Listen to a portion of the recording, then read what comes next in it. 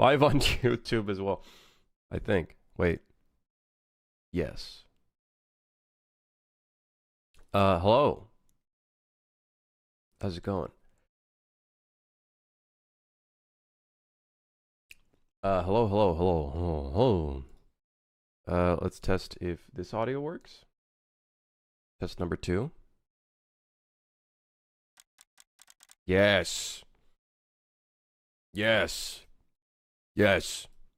Very good. Let me add everyone on Discord before someone yells at me.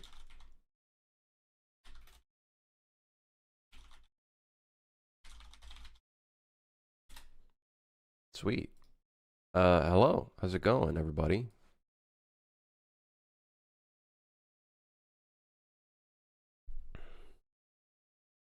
Hey, what day is it today? Wednesday. Hey, yo. It's the middle of the week. Well, for me, it's not the middle of the week because Saturday and Sunday is a work day. So tomorrow is the middle of the week for me. This is the middle of the week for normal working people that have a normal work-life balance. I'm not on that list. So, yeah. Anyways, where are we at on our list? We found a lot of bugs with Flipside yesterday.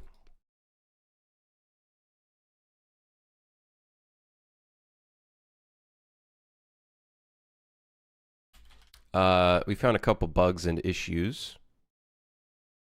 I also think, yeah, this one, we needed to do some changes. We're making good progress, I think. I believe. What do we have? Tokyo, Sydney, and Caribbean. What do we have left for Sydney? Oh, Mad Suit. Maybe we get started on the blockout for that today. Yeah.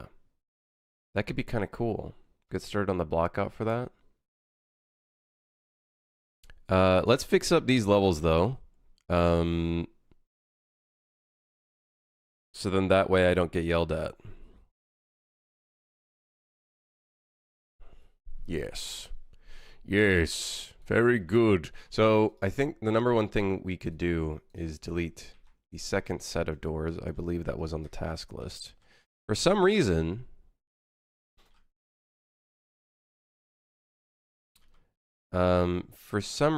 I guess we made it so. What's weird? It's weird. I feel like, you know what I'm gonna do? I'm gonna put these doors in the persistent level. I'm just gonna put these in the persistent level. They're not even being used for gameplay elements. So honestly, let's just throw them in there. Problem solved. Was that one of the issues in here? Yes. Then we need a kill volume, which let me see how that works. If I can find it. Okay, here it is. It does not have a do once, so I think we're in luck.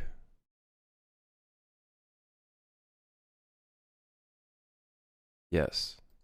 So I can put this in the persistent level as well.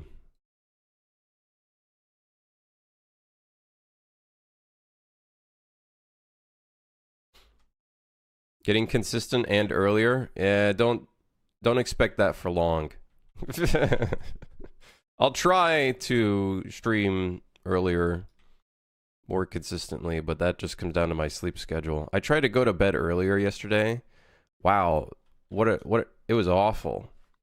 It was horrible, dude. I like tried to fall asleep and then got a headache, and then I'm pretty sure I like fell asleep at like 12. Dukuhan, how's it going? What in the Mirror's Edge is going on in here? This is one of the Mirror's Edge inspired levels.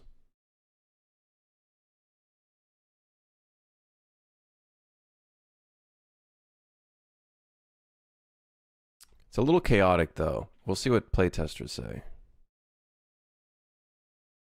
We'll see what playtesters say. There's a lot going on, I will say. A lot of stuff going on in here.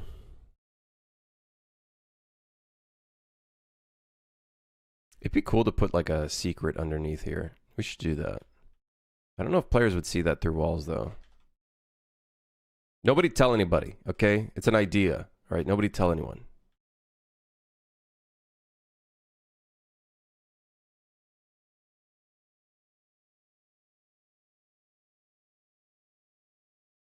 Okay, so we added a kill volume. So that should be one more problem fixed. Let me make sure we've encompassed enough of the area. Yeah, looking good, looking good.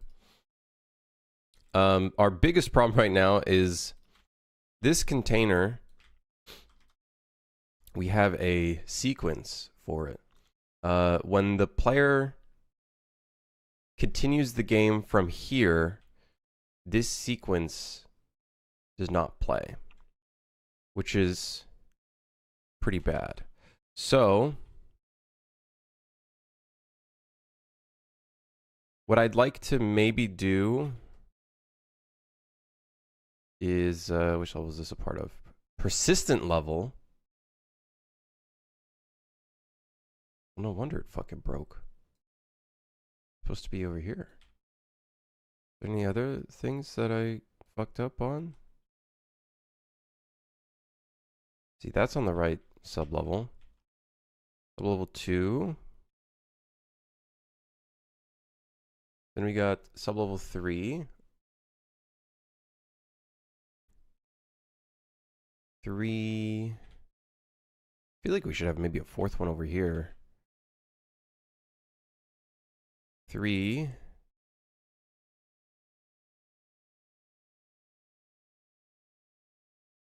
There's no way this is 4, right? It's 5. Where in the balls is... Oh, it's right here. 4. Okay, I thought that was in the other level. You know, Ray? How dare you stream so early? How will I be productive? Just put me on the second monitor. Just put me in the background. Just put me in the background.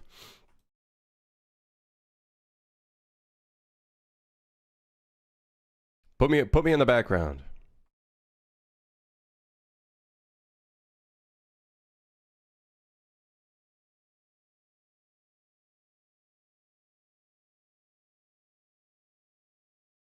Yeah. Okay, so here's the problem. This player start, when we start here, we should play that if it hasn't been played yet. And I'm thinking, can we access this sublevel actor from the main level blueprint? I don't think so, right? No.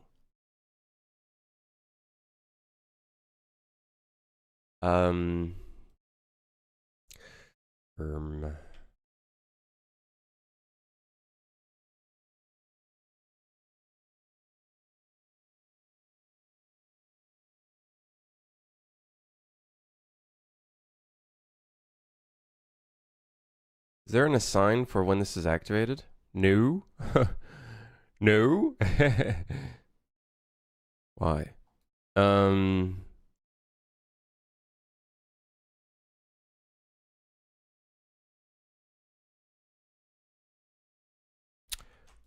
How do I do this? I don't know. Guys, I don't know how I'm going to do this.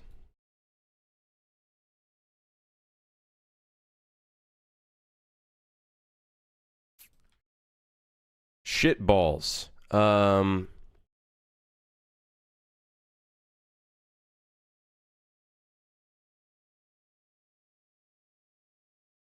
on, I'm trying to think of what we could possibly do here. This is a part of the persistent level. This doesn't get loaded and unloaded.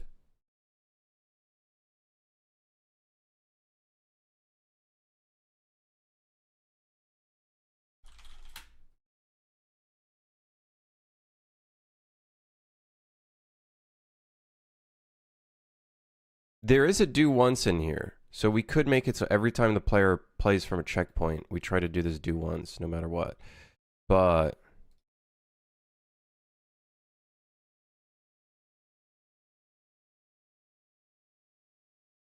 replay on subsequent checkpoints. Oh, that's a really bad variable name. It's really long. I think that's the longest variable name I've ever made.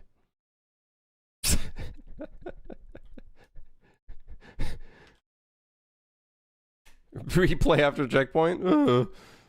Let's add a tooltip. Replay the sequence if loading on a checkpoint after the required checkpoint.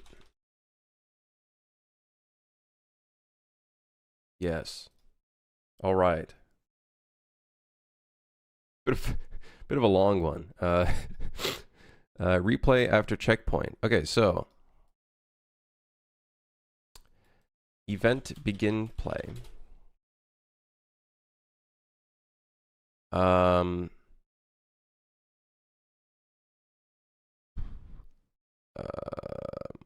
Shit.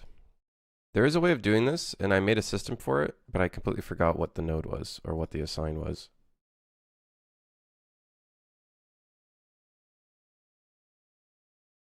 Also, we can't cast to the player character because the player character technically has not loaded yet.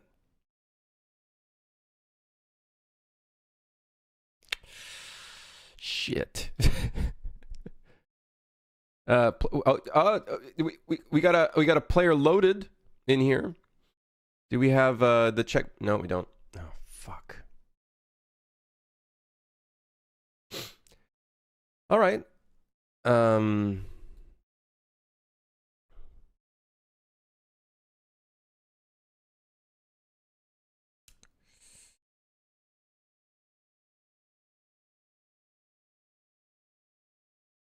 I peek the notion list.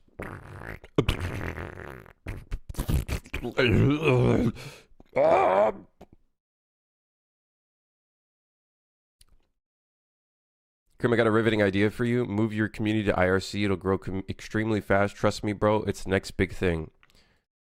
Zoomer, when they discover IRC and forget that literally everything runs off of IRC, and that was like the thing 20 years ago. Listen, nobody fucking uses IRCs anymore except for boomers. All right?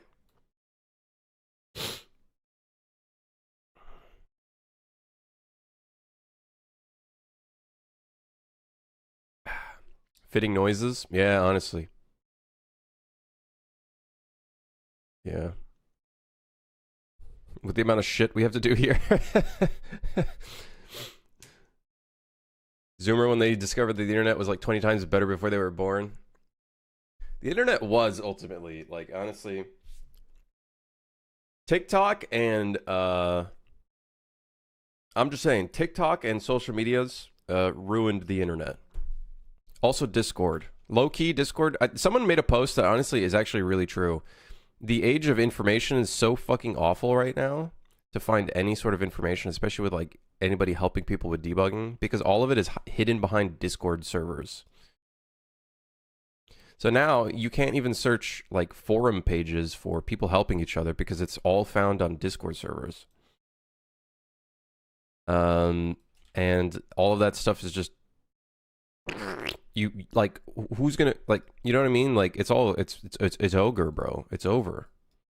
It's all over. Low-key smartphones. Smartphones were like not even like that bad, like early smartphones, because like they didn't have that much to them. But now with like TikTok and like Discord and all of these like applications that are so temporary and shit. Google search indexes have gotten so much worse since the implementation of new AI methods. That's bad. I think, yeah, Google, I don't know what the hell they did to their search system. It's as bad as Fab. And that says something. That says something. If a search system is as bad as Fab, that says something. Okay, I'm like staring at this code and I'm like trying to think, like, what am I gonna do now? I can call player loaded. No, there is a way of getting when we load on a checkpoint. There is a way of getting that.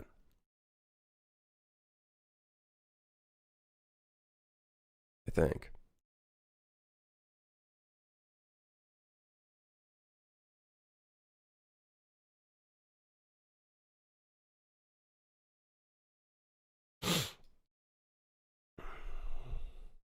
Crim's essentially a zoomer. Motherfucker's barely older than me. Listen, all right. I was in...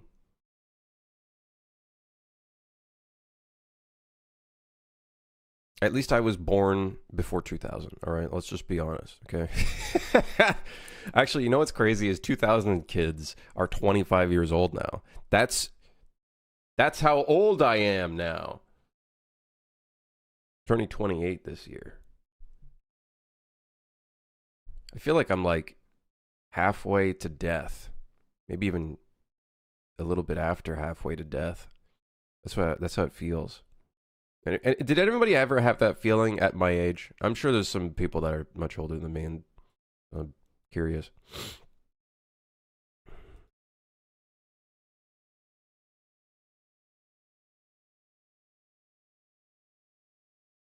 I'm on the wrong side of 50 and I'm still only halfway to death.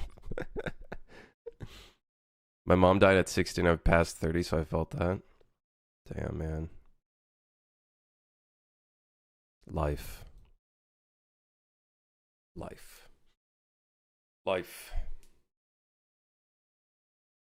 My parents are turning 60.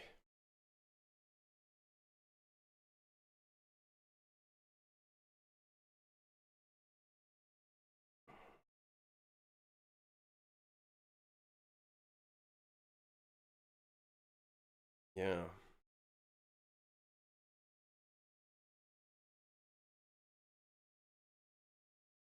That's why you need to stop wasting your time making a game and get a real job. Yeah, dude. I'll become a grifter. I feel like I could do a pretty good job of that.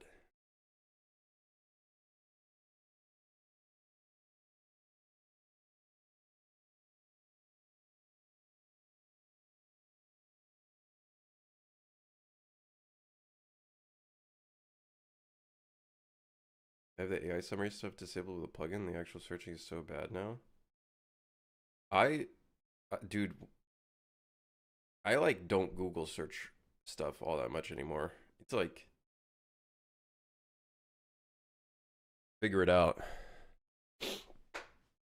YouTube is all right, but I think YouTube has actually changed their algorithm. Either that or I was able to ad block the Asmongold videos. I don't know.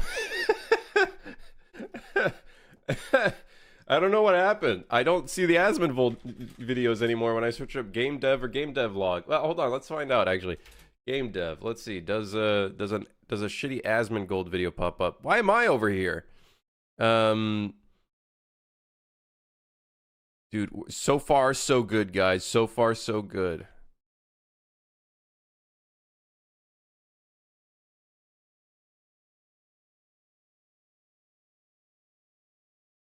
Yo. The world is healing. The world is healing.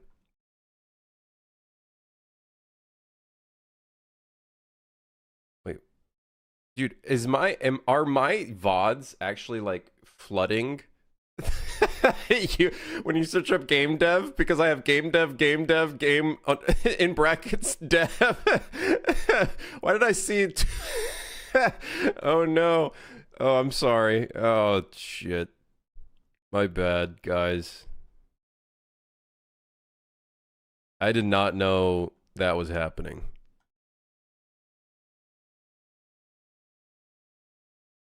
We're getting a lot of pirate software videos, though. Oh god, there it is. There's an Asmongold video. Oh.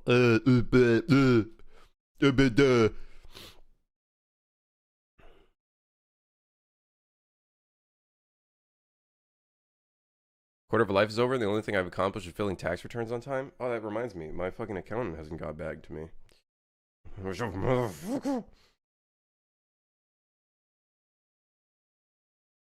Well, either way, it doesn't matter. I have to do my bookkeeping still, so I guess it doesn't matter. I'm depressed now. Thanks, Grim. Sorry, I didn't mean to do that. Dude, you're fine, man. Don't think of it as 1/4 of your life is over. Think of it as a wake-up call to do what you want to do in life, all right? Think of it that way.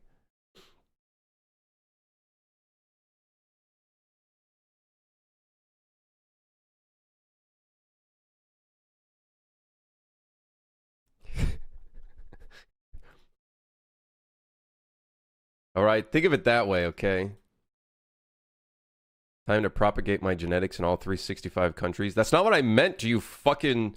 Why did your brain go to that? Of all things. It could have been like, oh, dude, I should go skydiving. You know, instead it was like, oh, I'm gonna spread my sperm. Why was that the thing you thought of? You need to get off the internet. All right? You need to get off social media and the news or something. What the hell?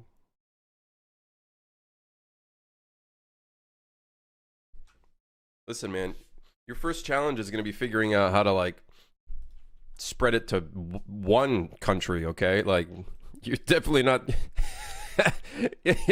You ain't even starting with one. Sorry, that's mean. I'm in your walls. Google. Yeah, Google, very interesting, very interesting, very interesting. Google search. I am technically streaming on YouTube, so Google, great.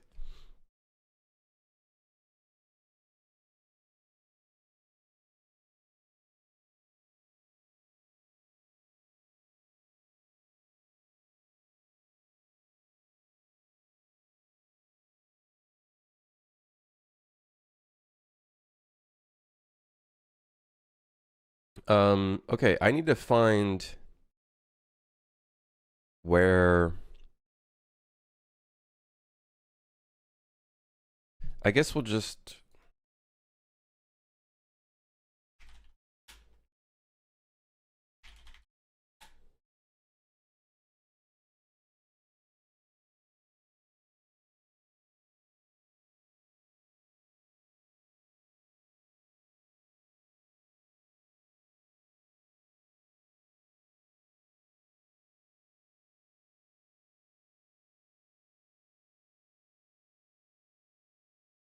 Uh...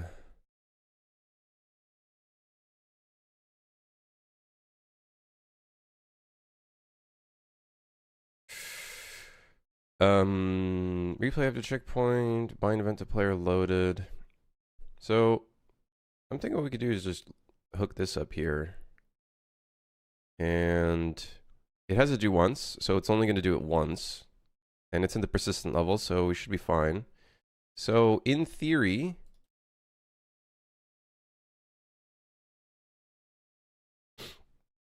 In theory, if I load the level up now, which should load me... I'm in the wrong level. Shit! Well, time to get in there. Okay, it didn't load, which is good, because it's not supposed to load yet.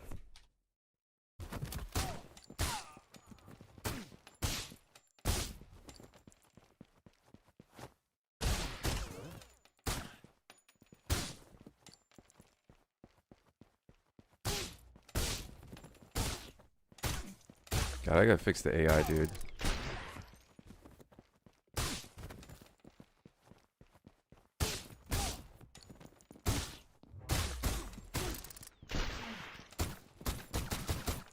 This is a kind of a fun gun to use when you have infinite ammo, because it sounds kind of fun. It also doesn't one shot and one hit at a distance.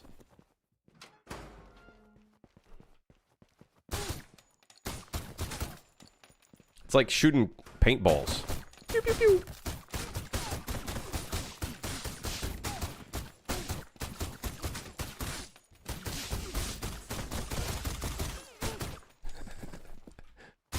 Primary weapon mods when?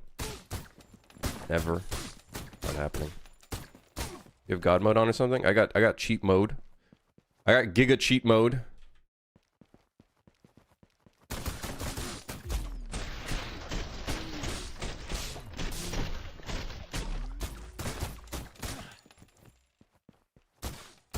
New game when? Dude, we're getting there, man. We're getting there. We're almost there. So this should now start the crane. Very cool. Very pog. So I do realize something wrong with my code. If I go back to the main menu and then hit continue, I think it's going to instantly play the crane sequence. It didn't. It's a little concerning, actually. Okay, let me get to the next checkpoint. Maybe I fucked up this code. Maybe there's something else I need to do.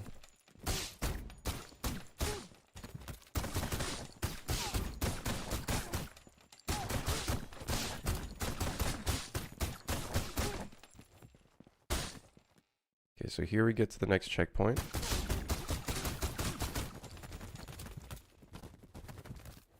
Why are we collecting money during the entire if there's nothing to spend it on? It's score! It's not money! I should probably I should just change the $sign to just remove the $sign. Okay, so main menu. The problem right now is that the crane is not lowered. Okay, I have clearly fucked up my code. It is accessing none when casting to the run save slot.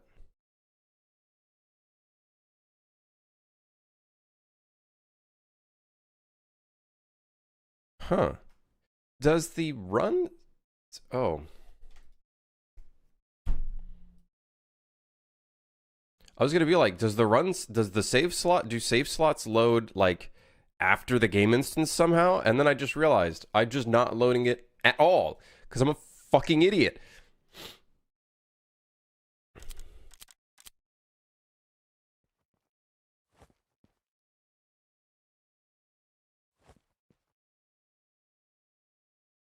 Guys.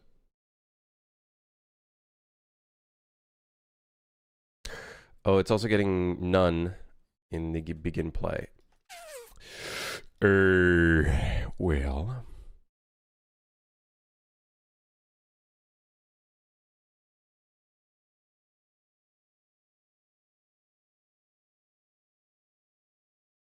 If the checkpoint is more than the required checkpoint, not equal to, but more than.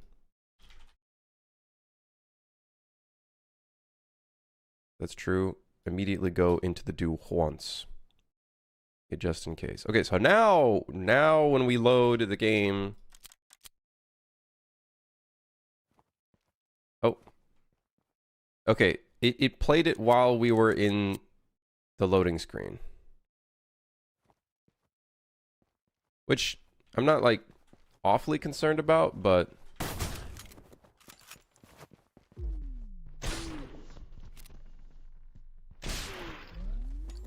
kind of concerning.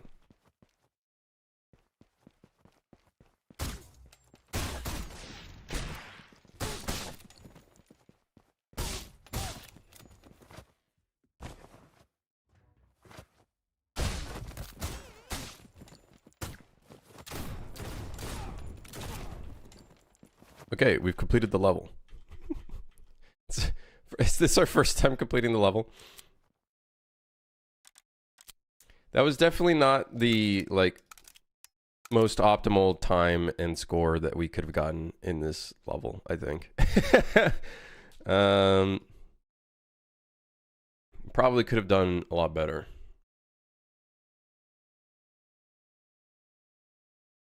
Well, now that we fixed that issue, let's go ahead and test this fucker out, shall we? Get an understanding of what kind of time we should aim for.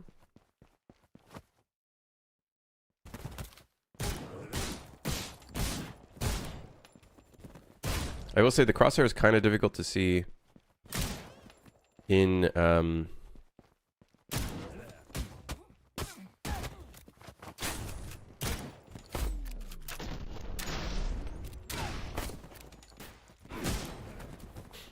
the crosshair is a bit difficult to see.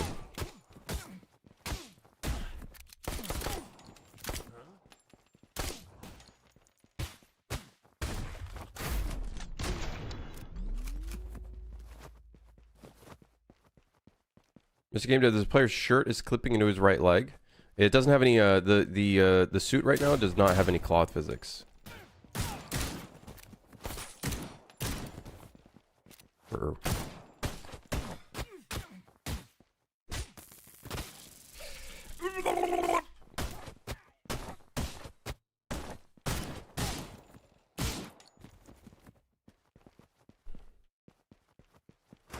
Yeah, there's no cloth physics at the moment.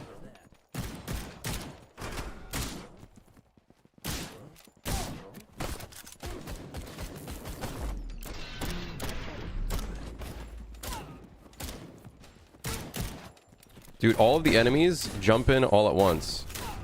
It's really annoying.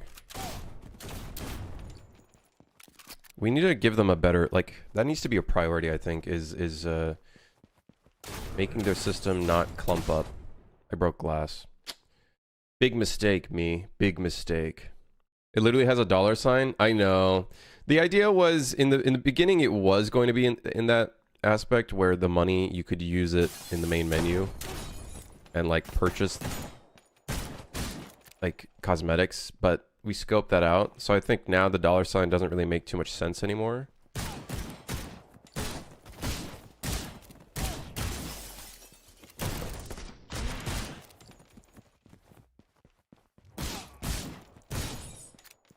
Doesn't really make too much sense anymore. Alright, so now it should play the crane. Very cool.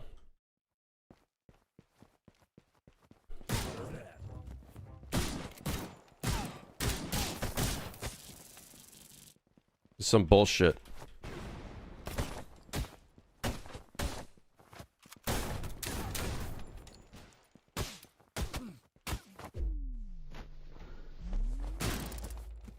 Oh yeah, that we still have that bug where you can kill 2 people while doing that execution because the bullet goes through that one guy and then it... We should probably change that. We have a lot of enemy clumping in this level, which is not very good.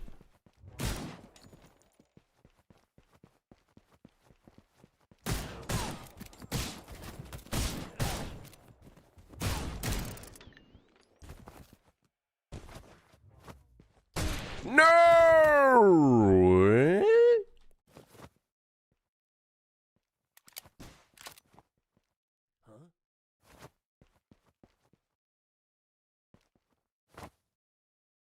It's a feature!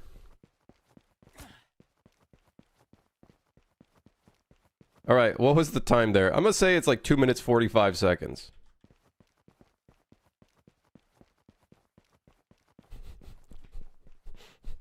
I'm gonna say... We need to remove those jumps.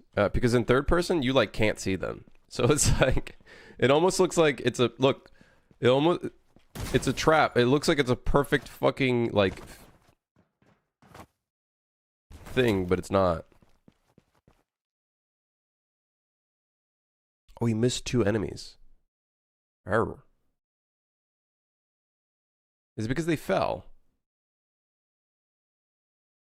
I don't know.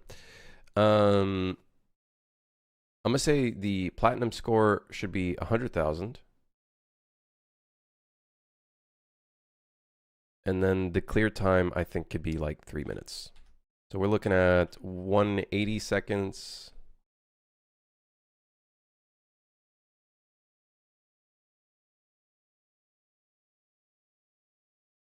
Oh, we already have a platinum time and a platinum score. We put 195 seconds and 125,000 score. Oh, I just realized we just needed challenges. I thought. Whoops. Well, all right. Well, whatever.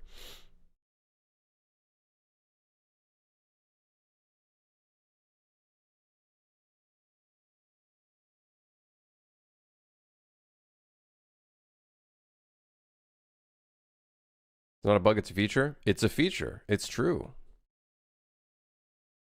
It's true. Upgraded my project to 5.5. Feels like a pretty good version. There's a lit wireframe view mode now. That's pretty cool. A lit wireframe view mode? What does that look like?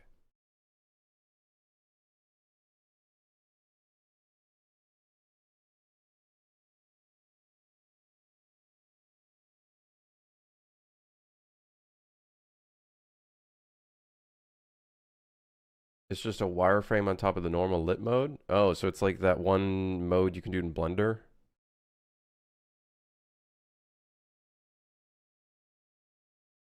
I guess that's kind of cool, I suppose.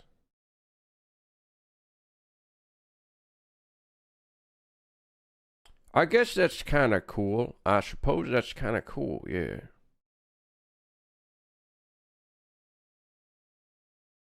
All right, next. Same day shipping. Move on to the shipping level, the shipping ship, the cargo ship. There was various things I wanted to change. One of them was I want to put more solid cover over here. So let's get ourselves a good old crate. Good old nicely sized crate.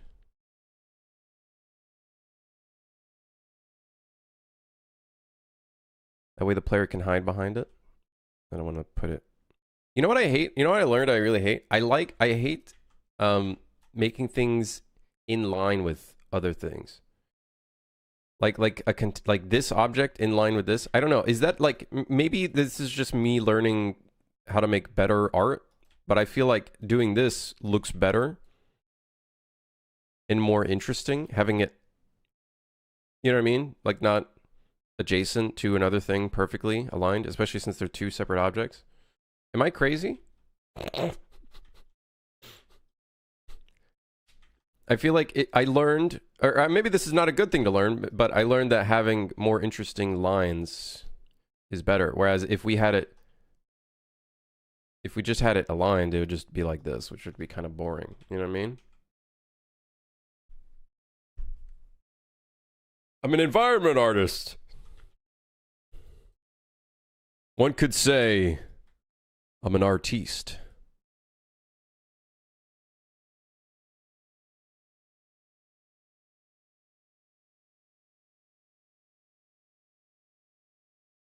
So this allows us to do a little bit of silenced pistol stuff here.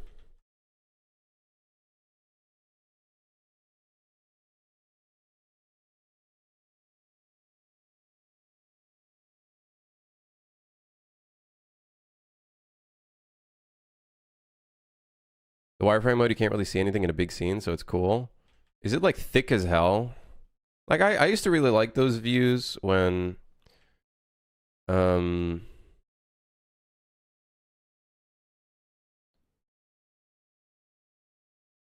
that's a basic art skill you just learned? Yes! Yes!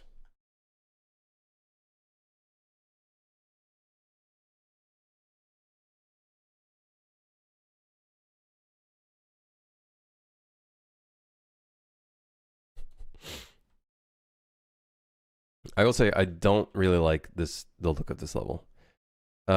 Because maybe it's the saturation of these containers. Maybe we just need to use more desaturated colors. But I also think these containers just look like ass. And that's like 90% of the fucking scene. And we're like not doing anything different. I think that's one of the concerns I have. I think this container, by the way, we wanted to do a custom primitive data on this one, so it fades out of the camera. Hey, Snow. Also, Sharma, how's it going? Welcome from YouTube chat. And Snow on YouTube chat as well.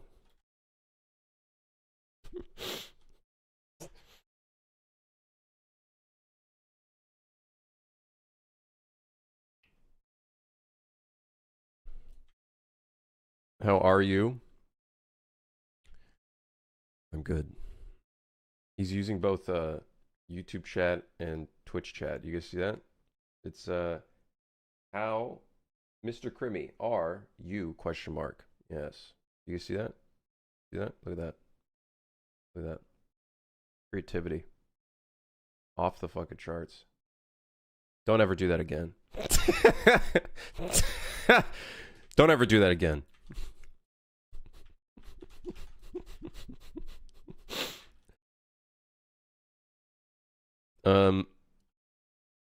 Yeah, I'm good. How are you? Wait, what was the challenge of this one? What did we do? What did past me do?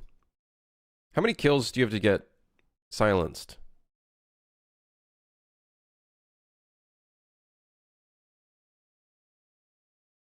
15? You have to get 15 undetected kills?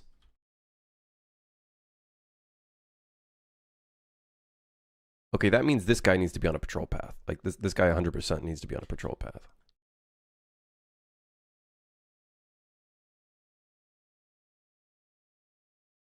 I think that was one of the other aspects of this. Yo, banger alert. Banger alert. No enemy found, motherfucker. It's right. There we go. Wasn't close enough. Decals are facing the wrong way.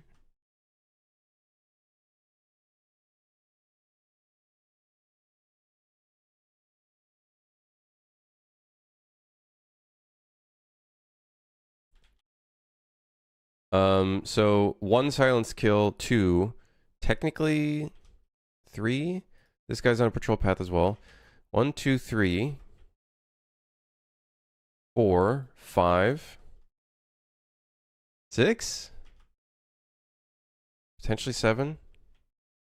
Bro, ain't no fucking way can you get 15 silenced kills in this level. Maybe 10. Maybe we should put that number down to 10.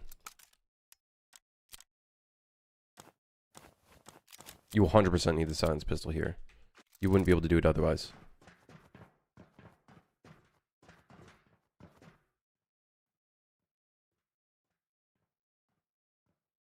So you can see him.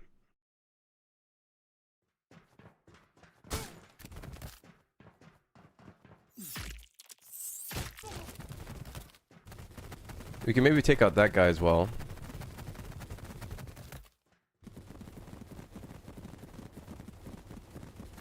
It's kind of a waiting game, which is kind of like not fun.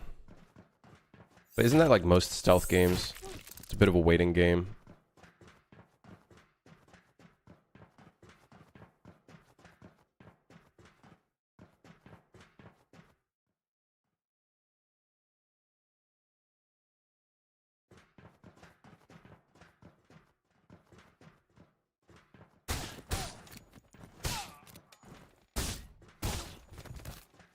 Damn, I got spotted? Okay, that could be kind of cool. You're like going in... Like, it's kind of stupid because you shouldn't be able to do that, but... Oh, you know what it is? I think they hear him dying right next to him.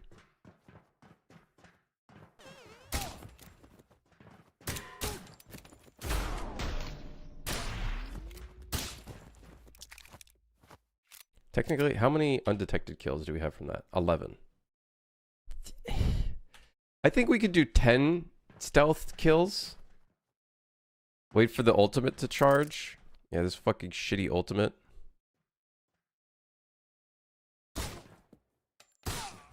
And then someone spots us immediately. Nice, good job.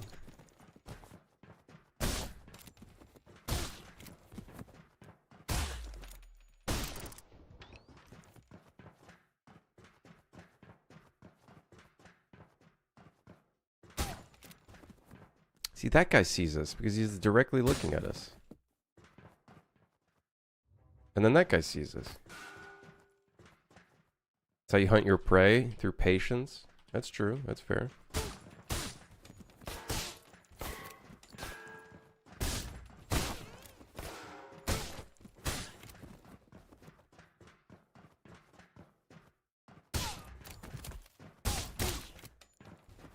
So we were able to exceed 15 silence kills. That's a grenade. Take that. Back to sender. So we have 18 apparently right now. Unnoticed kills also include executions on oblivious enemies. Yes, yeah. Anytime you kill an enemy without them detecting you, that counts as an undetected kill.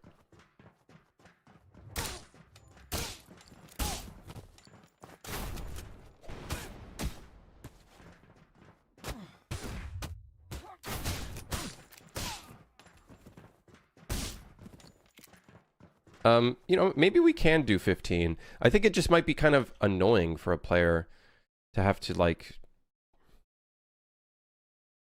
I don't know, I guess it adds an element, an interesting element to it. I just don't think you're going to get the challenge immediately from the first area, if that makes sense. Also, this guy being here, he's really annoying. So maybe this guy... But you can't tell he's there, because he's looking here.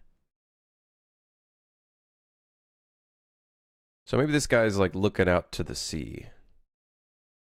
You know, maybe he's looking out at the sea. So that should allow you to basically get a bunch of, like, it's funny. Once you take out this guy, which by the way, I'm thinking, let's do this. We're gonna bring him out farther. Once you take out this guy, you're just going pew, pew, pew, pew. You're like going one after the other. It like doesn't make too much sense, but it's cool, I guess. Because a silenced pistol isn't like 100% silent, you know what I mean? It's just suppressed. But in our case, this is a video game, so we can do whatever we want to. I do think what could be kind of cool,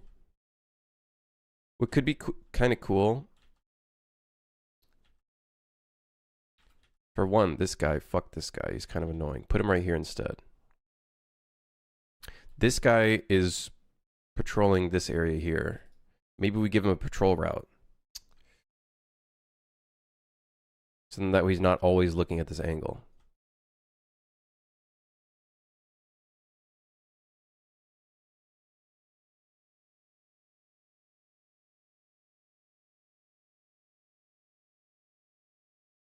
And then this guy's always looking here no matter what, which kind of sucks. So maybe we give this guy another patrol route as well.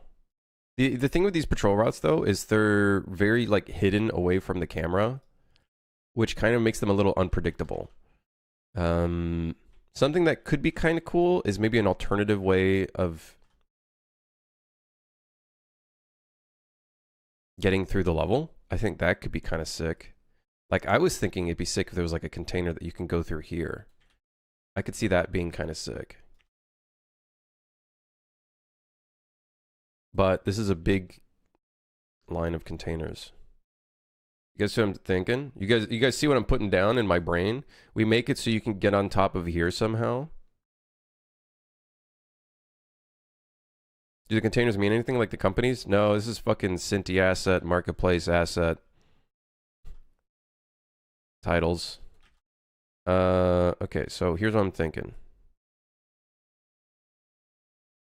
We replace these bulks with singular assets.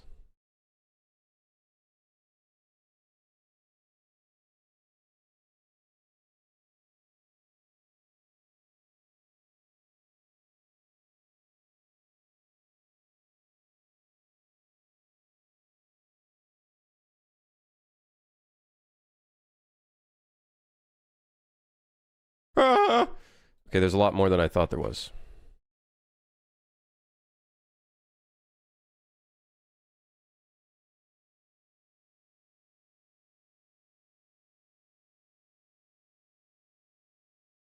You know what? Because I kind of find this boring, give me a small one. Give me a small container.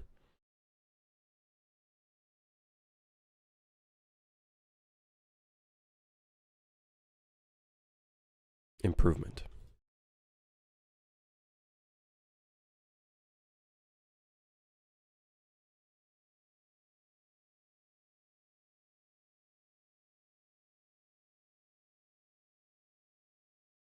Okay, now we can delete the bulk one.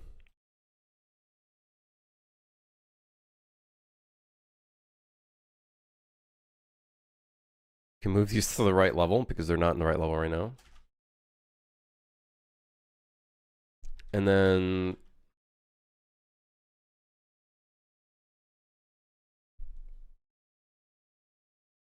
your next game's got to have a hella lore to compensate. Motherfucker, if I make the God style game, that game's going to have no lore. Are you kidding me? I don't make games with story. I don't. I'm just not good at story, so I might as well focus on what I think I can do best, which is gameplay and hopefully at some point graphics. Or not graphics, but cool art.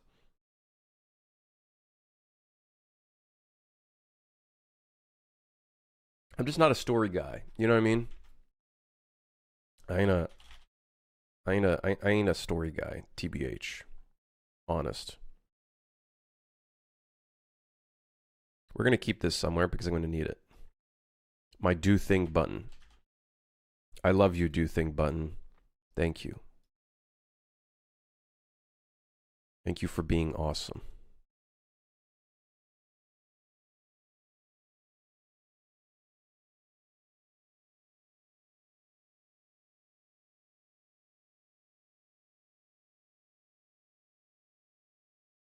Yeah, that's kind of sick. And then we could have like a wooden plank going across here. And then maybe the player... Okay, where does the player get up to here? Zombie game lore. Humans turn to zombies because of reasons. Okay, the zombie game, I'll probably try to come up with some lore, but I don't know if it's going to be good. It's probably going to sound very generic. Like, I know for certain I want the zombie game to like have a mutation of some sort, going from like COVID or something like that. So then that way we have a bit of a backstory behind a lot of like hazard areas and zones. And then it goes from like that to like mutation of kind of zombie structure. So then that way, like, I want to do some like buildings similar to what the Division did. I think that would be super sick. I have like buildings that are like covered up with like plastic and shit. I think that could be really cool. You could pull The Last of Us and use fungus. I think fungus is cool, but I have a strong feeling people are just gonna be like, oh, it's just The Last of Us. So I'd rather kind of do something interesting, like maybe go from like a disease or something like a COVID, and then and I'm not doing that just because, oh, COVID, you know, it's more like some sort of disease that then turns into like, yeah, rabies or something, yeah.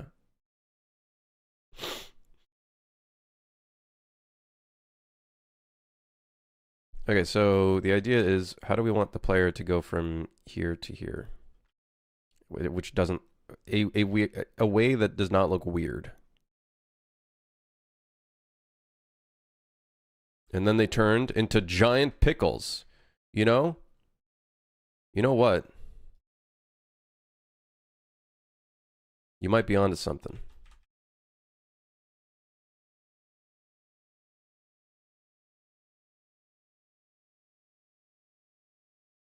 You might be onto something.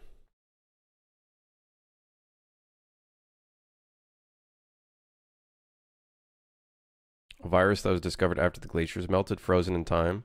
That could also be a cool concept. What if the concept of the zombie invasion that the player is currently living in was a zombie invasion that already happened and cleared out all of humanity and then like reset it? Because how I view The Last of Us, is that the zombies are basically taking over the humans and then bringing it back to Earth, right? By like becoming Earth again, right? Because the idea is that when the zombies are about to die, they instead just kind of like fucking turn into like fungi, right?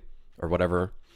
They like go into concrete and shit. So to me, it almost seems like the zombie virus is almost like it taking over, taking back Earth.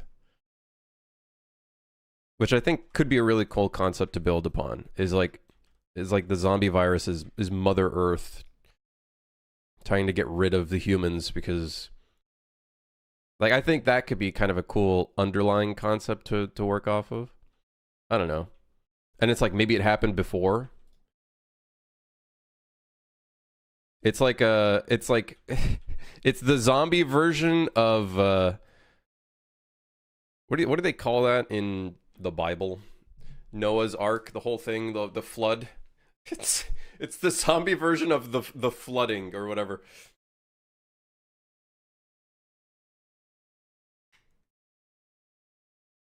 The Walking Dead series is better. I didn't really watch it. I'm gonna be honest. I heard what was it? Season 1 through 2 is apparently very good. Is that what it is for The Walking Dead? And then after that, it went to shit.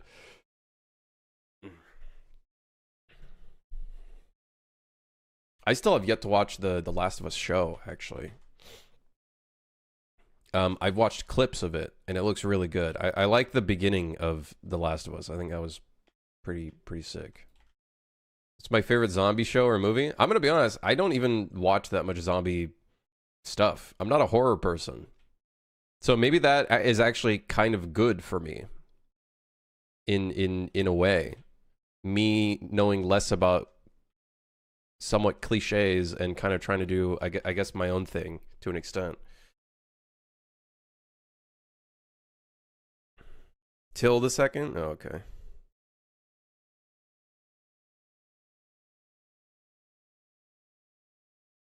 There's a report of a squirrel who broke the North Pole in half and unleashed a deadly virus. Squirrel Girl from Marvel?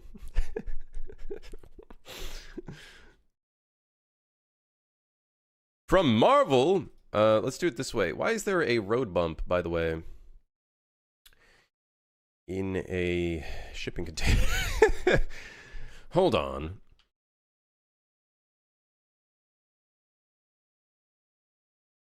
It's a road bump for cars? I don't think you'd want a road bump for cars. There.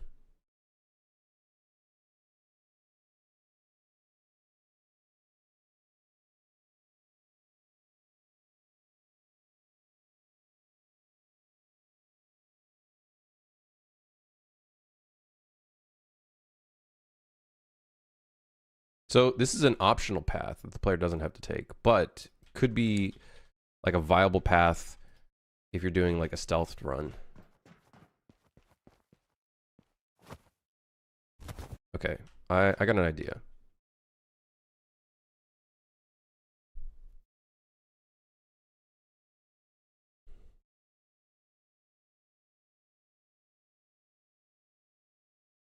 But yeah, that's kind of like some ideas I'm thinking of for my zombie game in terms of story-wise, lore-wise, in the background.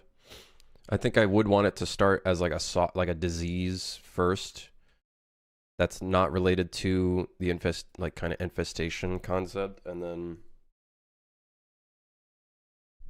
that adds a bit more environment lore.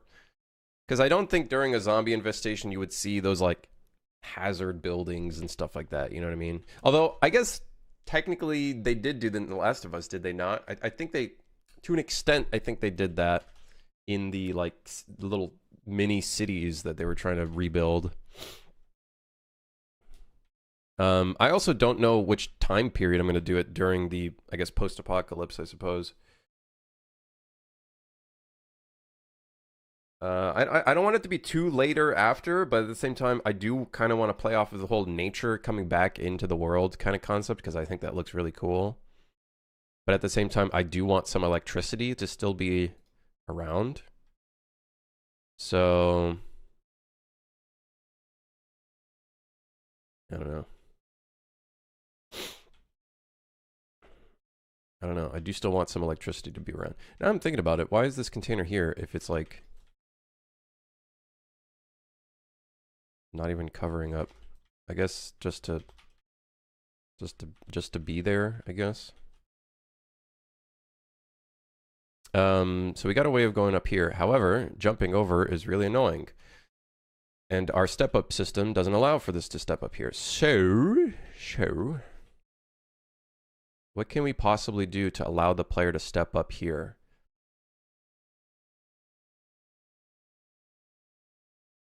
What would be a quick and easy way to allow the player to get up there? I guess what we could do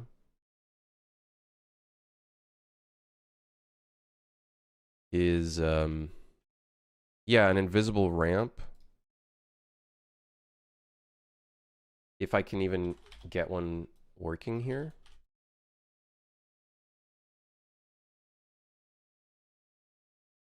I guess that's one way of doing it.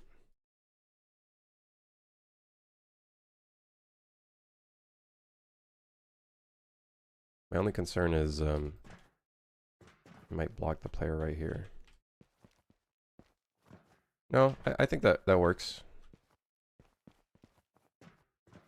Works pretty well.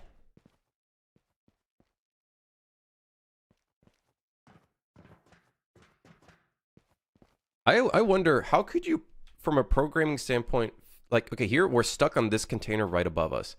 Is there a way, from a programming standpoint, to be able to fix our player's movement to self-adjust?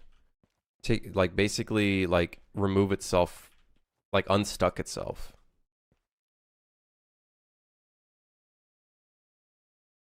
I wonder.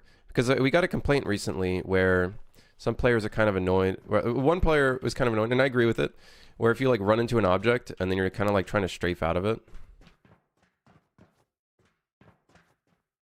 I don't know. I guess, what would that be called? I've seen some games do that where it's like if you try to run into something, it's going to try to like self-adjust.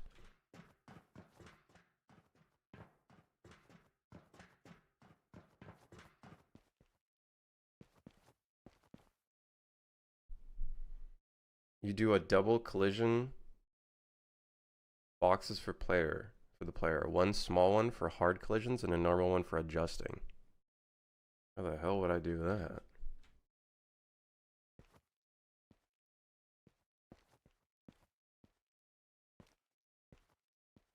I guess the problem is here.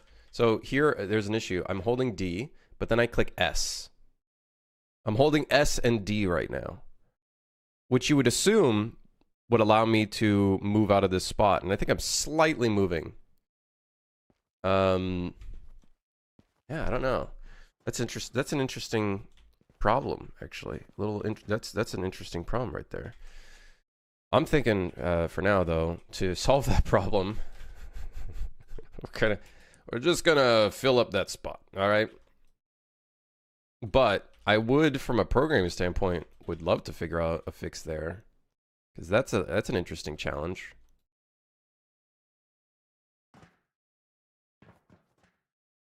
Okay, well now you get stuck on. Okay, so I guess what we could do is maybe angle it.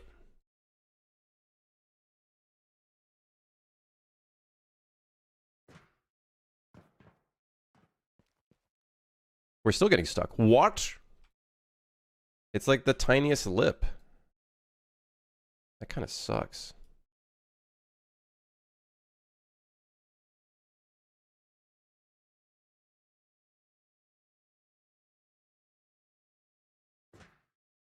Maybe use the normal of the object to hit and use that as a rotator to adjust the player's yaw. Perhaps. Damn.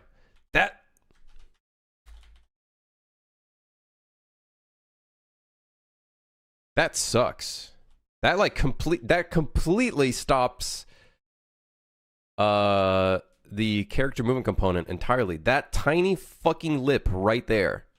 That tiny lip right there is causing our... That little tiny lip is full stopping our character movement. That's insane.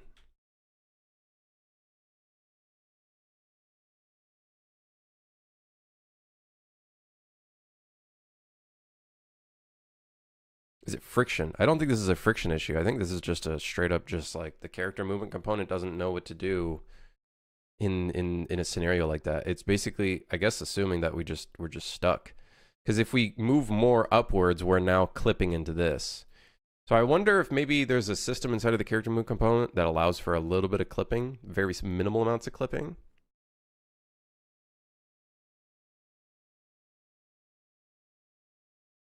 You know, Namrog. I was having a debate with a friend. When was the last time he worked on that fantasy game? Me, Namrog. You talking about Crimson's Fantasy? When was the last time I worked on that? That shit's dunzo. That shit's I hope that doesn't go against whatever your debate is.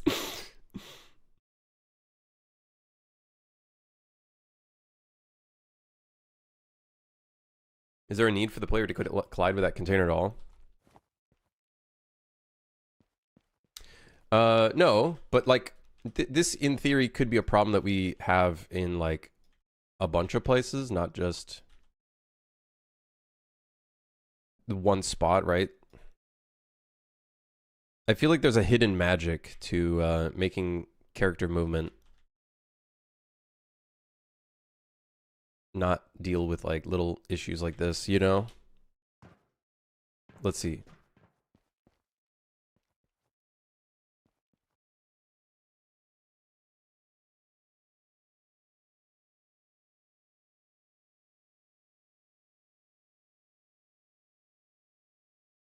Ain't no fucking way.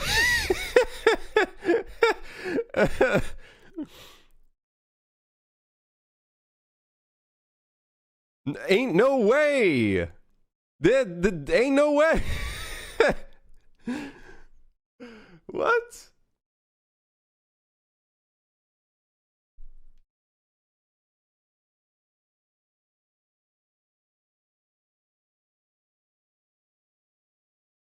Okay. All right. Well, okay. Welcome to Edge Cases Q&A. So the thing is, it is an edge case, but also at the same time, it's an edge case literally and figuratively. We do have a lot of little things that we probably could do from a movement standpoint that would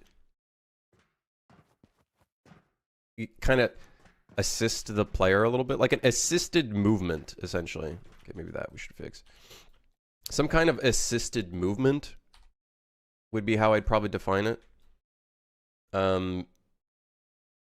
Which I think would definitely level up the movement a little bit.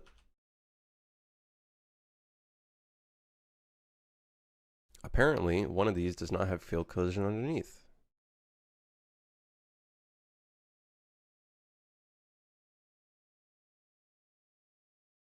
Okay, just making sure there's not an enemy clipping the fucking whole thing. Okay, well, we fixed this spot, but there are places in the game where I do think like, especially since the game is an isometric, right? On a keyboard, you only have 4 buttons that you can press, or technically 8 directions. So when you hold D here, for me, okay, yeah, I'll just press D and S. But for a normal player, they might find themselves just hitting D, which the movement speed here is a lot slower. So I feel like we should, because of our camera's system, we should add a system. See, like here, I can just move my camera and then, okay, now I'm going at full speed. You know what I mean? Like, I do think maybe there is something here that we could improve. I know it's like a nitpicky thing, but you guys don't understand. Like, movement, in my opinion, is one of the most important things of a video game because it is one of the things that you do the most, right? Second up, shooting, you know, whatever. Postpone release after another month. It feels better to be slower when moving against a wall. I think in certain situations, yes, because it, like, obviously it comes down to context. The player might be wanting to like take cover behind a wall or something like that. So there is an aspect of trying to be careful with what we're doing. I wonder if the character movement component has anything for that. I've never looked around for anything like that, so I'm just curious. A little bit of a diverging from our current problem, which technically we fixed, but you know. Kill vol. Oh yeah, we didn't do that yet. You know, it feels better not getting stuck trying to move. Right, and for a game that's all about movement and run and gun, I feel like movement is such an integral part of all of this. I wonder if there's anything in here about that.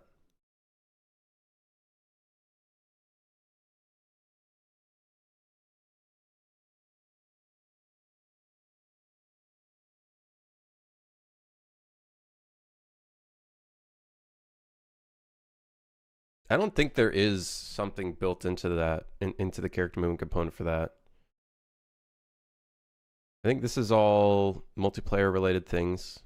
Max deep penetration with other pawns. Yeah. Let's see walking. Maybe there's something in here for walking. No.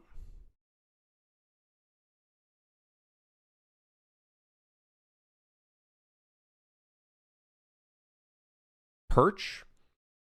Is that Len in YouTube chat did say something about perch. What is perch? Don't allow the character to perch on the edge of a surface if the contact is this close to the edge of the capsule. I thought perch was like being on the edge of something and about to fall off.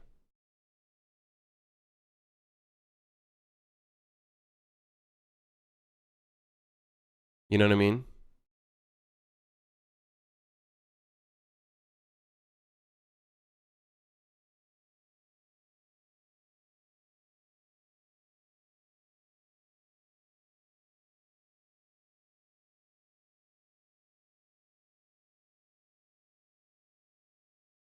Let's see. Let's do perch radius threshold 10. I think perch is something different. I think it's when you're going over an edge. Like that. But obviously I did remove the block, like, well, hold on. Let's try removing the blocking volume. Yeah, I think it's something different. I think it's something different.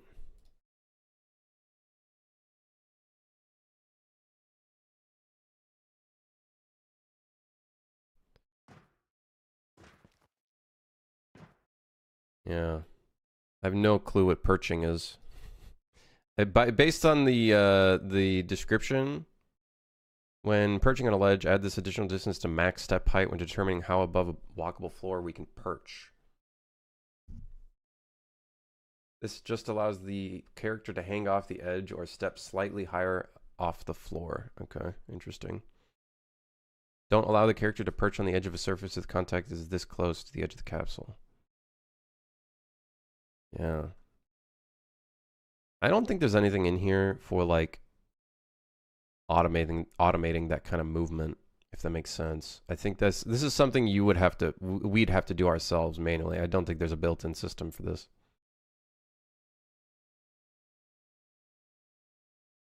I don't think RVO avoidance would be something you'd want to use on the player character. You know, I don't think that would be something we'd want to do. Pretty sure that's just for AI. Yeah, I think we'd have to build something in ourselves to kind of move the player character along surface.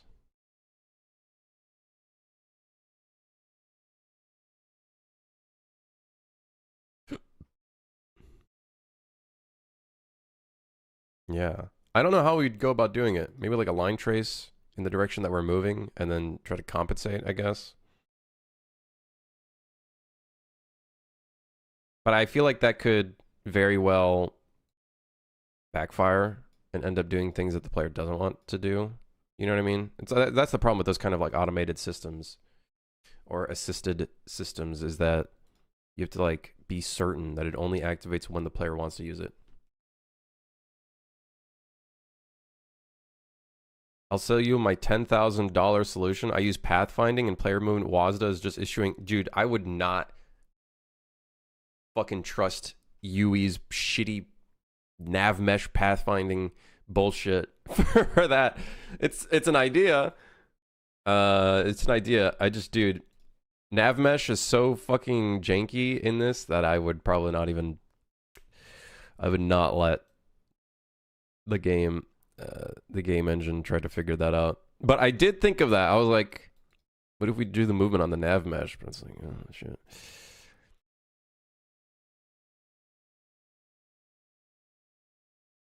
It is an interesting little edge case, though, that I don't think is necessarily an edge case. I think this happens probably more often than not. Getting stuck in things above your head. I will say, I don't think that's like a huge problem. It is a huge problem, but I think the big problem more so is like the player being slowed down by like things in the way. I think that one's a bigger problem.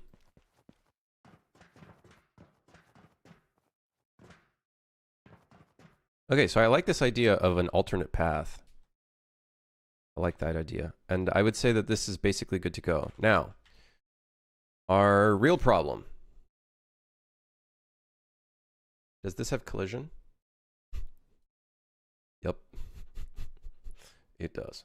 Does it cast shadows? Nope. Okay, good. Well, at least there's that. So we're going to need a kill. A subway track kill box.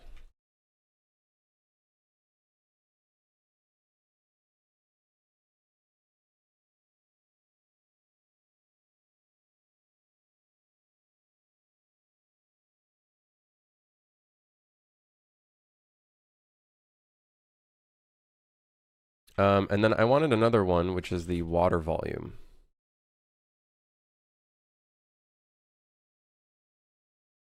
Grr.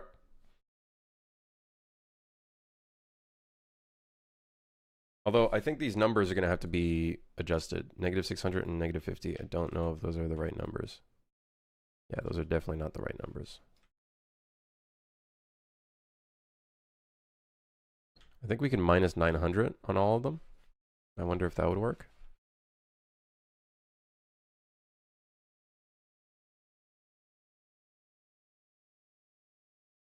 -900, -900. So let's see if that works.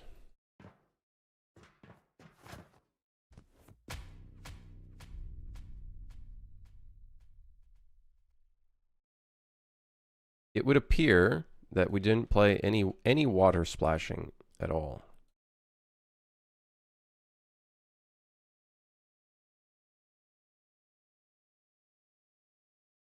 None.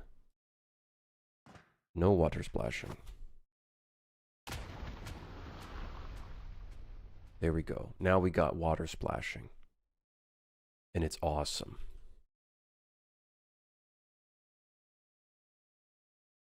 And we have a bunch of errors. That's fine. Or warnings. A bunch of warnings. But it's fine. We fixed the problem. This level is off the list. Yes! It needs a rebuild. Lighting rebuild. But not a huge problem. Where are you? Caribbean shipping. Give it 4. Needs a light rebuild. That's it. Look at this. Look at this. Yellow? No. Blue. Yeah! All right. Now we just have a bunch of orange, which is those simple levels. We have these 2 levels we haven't started yet. We're looking good. We're looking good. All right, we're looking good. Things are looking up. We're on the up and up.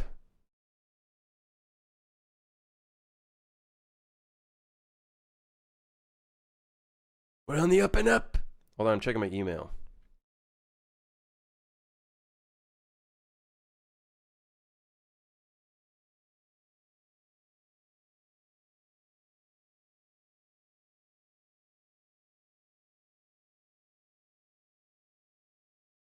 All right, we're good.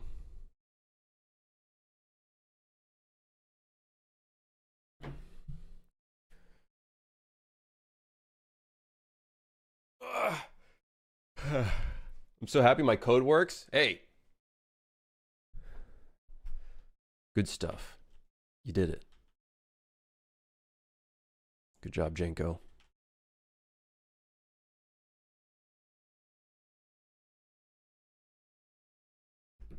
All right, now what? Now what? What's next on the chopping block? Maybe we could get started on Alpha, Beta, and Charlie. We might as well get started on those fuckers.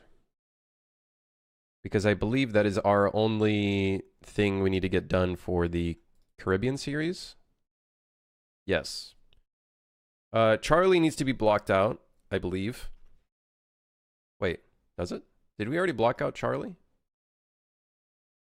Motherfucker. Why does it say needs art slash gameplay? This is needs blockout. This is not even started.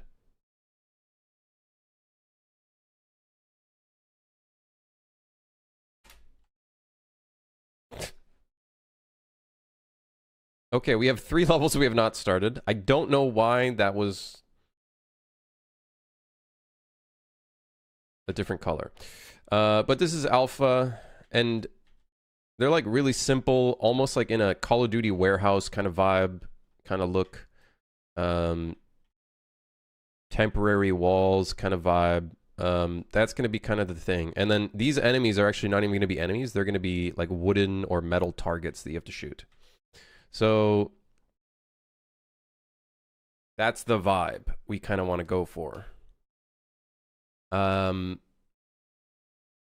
thinking we'll do metal targets just because it'll sound cool.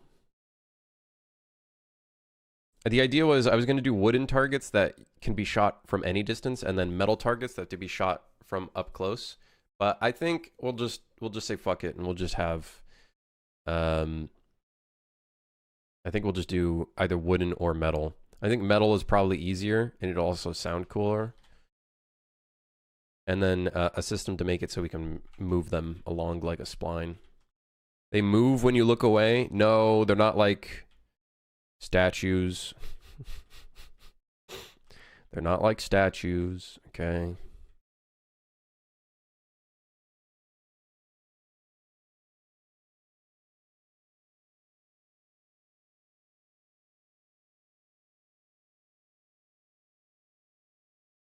Although, I guess we could keep the dummies. Like, the dummies also work, too. Like...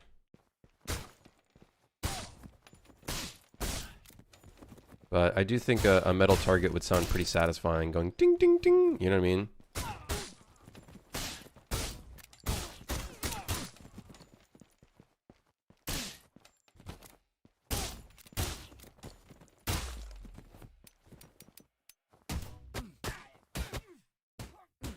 The only problem is, I think ammo was our problem in the design, is figuring out how we're going to do ammo.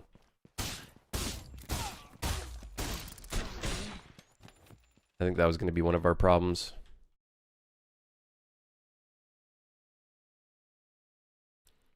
Yes. Anyways, yeah, we should get started on that. Should get started on that.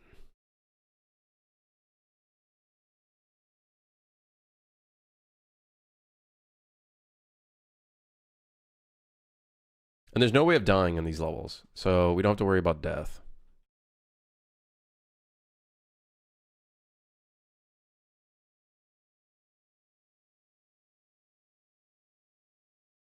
So very good.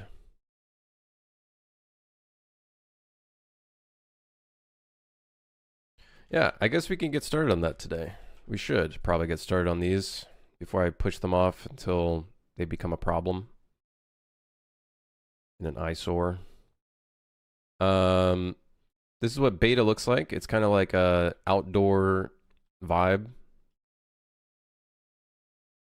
It would be cool to make it so certain targets are not like immediately upright, but they like come up. You know what I mean? So you have to like kind of time it. I think that could be kind of cool. There's a cool idea there, I think.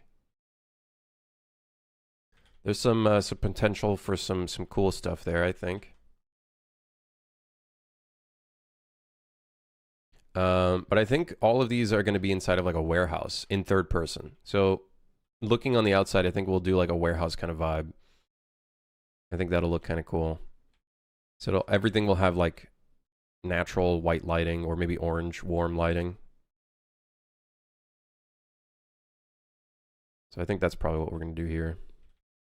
Honestly, I feel like the tutorial should be that too. Is that kind of like warehouse vibe. I think that would probably be a really good idea, and then we can redo the tutorial to not be shit. To not be shit.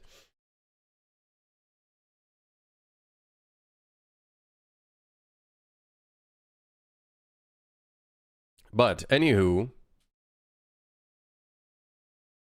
Maybe we can get started on the metal target concept.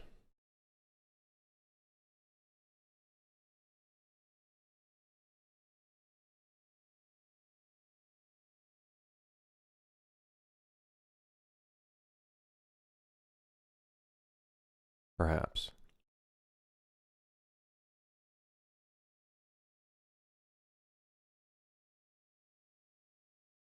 I don't know what to do next. We should get these metal targets out of the way.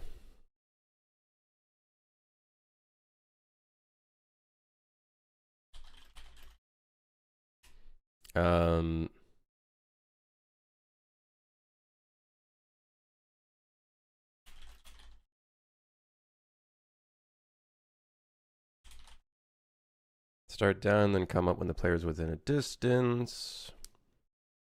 Before all of this, though, we need a damage system that it like goes down with satisfying sound effect. It needs like a really satisfying ding sound. I think that'd be great. And we could probably just use the current metal sound when you hit something. I don't know how satisfying that is. Not very well. That's a different metal sound. We should give it a different sound. I think that'd be kind of cool.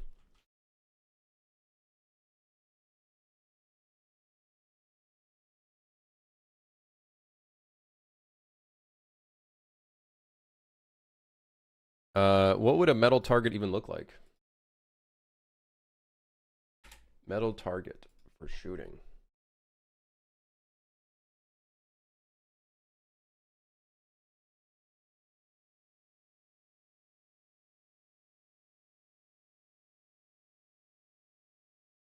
All right. I got some ideas.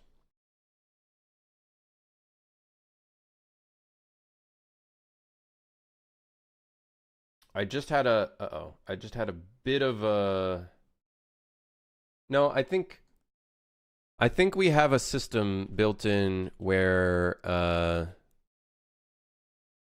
we can assign a tag to it and then the player will aim assist on it. So I think we should be fine. I think.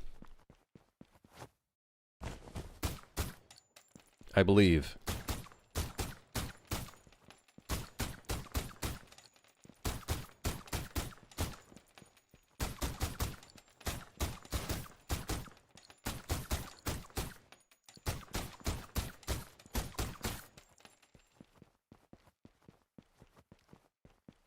You know what we should do? We should just give the player infinite ammo in these levels. Or maybe not infinite ammo, but infinite reloads. Maybe we do that.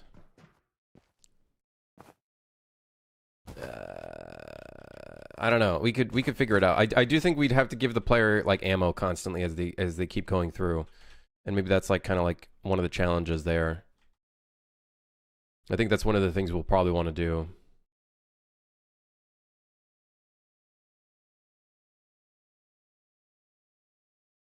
That's most likely what we'll do, I think. I guess we could do the metal target system.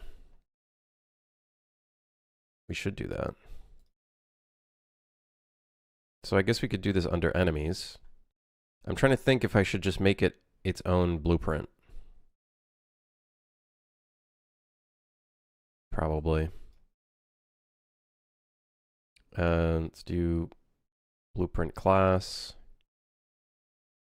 We'll call this BP challenge target.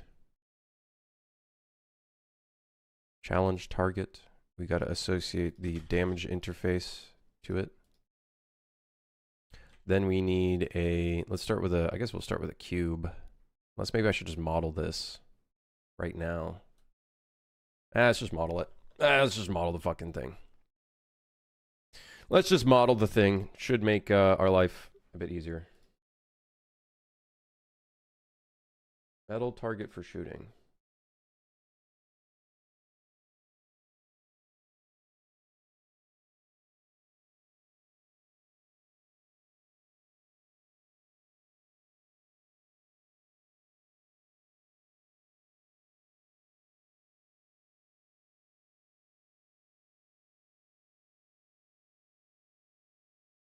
Okay, I got some ideas.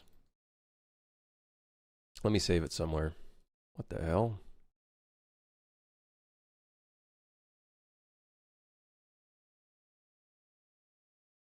Modeling, we'll call this a metal target.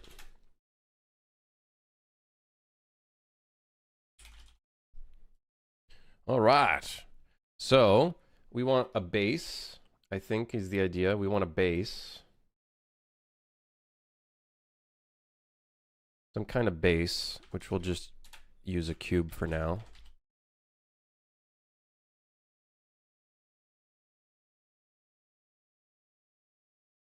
Probably not like this tall. We probably want it to be like really tiny. We'll figure it out. Something like that. Cool. So I'm going to start with. Then we'll add another cube, and this will be the beginnings of our target. We want it thick enough so that the player sees it, but also not like look weird. That'll be kind of important. But we also, I think, want it to be a little bit larger than like typical stuff. Like a typical player character model, I guess. So let's do something like that.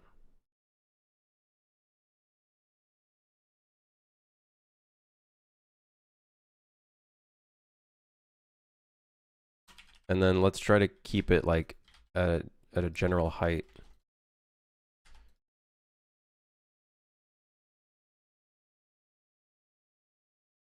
So we'll do the head, which will be a little bit larger. And then down to there. And then I think that's about it, really.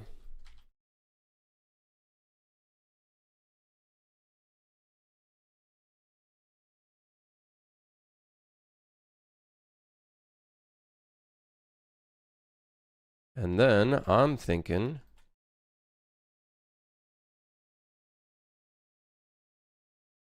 you just do 2 bevels. Okay, maybe this is a little too thick.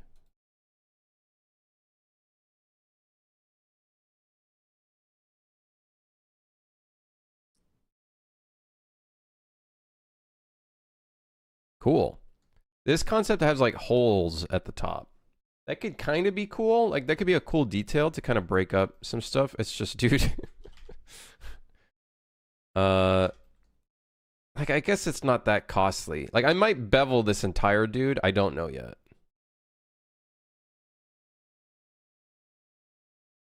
But yeah, maybe we could like add a hole in here.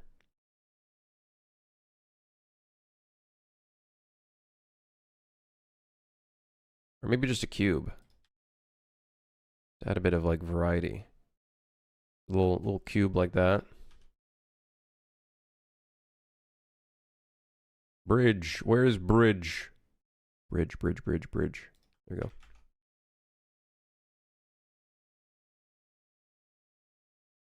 Yeah, that looks kind of cool. Maybe even a little bit. Maybe a little bit more.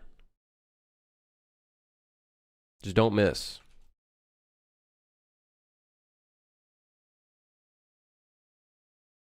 Cool. All right.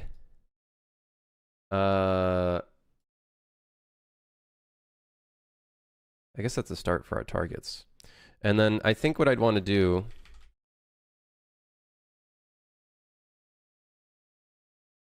is slap a bevel on this entire thing.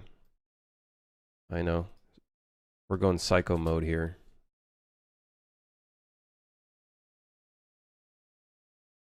I think that will look kind of nice. And then give it a weighted normal. I think that'll look kind of cool. So that's the beginning of that. And then how I'm thinking this is going to go from like a mechanical standpoint is that we'll have 2 posts, I guess.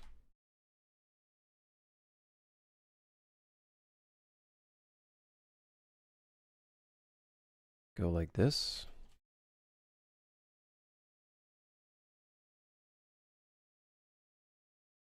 And then let's do that. Let's also mirror this. This we can kind of go like that. This is actually not in the center.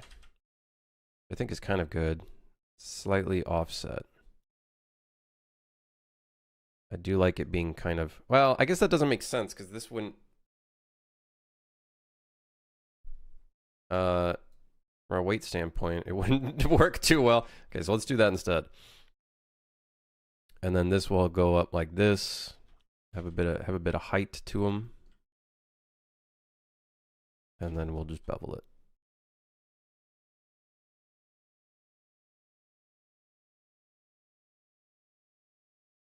And I think that'll look kind of cool. Then,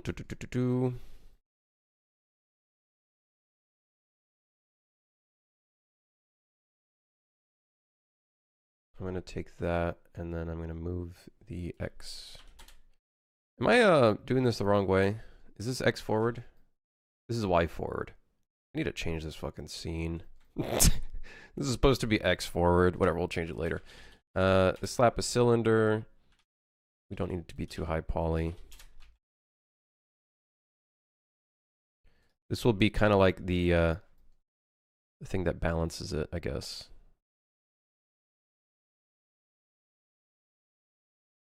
We'll let it penetrate there.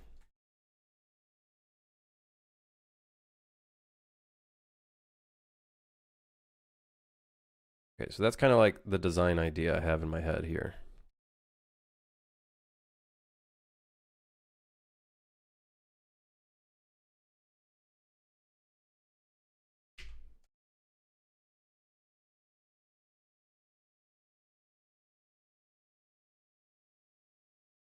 So then in the middle here, we could either do a cube or another cylinder that attaches that. I'm down for another cylinder just because why not? It'll look kind of cool. And then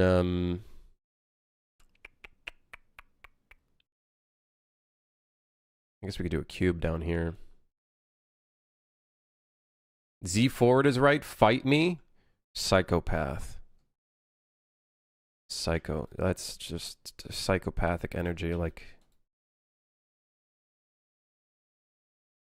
that. Truly just psychopathic energy. I don't even know what to say.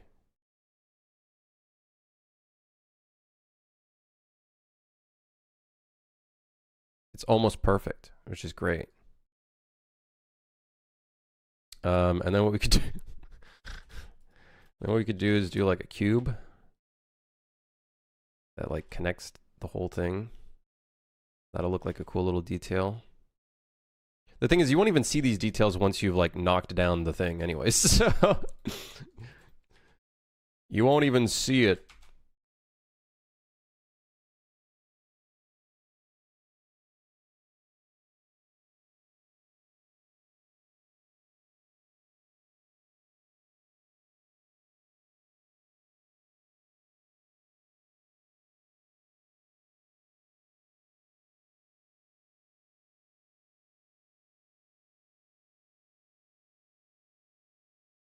Yeah, I wouldn't mind a little bit of scaling there. All right.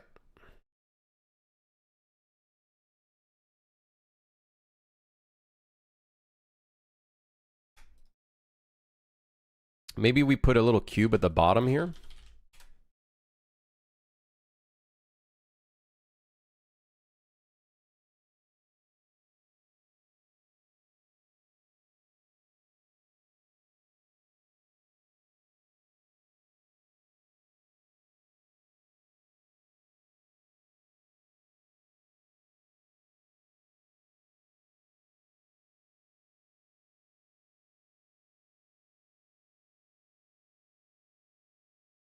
So that's the idea I'm going for, is it's going to go ping, and then it goes down.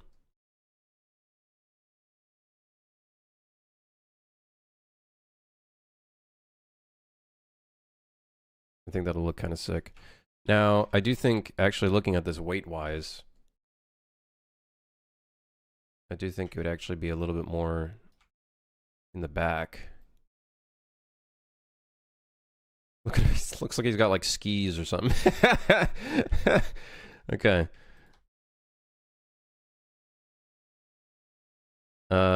Sure. Let's go with that.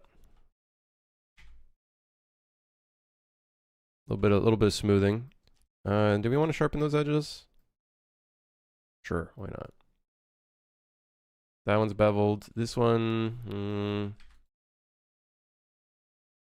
I guess we want to do that.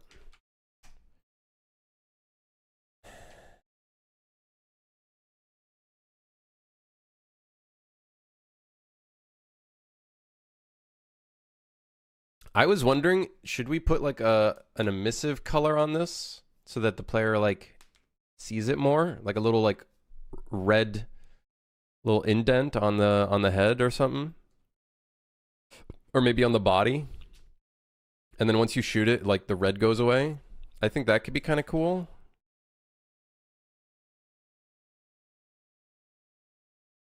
I think that could be kind of sick. Maybe on the head. Oh, it's like really noticeable.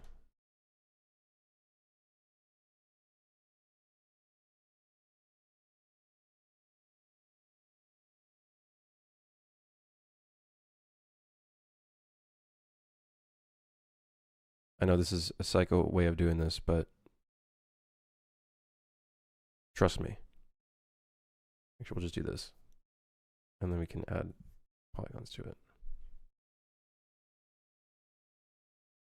So we'll do that. And then we'll do this.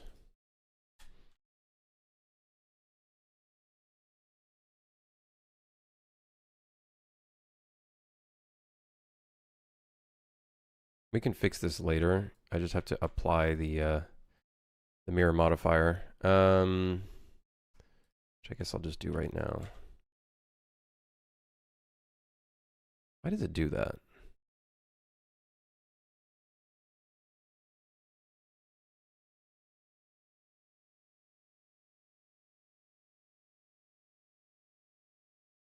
Okay, so now we got our little circle. And then we can extrude it in a little bit.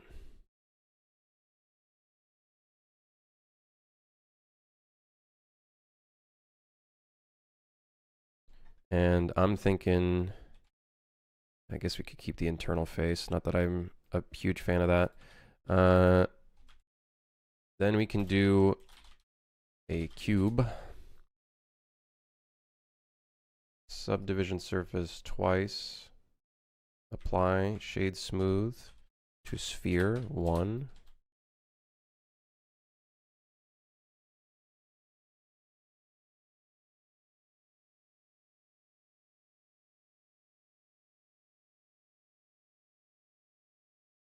And then that could be the red target.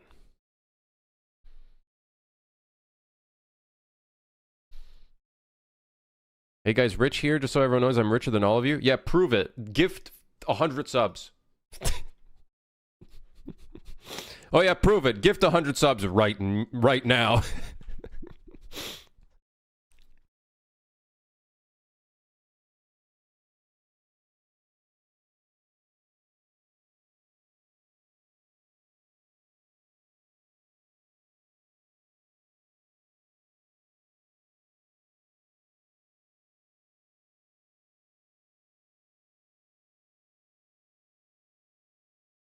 Looks like a star. Uh-oh. Oh shit, our shading. Yeah.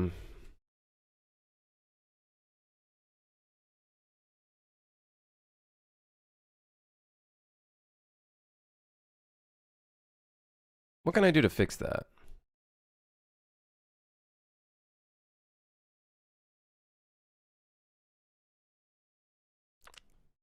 I don't really like doing that because then we have like one of these kind of dealios.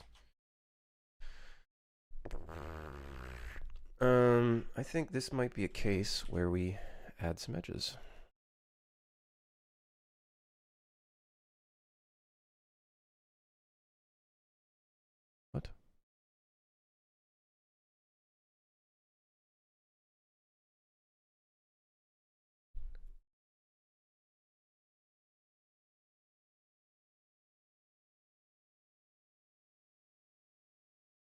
You know, it might be a good idea for me to remirror this now.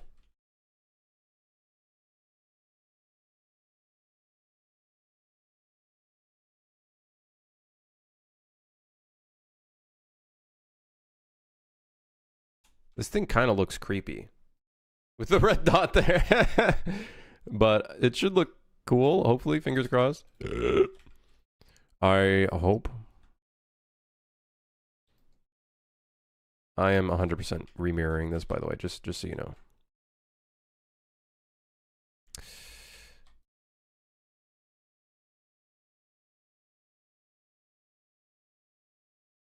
Oh, God. Okay.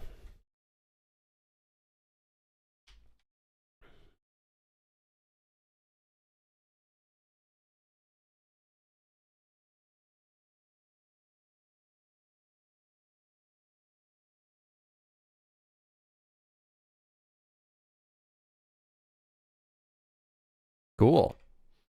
Uh-oh. Way to normals does not like what I'm doing here.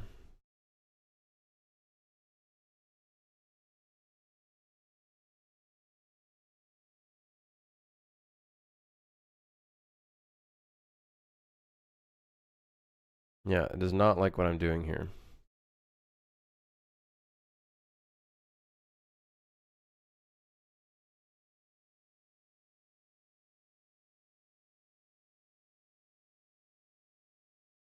What can you even do to fix that? I guess...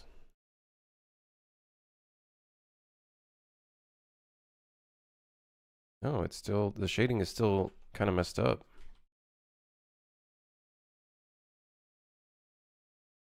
Huh.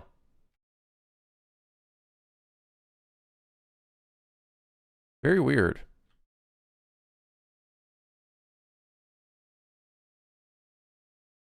Oh, well. We'll see. Who said I have money? I'm rich in personality. Hello, Big C. Yo, what up, Sass? How's it going?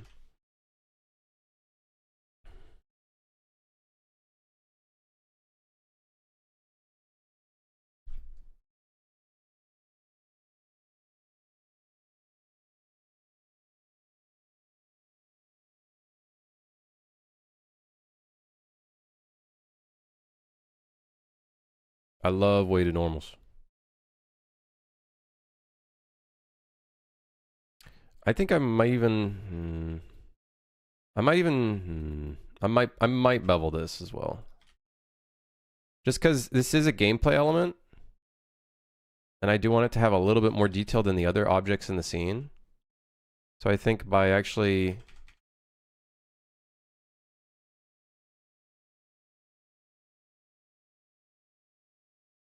by actually doing this, I think it's actually kind of good for us.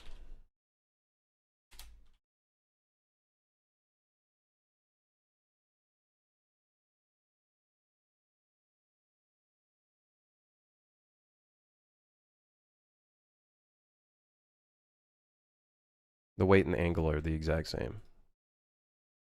Good talk. Good to know. When did they remove Bible Thumb? It's been a while, man. It's been a while since they've done that.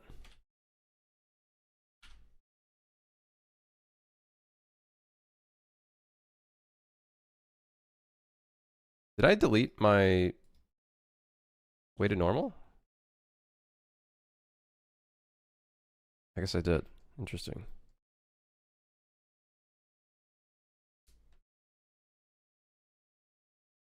I think Bible Thump now is just like a BTTV emote. Would it make sense for me, for me to make a hole here so it actually looks like there's a hole? Or is that like, is that too much? You guys think that's too much?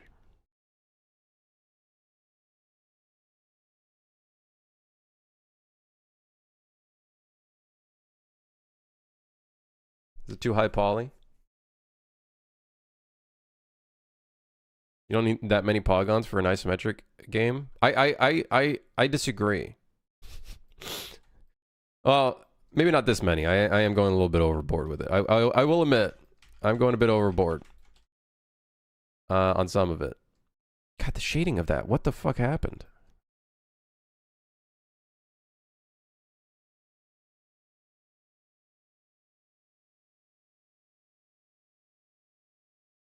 I don't know what happened to the shading.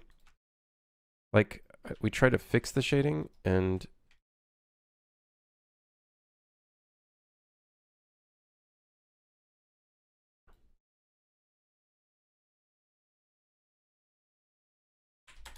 I don't think I... Like, how is that happening?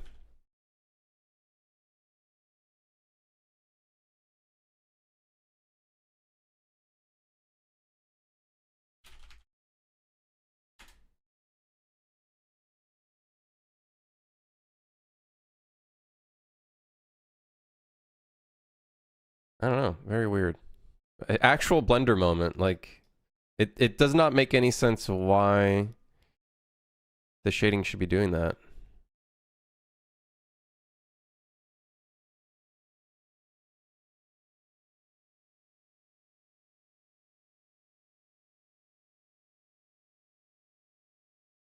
Hmm. N-gons? No, we don't have any N-gons.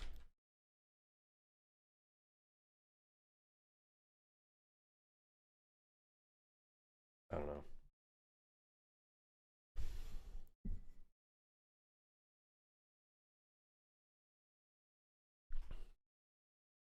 I do think it would be cool to have a detail of like the holes in here though.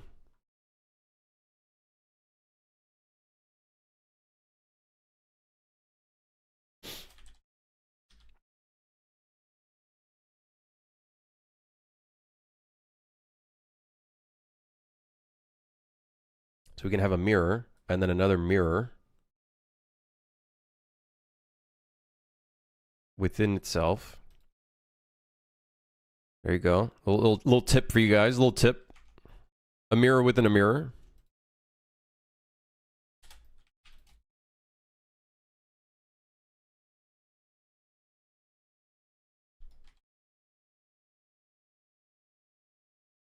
Okay, here's the problem with this though.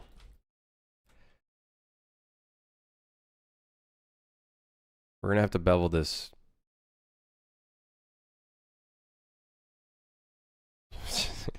Which is gonna kind of shock. This is gonna shock. Let me tell you.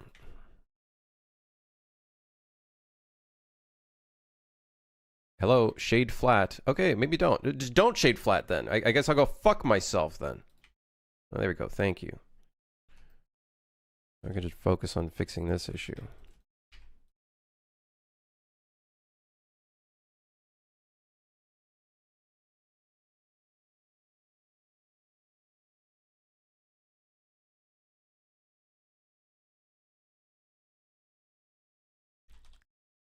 The bevel might fuck up by doing this, by the way.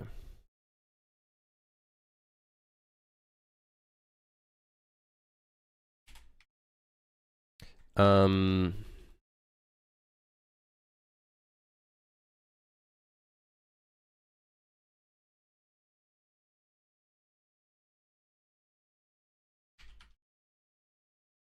just trying to space it out a little bit so it doesn't fuck up as much.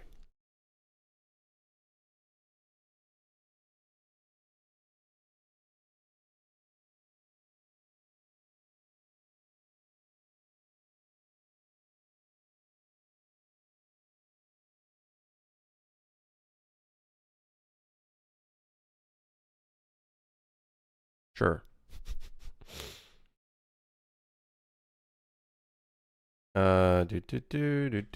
Shade smooth.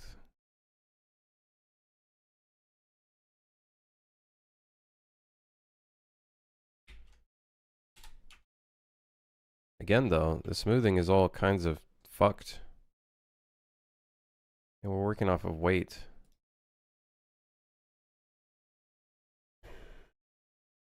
I guess it really does not like these kind of complex pieces at all.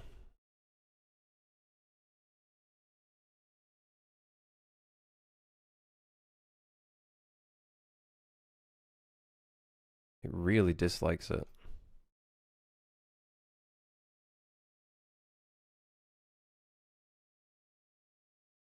Maybe I'm doing something wrong.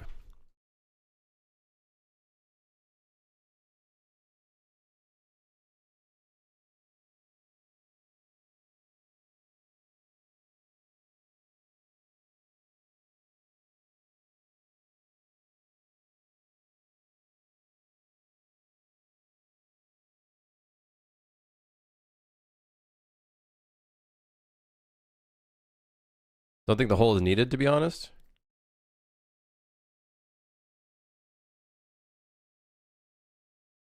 I feel like it'd add a cool detail. I feel like it would add a cool detail having that bevel there. I know it's unnecessary and we're adding poly count, but the thing is, this is the only target we have in the scene, and it's only 1,500 triangles. This is essentially a character model. So if it like looks cool, but it also needs to stand out from the other objects in the scene. The other objects in the scene are simple, so like having these bevels on it, that's kind of like the reasoning as to why I'm putting a little bit more emphasis on this over like a simple object, because we want the player to see this. I don't think the hole is needed, but I do like the bevel. And we can make it a bit larger to make it a little bit more obvious. But it's just the, fuck it, the smoothing is all kinds of levels of fucked.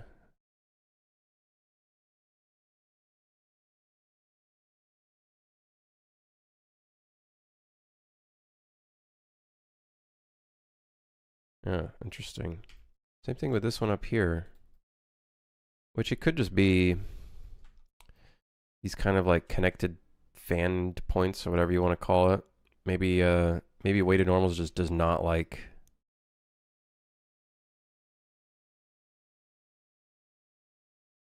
Maybe it just doesn't like these kind of sections, even though it's technically beveled.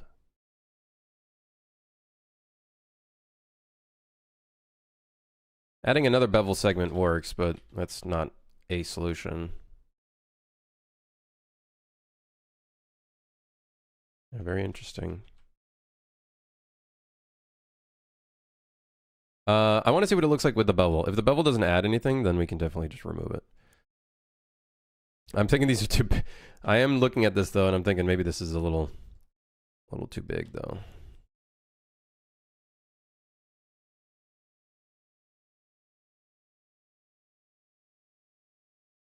Okay, let's apply. I think it's this mirror. Nope, it's this mirror.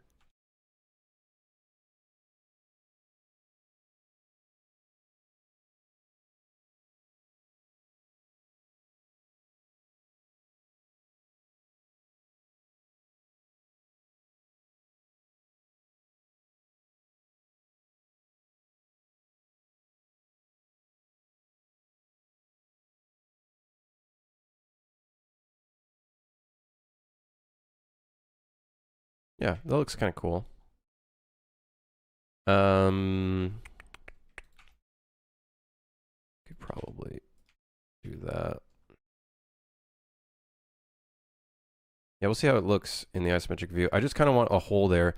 One thing I hate that I think really separates a model from like newbie immature models is like when there's something intruding something and there's a mechanical aspect to it. If there's no like something, at least a normal or something to show that there is like something there, I feel like it's a huge disconnect that, in my opinion, I think makes it look like ass. And especially considering this is essentially a character, like kind of a character, because this is the only thing we're going to see in this level. I think it's not bad, honestly, because our characters, I believe, are like 10,000, even more polys.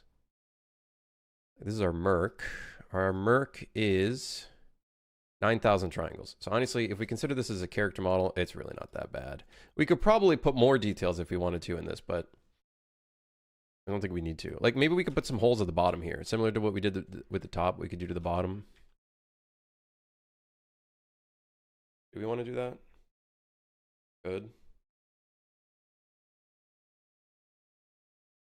But I don't think it's necessary.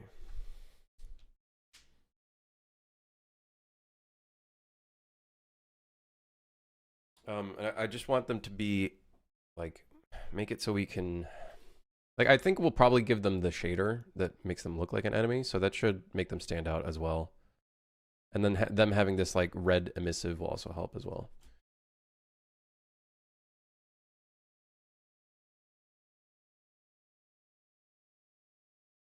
Okay, so here's a problem, a conundrum. What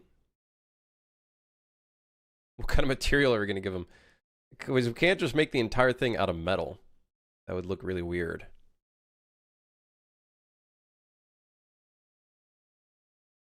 So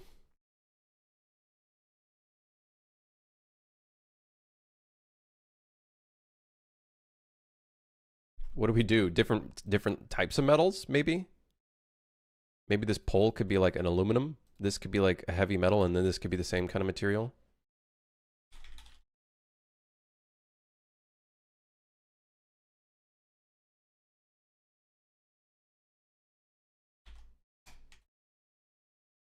And then this could be, I guess, the same target metal. This could be the light metal.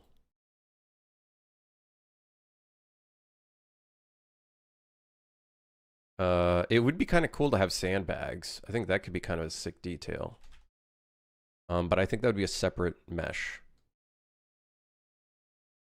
I think that would end up being like a separate mesh.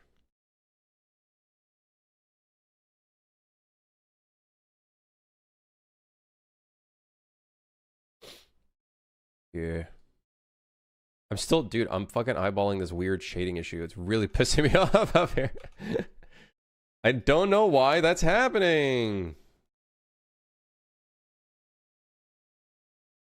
Why do you hate me? It's funny because if I turn it into a multi-segment, then it kind of fixes it, but we don't need a segment of two. That's like, that's psychopath energy. Let's just see if we see that issue. If we see that issue, then we can fix it, but yeah.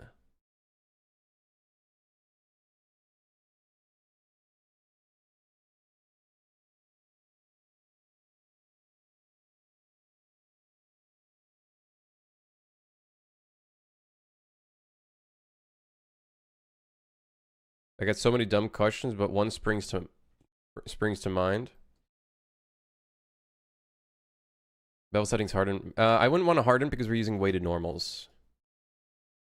I would not want to harden because we're using. Plus, I don't think it actually would work here. I think it's not gonna. Yeah, because we're using weighted normals. We don't need to harden it. Now, hardening it would work.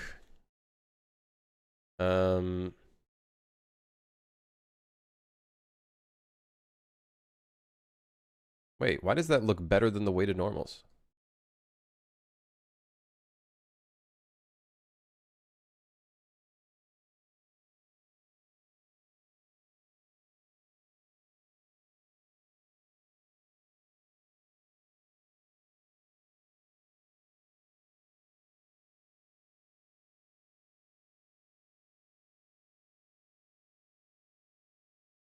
Weighted normals sucks balls? Question mark. Okay, harder normals is actually working better here. Wait, what the fuck? Good call. Hey, good call. That is giving us a much better result than what we had before.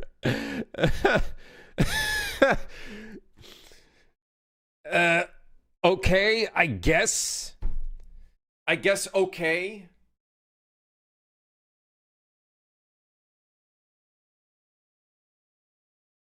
I suppose. Very weird, but all right.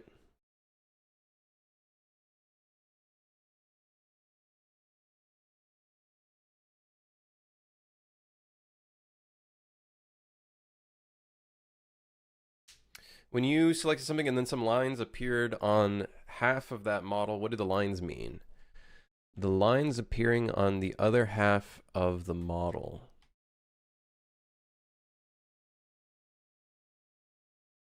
When you selected something and then some lines appeared on half of the model, what do the lines mean? These are our edges.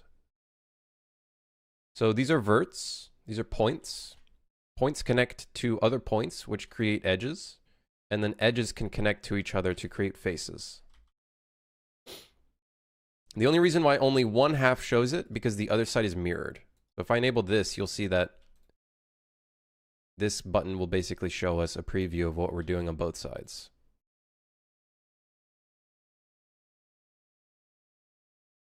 Why is a square made up of a bunch of weirdly shaped rectangles? Rectangles don't necessarily need to be exactly right angle. They can be like this. So here we have a shape like this. We could technically make it better by connecting these points together. It doesn't necessarily need to be the way it is. It's just, that's what I'm doing here.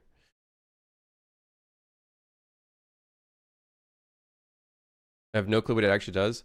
It's doing essentially what weighted normals is doing. And I think it's basically, if we go into normals view, wherever the fuck it is, where is it? Where is normals view?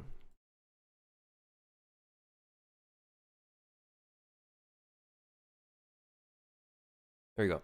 You can see it does that.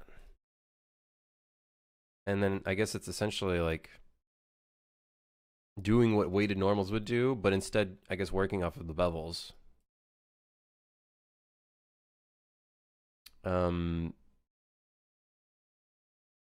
But it's weird because it's not sharpening any of them. So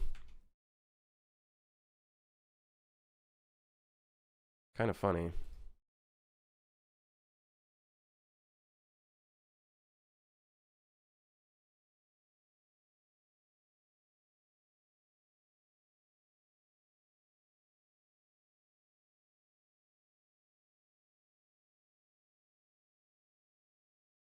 I have no clue if this is going to transfer at Unreal, actually.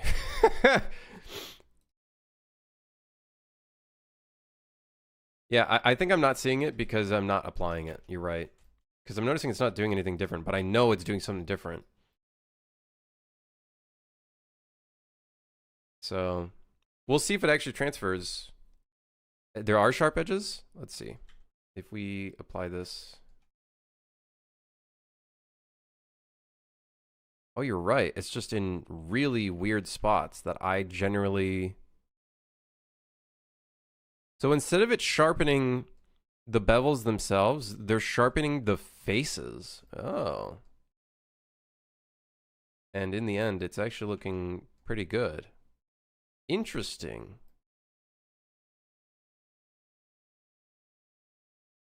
You're right, yeah. It is actually...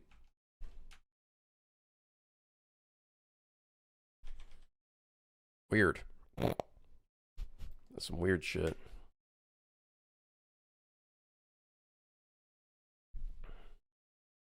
Yeah, that's the thing. I think weighted normal was doing some weird stuff. Like, I don't think it likes these fanning kind of things. So I guess in theory, this might not even need weighted normals either. We could use hardened normals instead. And look at that. It gives us a much better result. The only thing is that will...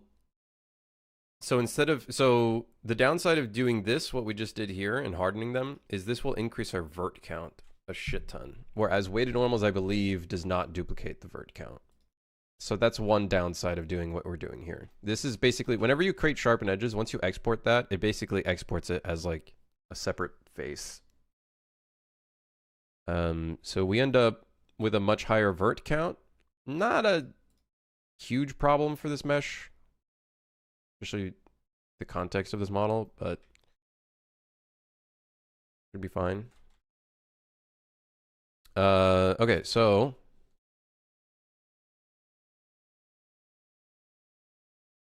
a little bit of midnight, huh? Okay, interesting. Now, here's what we need to do. We need to move this in the right spot. And that means this target needs to be at 0, 0. Or alternatively, I just do a proper export workflow, which, you know, would probably be a good idea as well. You know, that would probably be a good idea. So let's parent it to this. think we can delete that now. And then this is just the base, which is just this piece. Excuse me. Sorry. So this will be target, metal target. And then this is metal target underscore base.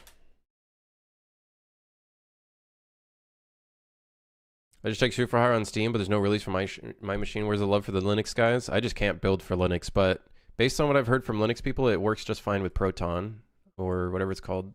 Proton? I think it's Proton. It works fine. It works great with Proton. So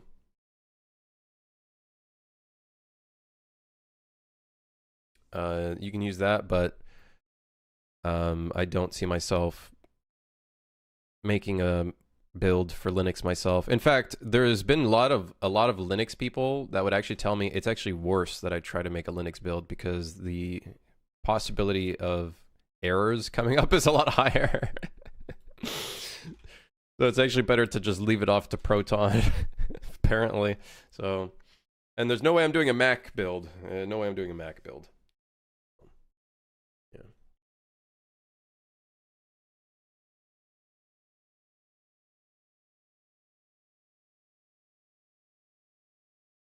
Xbox build when? Later in the year, actually. Funny you mentioned that.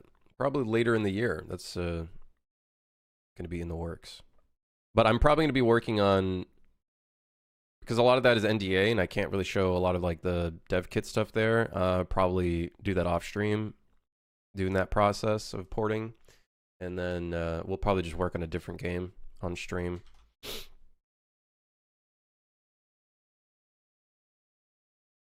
Mac build would be a nightmare. I'd have to buy a Mac. And yeah, I already have an iPhone. I'm not about to give him more money.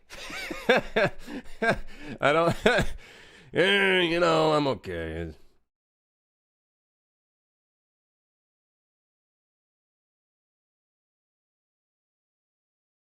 You know what we could do? We could put some screws in here. That could be a nice detail. Like, I don't know if a Mac build would be a nightmare. Like, who knows? Maybe maybe the Xbox build would be a nightmare. I think there's some things that I might have to change up, especially with UI interaction, that I'm probably gonna have to change because we use the cursor, and I don't know if cursor is available on Xbox. So there's a high likelihood I'm gonna have to change my entire UI for the entire game. Woo! Woo! Great!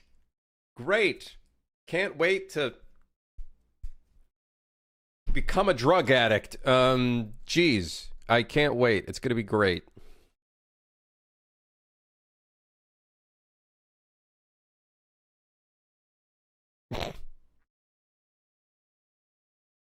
I just ignore Mac for my software. No, I'm going to buy a second PC to just compile something. Right? It's just stupid, man.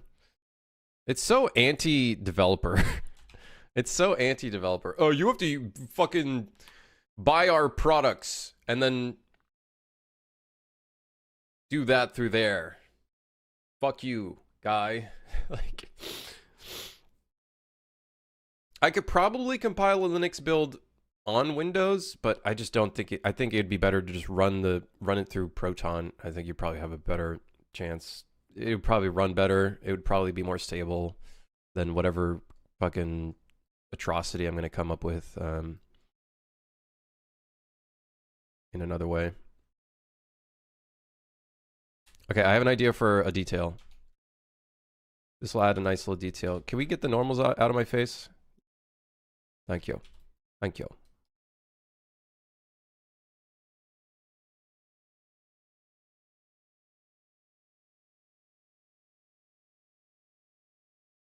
I got an idea for a little fancy detail here.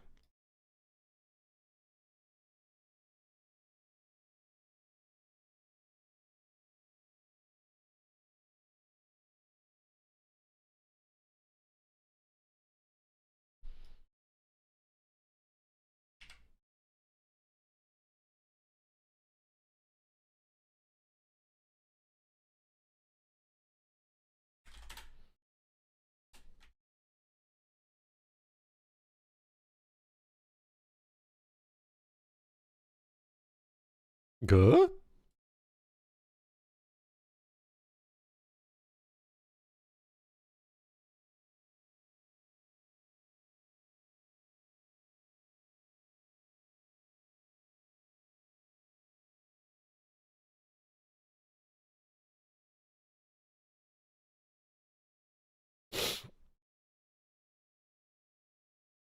I just realized I can copy Houdini tutorials and adapt them to JavaScript because it's very similar.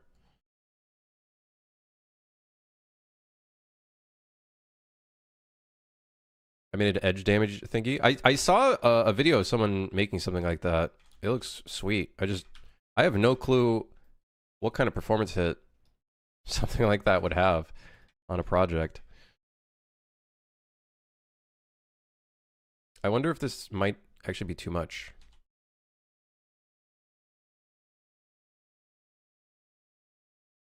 I actually wonder if this be too much.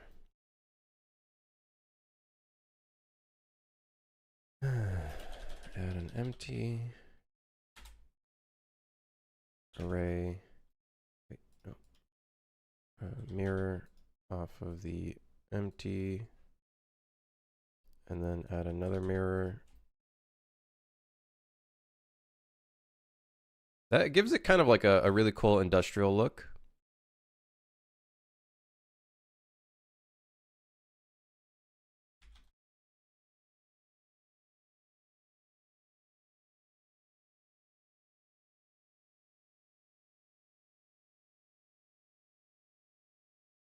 It might be a bit too distracting though, I will admit.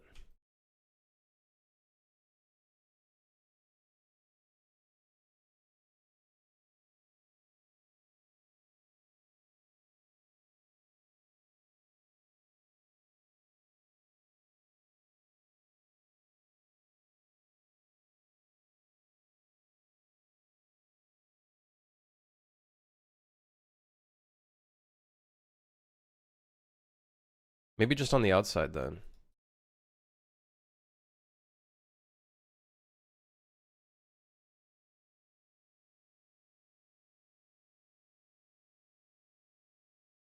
Need to rotate the bolts. I don't know if that's a huge issue currently. I think it's more so just the silhouette. But yeah, that would be something I would do.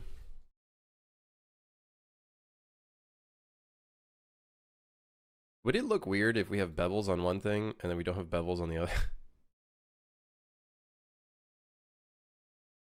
Modifiers.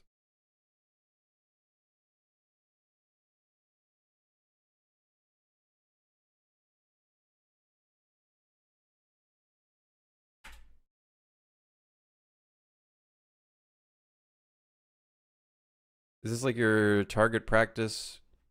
This will be for the 3 like Alpha Beta Charlie levels that instead of enemies, you're basically it's like target practice kind of levels.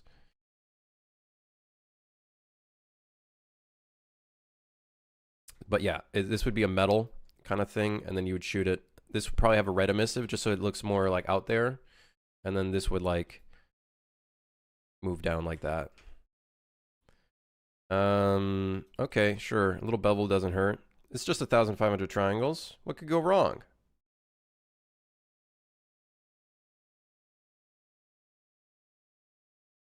See, like I don't think rotating it really does that much for this. It makes more sense to do that on like a weapon model or a first person model or something, but in this case I don't think it gives that much. Dude, what's going on with my buttons right now?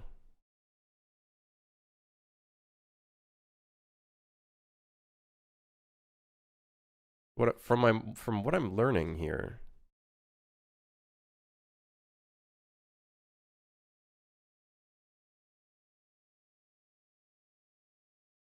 Yeah, that looks cool.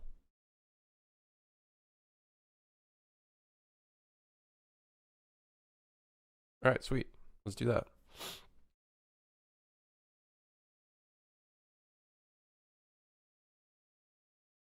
I am noticing though, realistically, this would end up like moving around quite a bit because there's nothing really stopping it.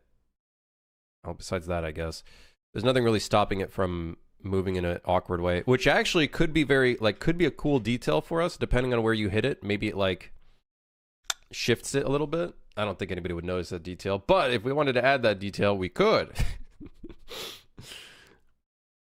Not for real time, I'm baking it down to a static. Oh, that makes sense, Hellcat. Makes sense. Crim. I know. Okay, listen. I'm just saying, like, if that's a detail I would want to put. Don't shoot me. I just work here, man.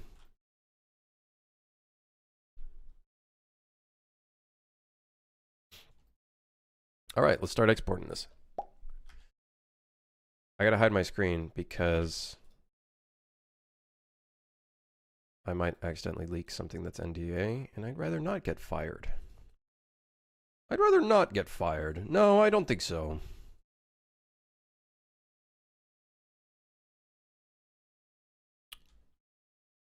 Shit. How do I haven't used this in a while. Object properties, export recursive. Export recursive.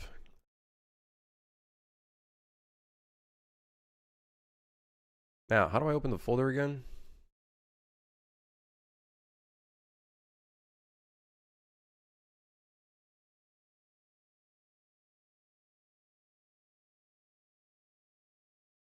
No, don't bring me to my C drive. What are you doing?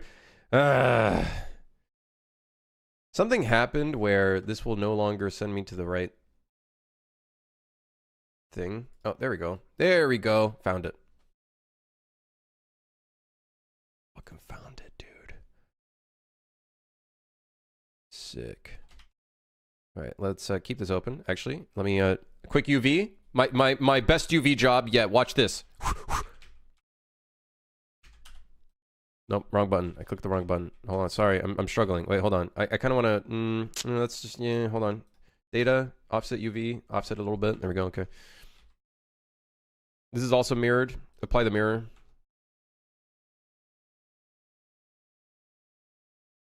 Now, you've never seen this kind of UVing in your life. Cube projection. Yep. I'm not gonna fucking texture this in Substance Painter. Are you kidding me? Hell no. Cube projection. All right, now export it.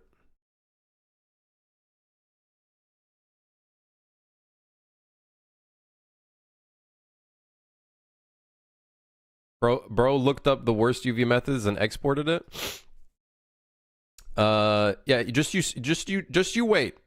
Just you wait. Once I import this fucker in, you're gonna see, wow, it actually doesn't look half bad. Hold on, I just gotta find the right folder for these enemies. Is it in the characters folder? Nope, that's for the player character, apparently. Is it in this folder? Models. Apparently so. I don't know why.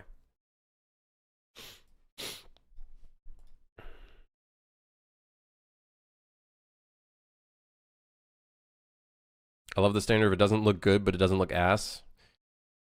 Just you wait. Just you wait. Just you fucking wait. Red emissive, red emissive. Target metal. I guess air duct metal. Although we could probably use a different metal for that one. And then the light metal will do another air duct metal.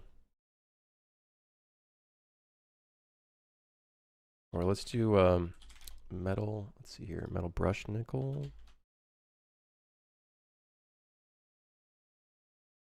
Like, we probably could make this look better with unique UVs and then bake AO on it and stuff. We might still do that, but not now. Not now, that's for sure. Not now.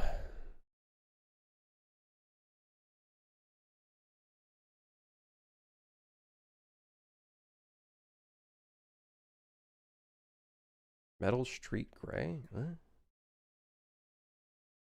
Metal aluminum. Aluminium.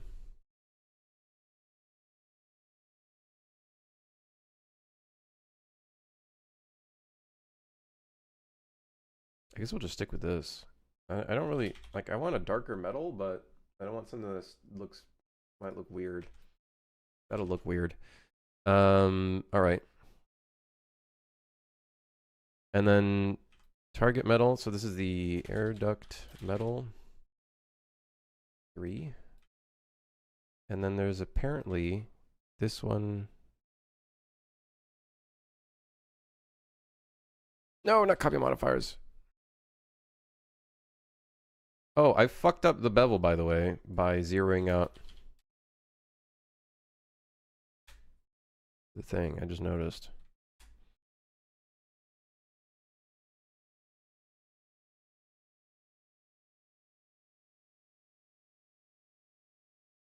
All right, looking good. Okay, so we'll call this the base. And then we want our target.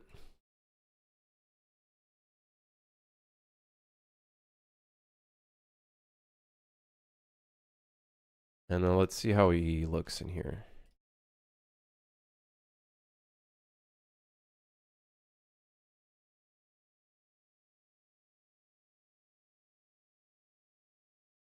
I think the red emissive is kind of necessary. Otherwise, he's going to look too much like just a regular fucking thing in the scene. Let's go here. We need to give him a custom depth with a stencil of, I think, 1. 254. There we go. So then that way he has a different shader on him. I do think we might have to throw him into Substance Painter. I do think we might have to.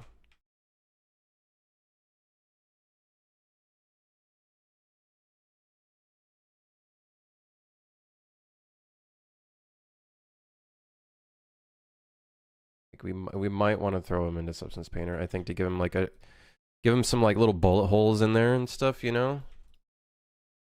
I think we might want to do that. I have a strong feeling this. Does he not have any collision at all?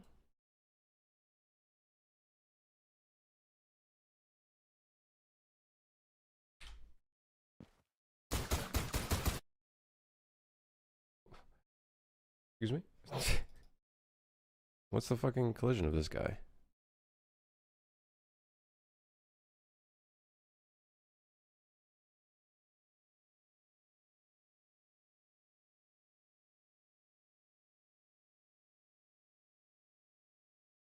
Let's do metal.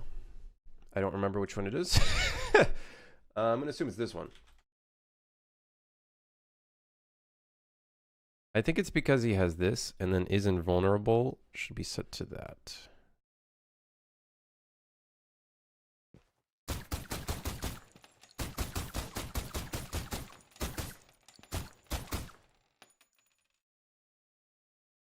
I think that's the wrong. That's the wrong material. Oh, so this guy doesn't have it either. So that could be it. I don't know which one it is. I'm pretty sure it's this one.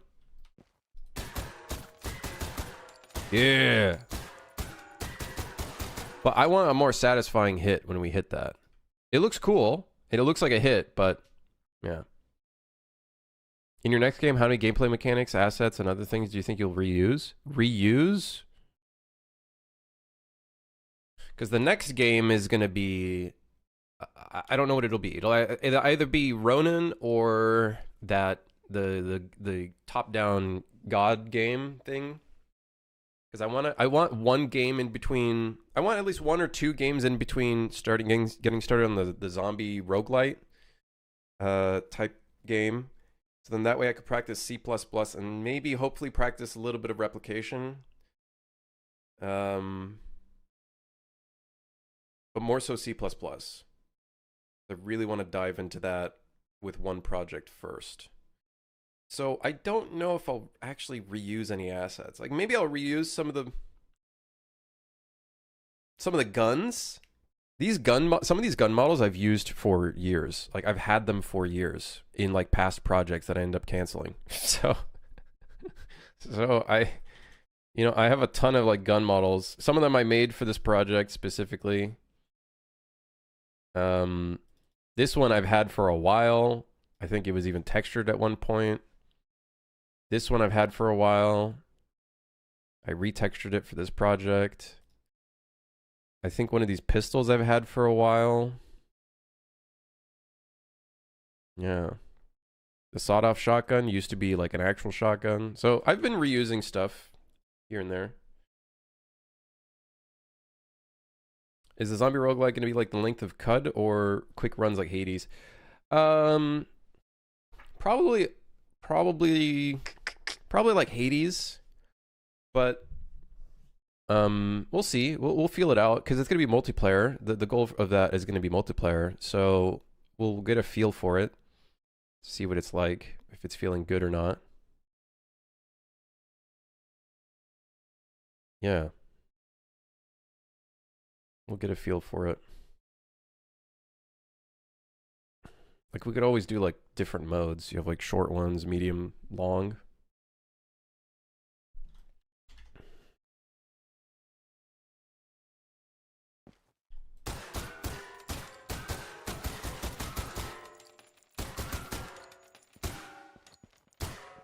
See, like I want like a ding sound when we hit it. So that's gonna be the next thing we work on.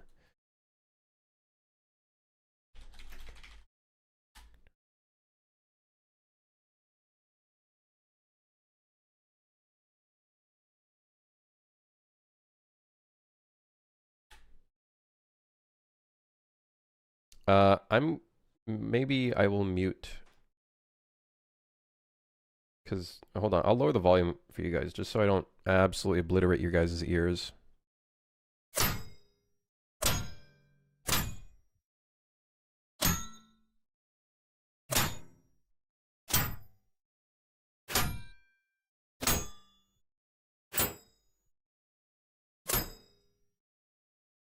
One of these cues, must be working how I want it to.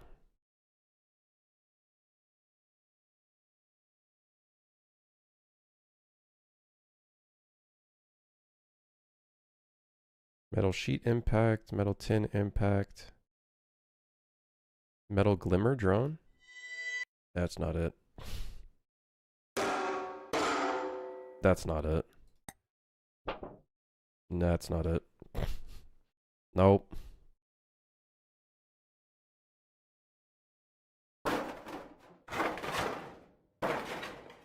I don't think that's it. Maybe it's like these light ones at the beginning. Maybe we make a cue for this, actually. You know what? Let's make a fucking sound effect for this. Unless maybe I already have one. Sound, music, sound, music, sound, music. S, sound, music.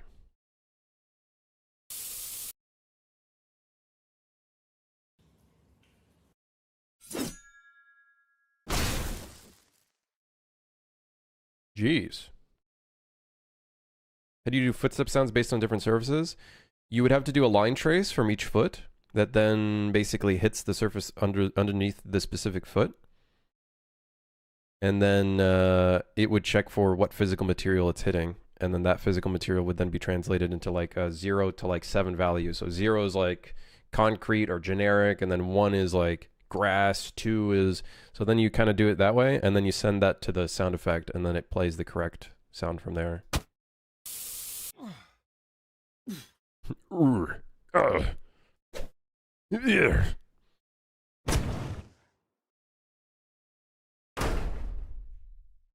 So let's make a sound. Q underscore metal target hit. And then let's make this a sound effect. It's showing a bunch of fucking engine content. That one, it's the right one. You know, Pimosa, am I a hired dev or do I build my own game? I technically do both. This is my own game though. I technically do both.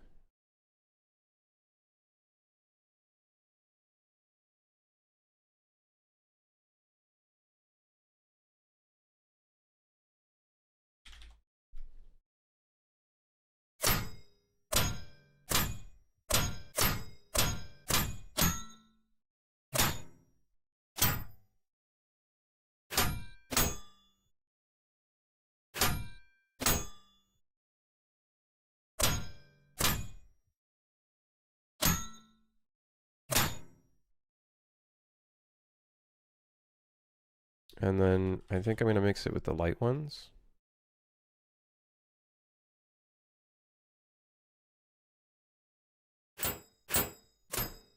Oh, some of these are in mono. Are these in mono? I'm starting to learn. I'm supposed to use mono sound effects, not stereo. I know. It took me 10 years.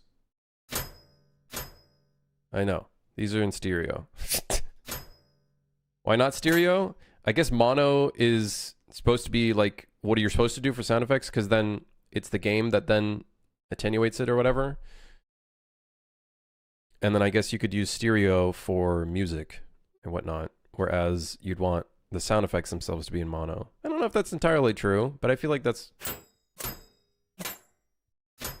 the case. Maybe I'm wrong. I don't know. I'm not a sound guy.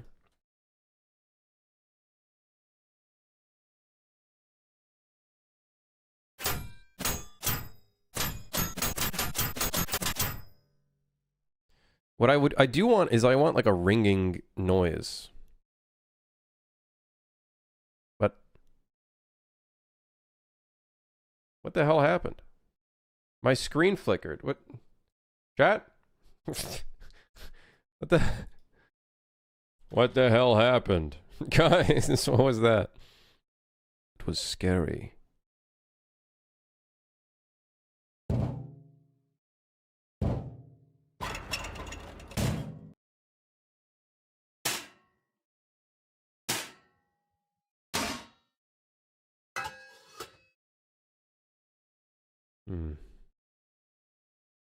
Did my UE flicker? I think my monitor just flickered.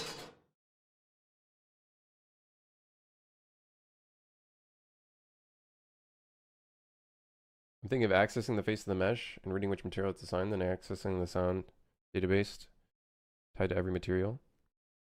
Yeah, it's just, if I were to go to my fucking thing, I don't know where it is, probably somewhere. See if that ding works for you. The thing is, where did you get the ding? Oh, it's a U asset. Where'd you get the ding from? Is it me saying ding?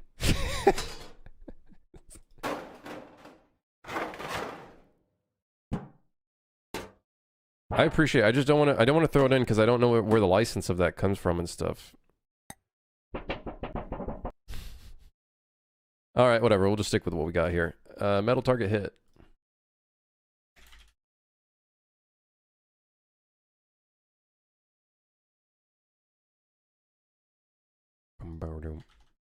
Let me show you what I do for my footsteps. I believe it's called footstep. So there's a bunch of shit going on in here, but you don't need all of this. It's playing the sound, and then it is going through, and then it's doing a bunch of shit, and then it does a line trace from. Oh, in this case, this is kind of lazy. This is playing it from the center of the player's body downward, which I would say is not accurate. You can do it from the feet. If you want to get really detailed with it, you can do it from the player's foot instead, downwards. So use the foot socket and then go downward from there. And then it will find what the physical material is. And then I guess in here we use an array. We essentially use an array. Yeah. So you can see here 0 is nothing, which in theory should be like generic, but I think then it'll just play the default value. If it's nothing, then it'll just play default value. 1 is fabric, 2 concrete. So it's going through like a list and then comparing it, basically like a dictionary. And then we're setting a value in the sound effect. And if I go in the sound effect, this is how it's structured. You see here, carpet, concrete, gravel, grass, ground. You know what I mean? Although 0 should be something, but it's not. Technically should be something. Otherwise, we're going to be playing no sound effects.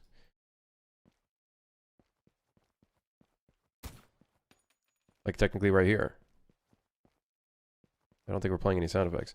So I would put like a generic sound, usually like some kind of like concrete or something. Which this is technically supposed to be going through, but it is not, so. Yep. Could probably fix it by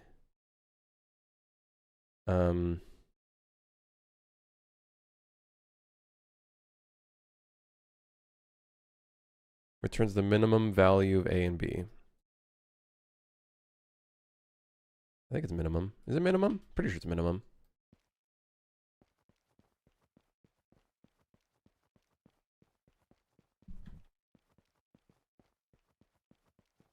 Am I working on the sounds for the new levels? No, I should be working on the ambience for those levels though. We have no ambience at all in our game. It's very lacking.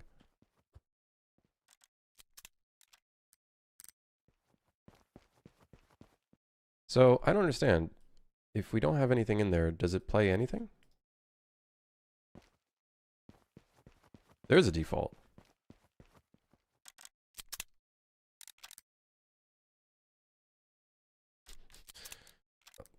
I don't know. Listen, I don't even know my own code anymore. I don't even know my own code anymore, honestly. Let's be serious here. Like, but yeah. This would work for other materials, though. So if I start, like, walking in grass, if I, like, turn this into grass, which I believe is... Which material is it? Not that one. This one? It should start playing the grass sounds. Yeah.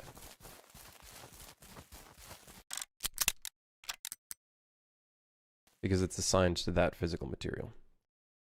Where is it? Physical material, where are you? I guess it's in the material. In the material, we have the... Oh, that's the mask. Right here. Grass. We set it to grass. I need to stand up. My brain is, like, not active right now. What am I doing? I'm working on this right now. We're working on the target.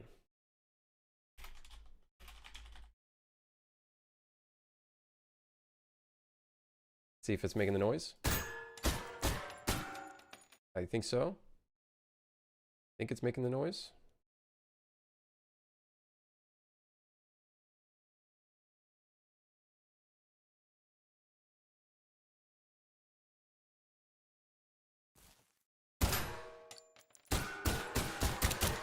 Yeah.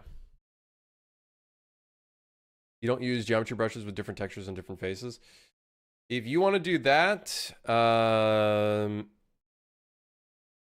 if you want different materials, you'd either use a mask, which I have not used yet. I don't even know if it fucking works in UE4. I'm sure it works in UE5. Or alternatively, you just define them as different materials, and then those materials have their physical material within there. And then you can still have it on a different mesh. So a mesh, but then you'd have different materials, which is draw calls and I push up.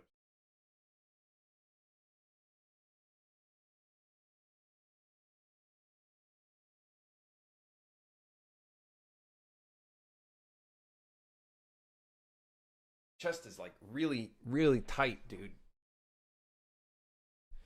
You know, Valp, how's it going? So we're not working on new sounds. We are working on this bad boy.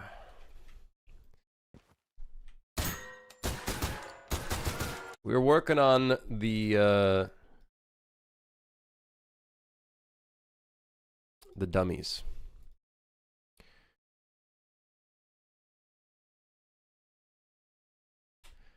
Yeah, I feel like it'd be kind of cool. Let's maybe we increase the pitch a bit.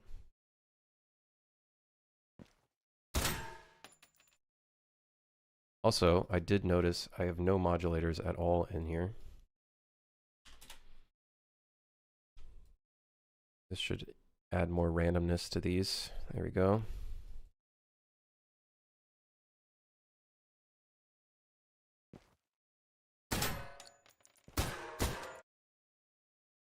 You need to touch some grass. Yeah, you're not wrong, but it's kind of difficult to touch grass when all of it is fucking underneath a, like, shit ton of snow.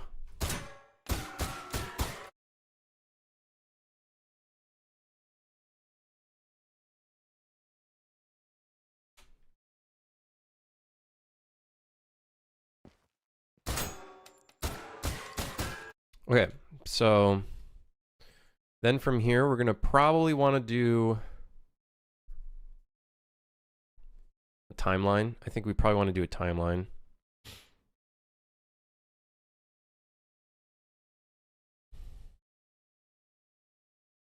Yeah. Probably a timeline. Hit timeline. And then from here, we'll do like really short for now, like 0.1. And then I suppose we'll want to do an alpha. Let's rename this. Time 0, and then this is going to go from time 0.1 to value 1.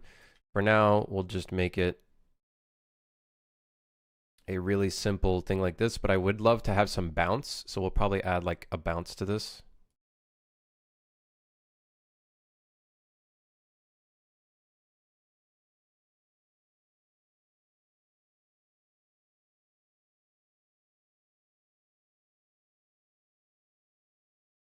So 91. 91 degrees on X. Oh, I forgot to face this the right way. It's not it's not X forward. No!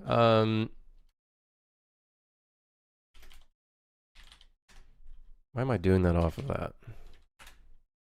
So this to 91 on the X, which is technically incorrect.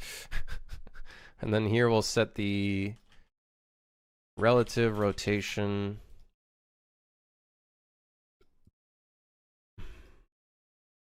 And then here we'll call play.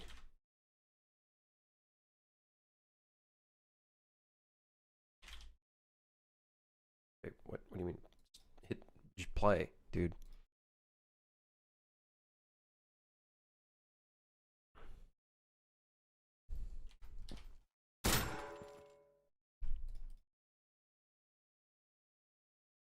So I'm thinking we add a value here. 1.5. This could act as like a spring. A little bit of a spring effect. It's too fast. Guys, it's too fast.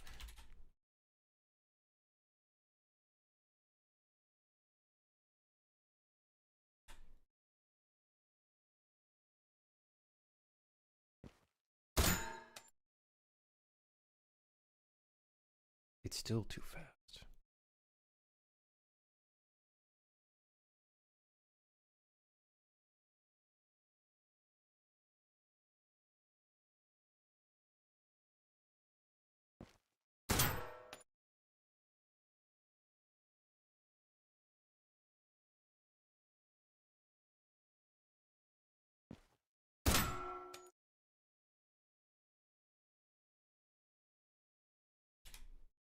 I don't want to make it too slow either, because then bad things could happen.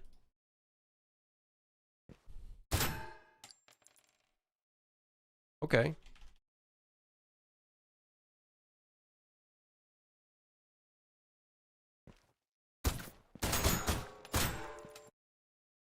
It's still, actually, no, I feel like it's still too much. Maybe it's just going up too much.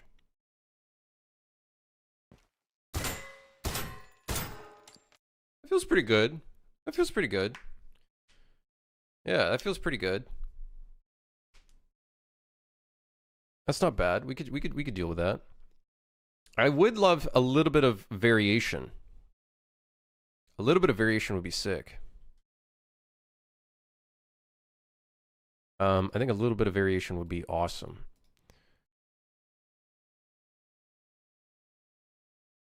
I also think a little bit of offset would be sick too. Like it's sliding left or right based off of where you shot it. I know it's an I know it's an added detail, but dude, it could look pretty sick. All right, so unless maybe we just like we just randomize it.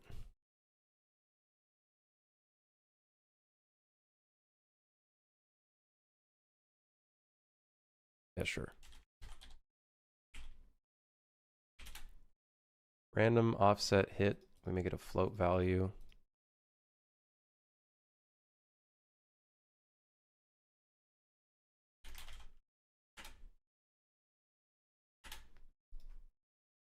Let's do -3. Let's get wild with it.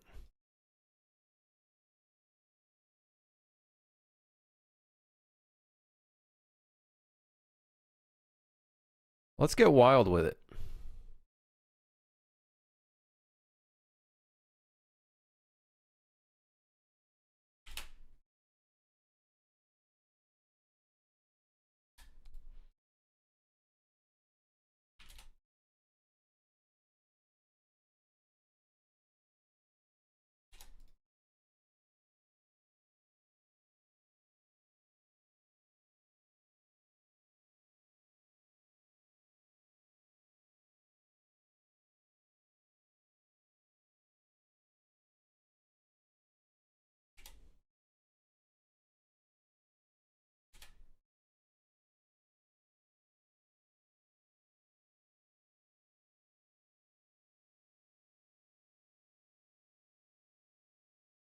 Kind of weird, but okay.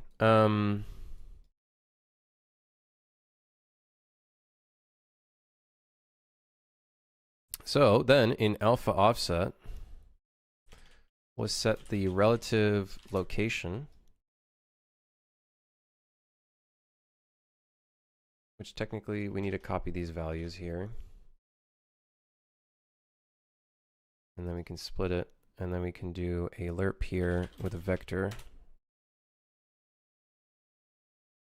Actually, no, we could just do a lerp. I think we could just do a float lerp. Yeah, we could just do a float lerp.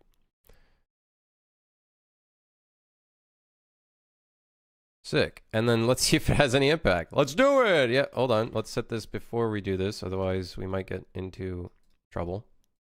Probably not that much trouble, but, you know, still good to do it properly.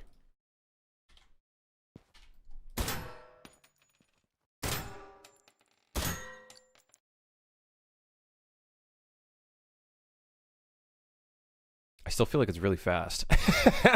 I still feel like it's really fast.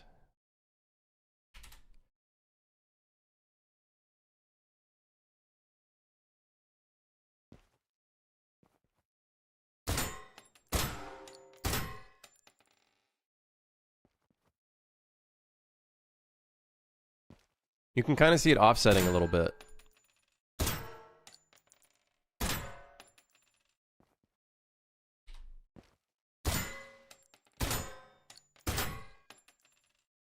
I feel like the decal is just kind of fucked a little bit. Is it not? Is it not attaching properly?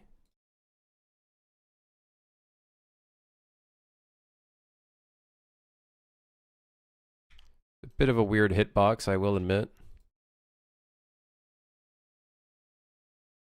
Probably don't need that weird of a hitbox. Like, I swear I'm not hitting it right there.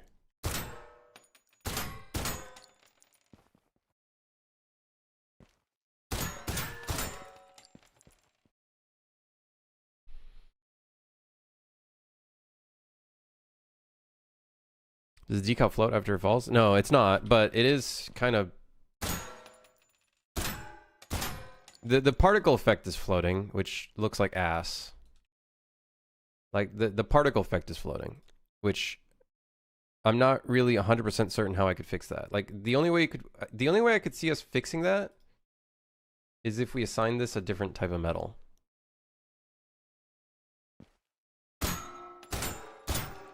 Which I think I'd have to assign that specifically to this.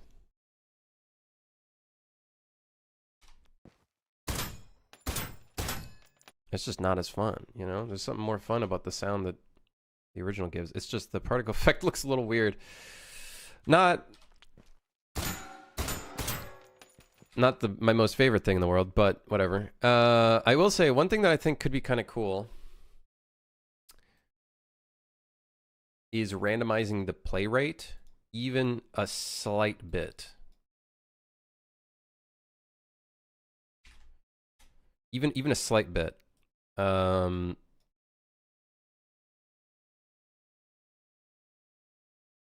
So we'll do 0.9 to 1.05. think 0.9 might be a bit slow, so maybe we just increase that a little bit. And then that will give it a little bit of variation. Like, I do think also varying this section could be really nice, but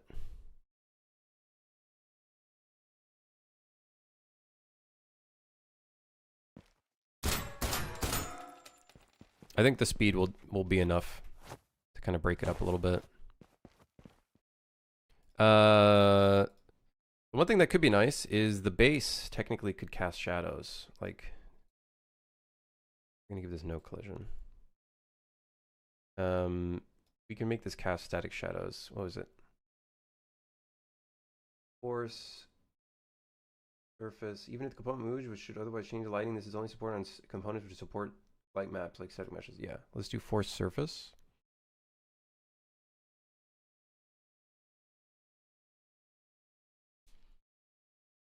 Yeah, it's analyze models from ZZZ. Those guys did use a lot of rigging tricks. Well, isn't ZZZ technically like a gotcha game? Isn't it technically a gotcha game? Am I incorrect? Is it a gotcha game? They did a lot of work on the animation for that game, if I remember correctly.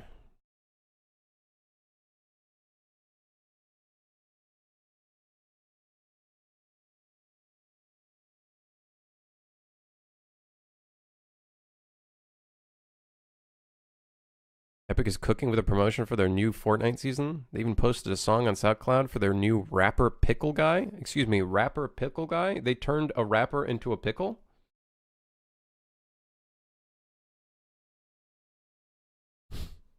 Thanks for helping me with the footstep sounds. I found a solution. Nice. Hell yeah.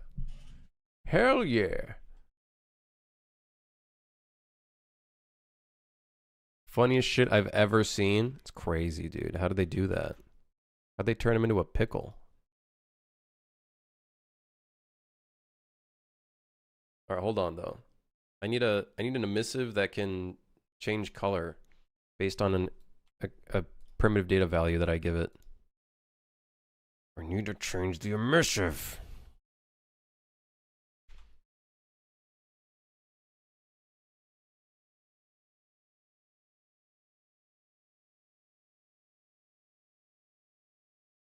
Well, I guess we're making another emissive material.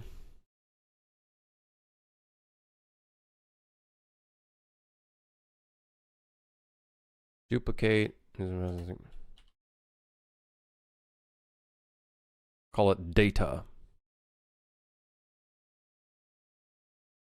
So the intensity of the emissive will be based off of a... God, I'm having a brain fart right now.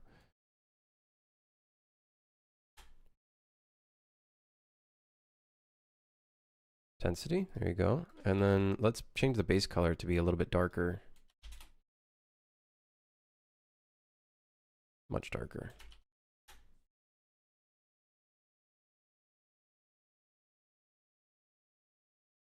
Even a little bit darker than that. It'd be cool to kind of make it translucent, like a fake translucent, but you know, it's whatever. Details. Who cares about the details? And then for the bright red, don't want to change that one. We'll do ami underscore emissive dash metal target.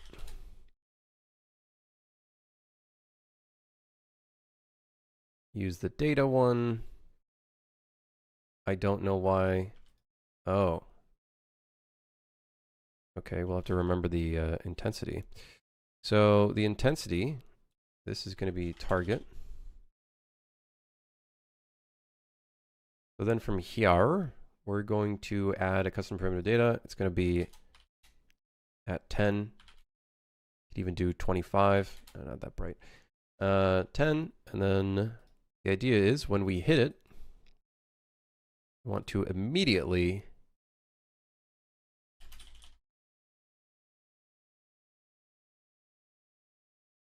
set it to 0.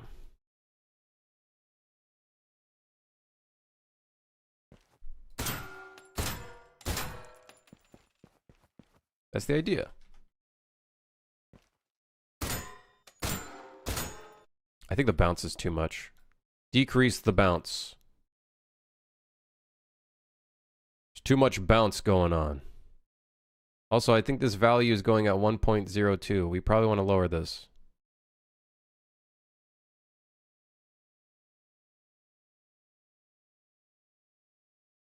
Dude, where is 1? Right there. Close enough.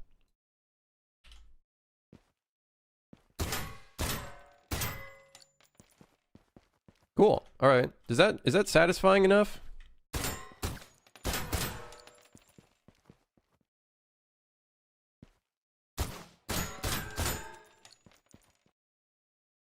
I don't know. Is that satisfying enough? Here, let me take a look at this trailer.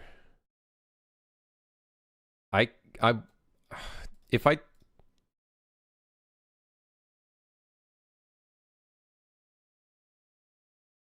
Okay, I can't do the music on stream because then... Okay, Twitch stream I can make the music turn on.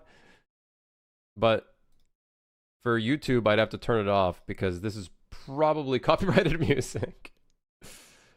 All right, it's turned off on the YouTube side.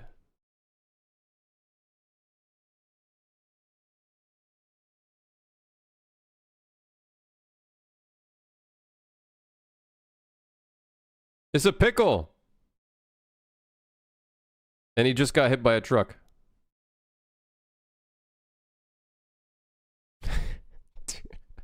This game's ridiculous, man. Game's made by Epic, so I don't know if it's copyrighted or not. That's true. Good point. Let's start from the beginning. That's true. All right, fine. Unless they copyright that, then that would suck. They do a good job with their trailers, I'll admit.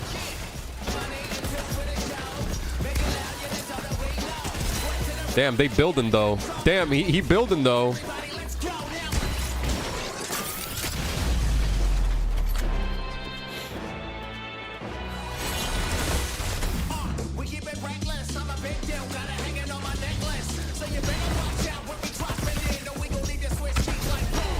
I haven't played Fortnite in so long.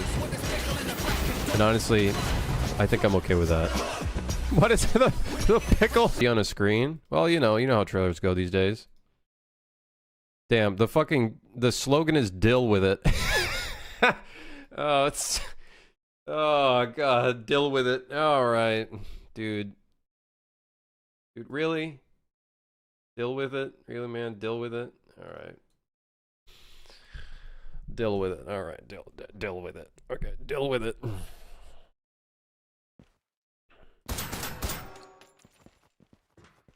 Yeah, I don't like that leftover red. Looks like shit. How about you deal with it? Sorry, I'll deal with it.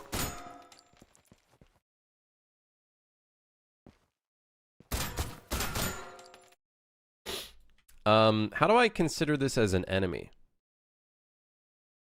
So then that way it doesn't count as a miss.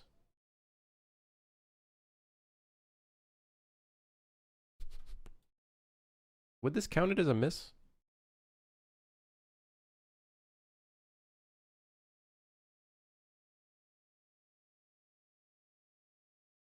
I don't think it would. But we also don't count it as an enemy. Oh, shit. Oh, shit.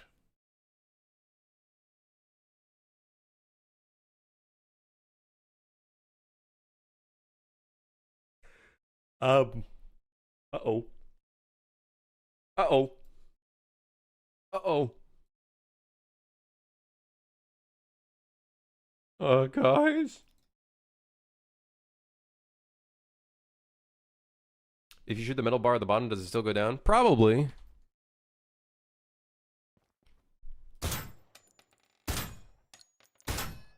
Man, I'm all right with that.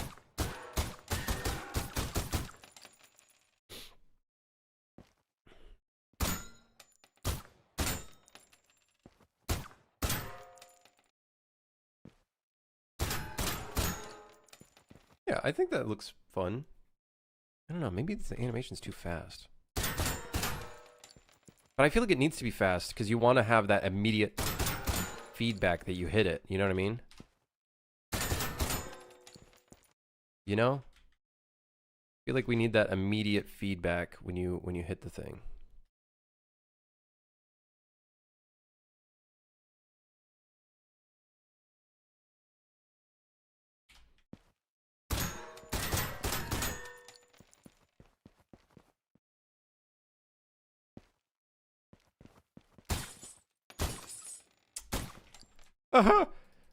Okay, if I give it 2 tags, enemy and aim assist.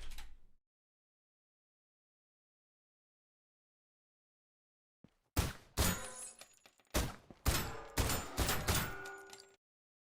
I gonna do like a button to reset it? We'd probably code that in. This is kind of annoying how we hit the car. Like, why are we hitting the car?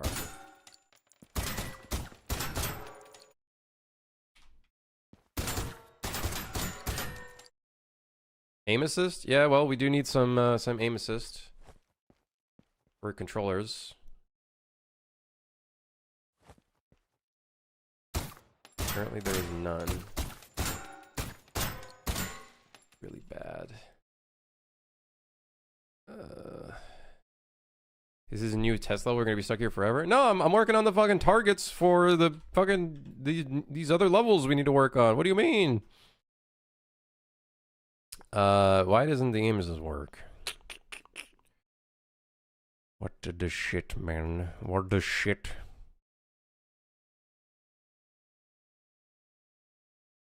Enemy and aim assist. Did I spell it incorrectly? No. Aim assist. A-I-M. Yeah. Why can't it aim assist on him?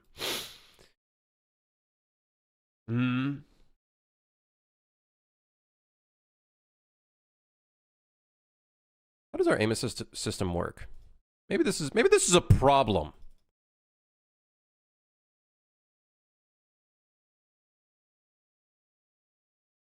Oh great, I gotta go through this shit again.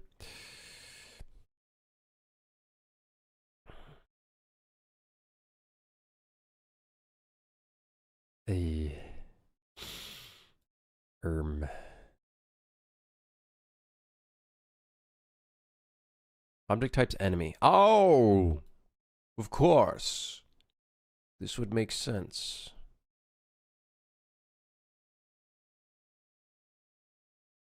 Yes. That would make sense. Let's see if that fixed it.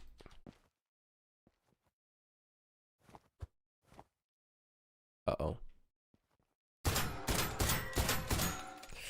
Uh-oh. It's working off of its root.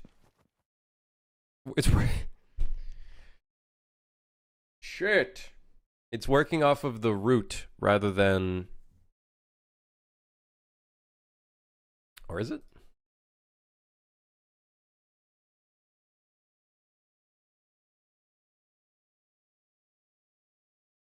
Actor has tag aim assist. If true, hit result. Oh, it casts to the base enemy character. Otherwise, it's casting to the actor origin, and the actor extends.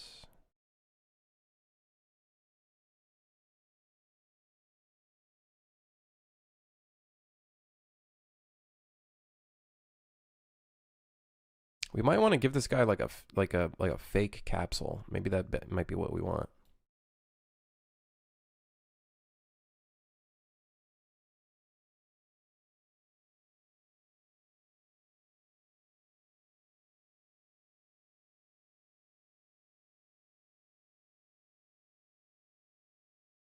We were staring at Blender for like an hour and a half. It wasn't an hour and a half. What? Blasphemy. This is some damn blasphemy, if you ask me.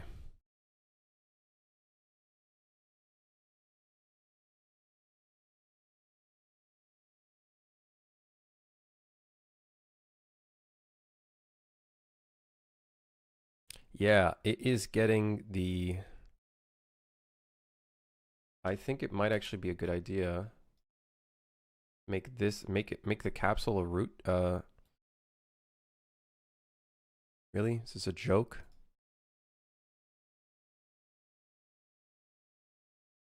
And then make the target just default or block all. Why does the capsule have to start at the bottom? Like why does it have to start at the bottom? Because now I gotta move all this shit down. I gotta move all this shit down. This is so stupid. I hate this.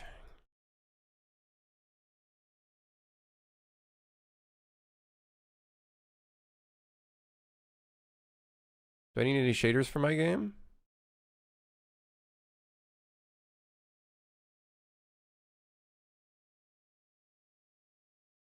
Not really. Like we could probably improve some of our shaders, but I think that's just a basis of me improving it. All right, so now they're all down to the bottom. Actually could be better for us. Now we have to move them up. I hit the end key. Does that work? Yes! Okay. Aim assist is working. Let's see if aim assist is working on controller.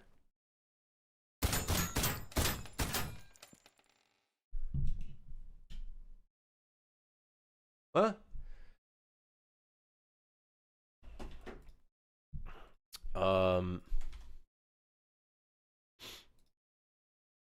Okay. So we fixed, I think we fixed the aim assist.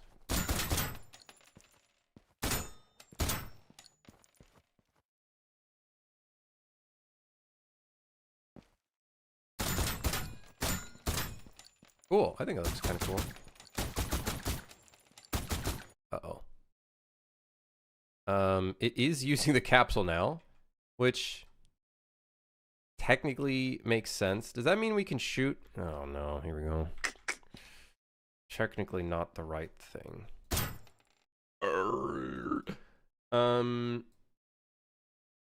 What if I don't block visibility?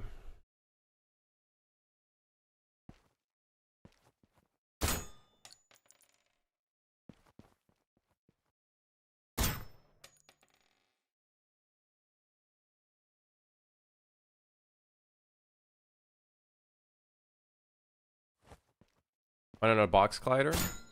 Capsule's cheaper. And also just because that's what I thought of. In that moment, that's just what I thought of.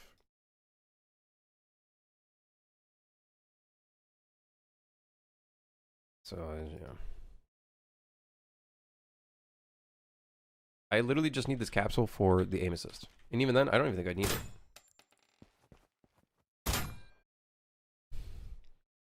Being an asshole, capsule. I forget, is there a way to like change this? Oh, damageable. There we go. Sight and damageable. Although I'm pretty sure I need those for aim assist.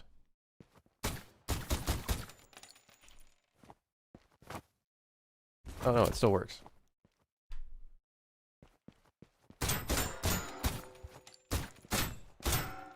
Is that too much aim assist? I don't know if that's how enemies work. I'm pretty sure enemies work in a different way. Or, well, they're supposed to work in a different way. Okay, he despawned because we're on a different checkpoint. Okay. I hate my systems so much, man. These are such stupid systems. How does this work again? Oh, it actually does put the dot on him.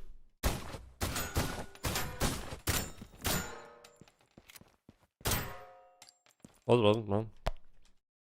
How about trying to shoot it from the back? One thing we do know is once we hit it, we want this capsule to probably just not have any collision at all anymore.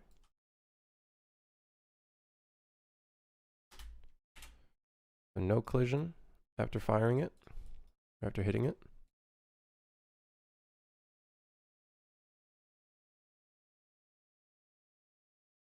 More complex collision calculations than a box involve solving quadratic equations for intersections. Box colliders are very cheap, computed. Who cares, man? Who cares? I'm pretty sure a capsule is cheaper because it just has to calculate the radius from 2 points. If I remember correctly. Some bullshit that I remember reading back then. I don't care. It doesn't make a difference. It really doesn't for the amount of enemies that we're going to have here. Now, what would make a difference is if the aim assist misses because of the fact that it's a capsule. Now, that would suck. That would suck. That would not be fun.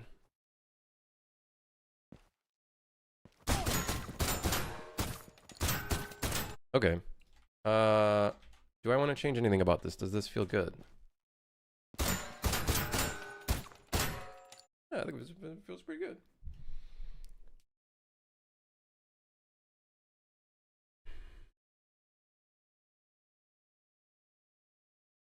Yeah, if I remember correctly, I'm pretty sure we've had this conversation from Twitch chat a long time ago where we saw that capsule colliders are actually cheaper than a box collision. And let's see if I can find the actual fucking source of that. UE4 capsule collider cheaper than box collider. Let's see.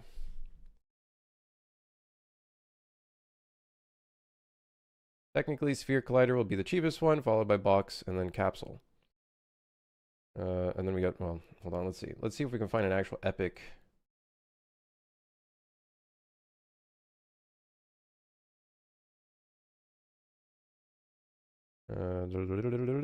Also, I just don't care. Like, who cares? Who gives a shit? Like, honestly. We don't have like thousands of these enemies on screen. Maybe it's sphere. Sphere I know for sure is the cheapest. Maybe not capsule. Oh, I'm pretty sure capsule is.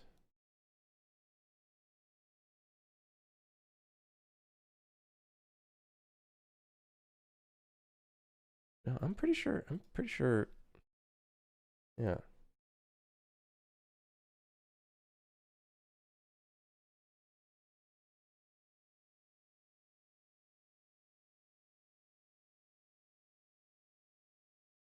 I do optimizations for a living. I just didn't want you to be misinformed. Your character is unlikely to matter in your particular case, but might be better suited for this. Sphere is cheapest, yes. Just the square distance check is simple. I just.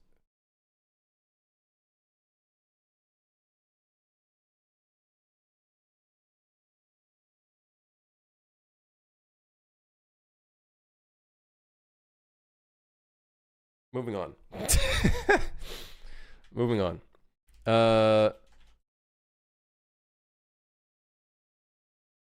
It just, it just, you know what I mean? Like, does it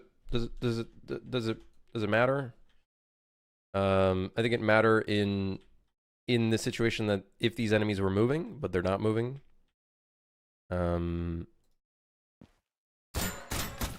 We only have probably, I don't know, 30 of them in a scene at once.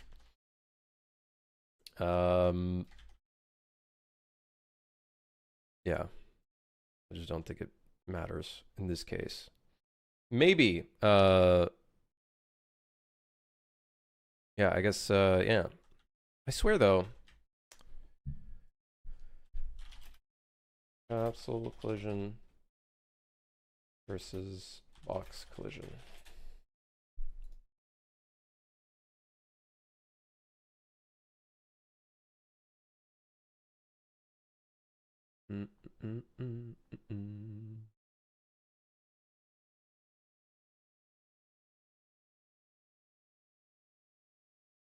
I want to look at the engine code and see what it's doing. That'd be interesting to see.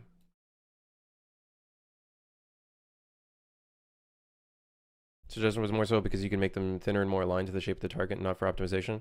Right. That being said, I think for in our case scenario, we're only using the capsule for the case of aim assist.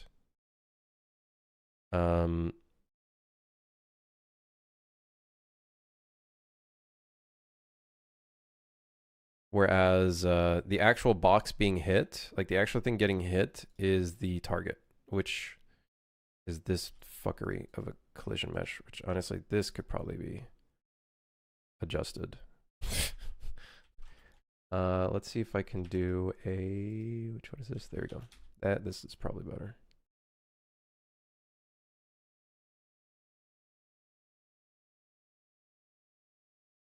We don't need it to be 100% accurate, just enough to work.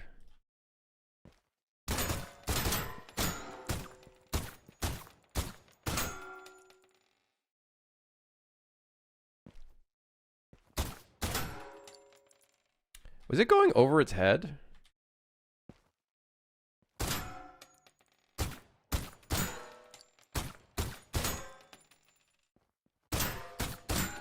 Why is it going over its head? Huh. Am I crazy? Hold on.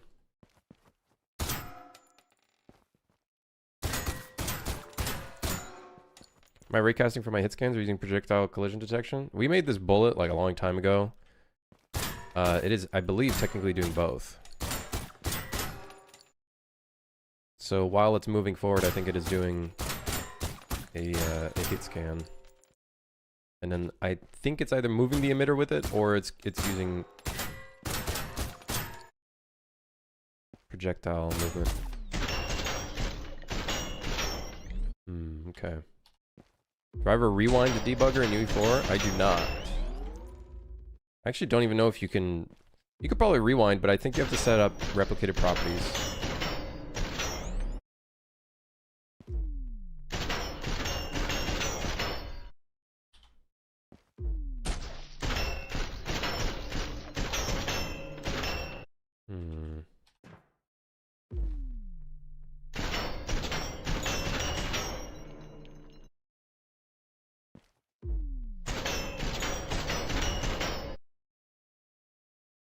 I think something else is going on under the hood.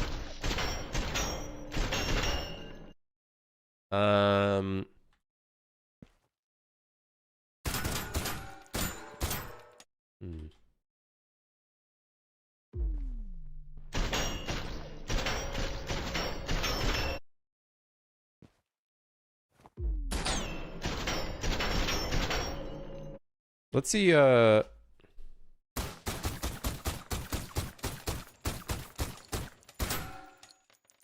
maybe I'm just fucking missing my shot, which could which could be very probable. I think what I might do, because top down is always janky, might make the collision of this a little tad bit larger than what it actually is. Just a smidge. Because it always tends to have some weird stuff happening, so...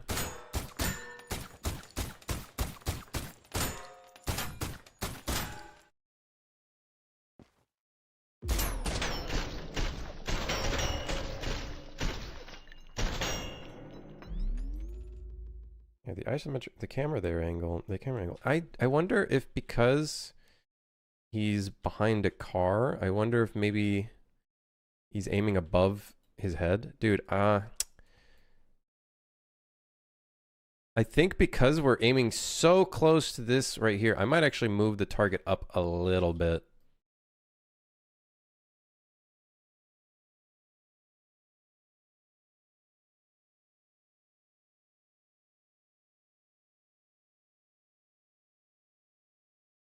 Just a tad. You can record a session, then play it back with all the vislog you set up? With Visual Logger? Does it not require replicated properties for it to read? Or does it literally just record everything? Does it quite literally just record everything?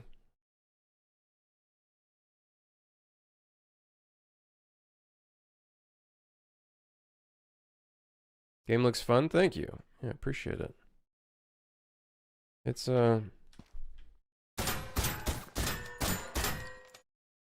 getting there. Okay, I think raising it is probably our best bet, to be honest. Now, it might look weird with our character model right in front of it, but...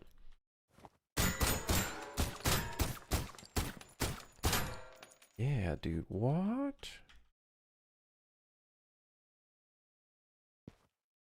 I wonder if some kind of aim assist thing is going on there.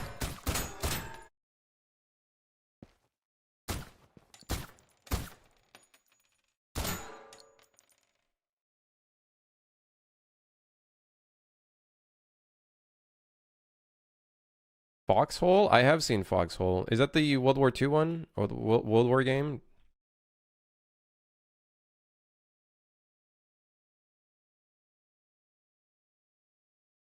It would appear these are not even grounded to the floor. What do you mean they're not grounded to the floor?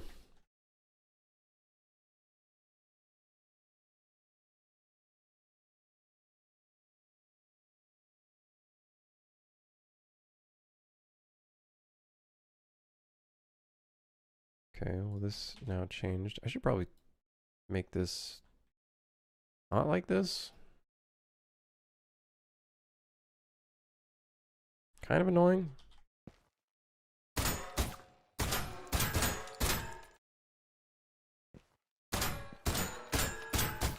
Okay, maybe we'll just have to test it more. Now, the problem is oh,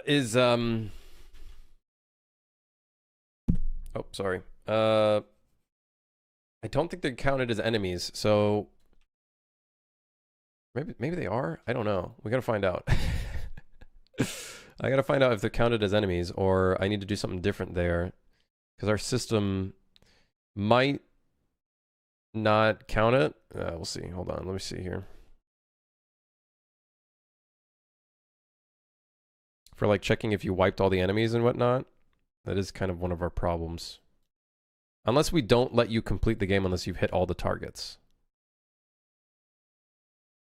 But I kind of want to make it so there's like a missed target system.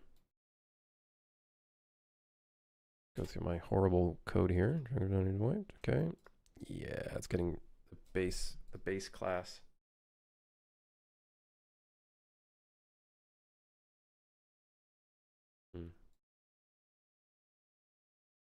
Maybe the car in front is blocking collision. We have a system that technically should circumvent that. Which could be the problem. Maybe it's like not because there's no like sockets to work off of. Could be part of the problem. You know, bright side. Was the plugin name for sending stuff to UE? It technically is not sending it to UE, it's exporting it, and then we're just re-importing it. But it's called Blender for Unreal Engine. It's made by what's his name? Made by Xavier. Here, I'll post the GitHub link.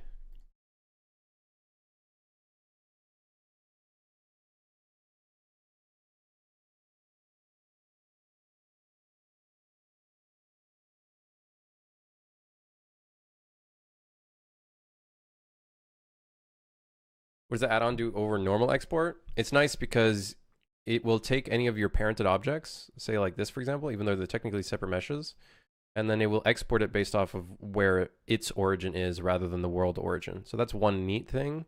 And then it allows bulk exporting a lot. So if you have like a lot of modular assets, it's very handy for that. And then it will automatically add nomenclature to it, so S underscore, while also taking into account what its name is. So this will export as S underscore metal target. This will export as, and you can do whatever fucking prefixes you want. Yeah.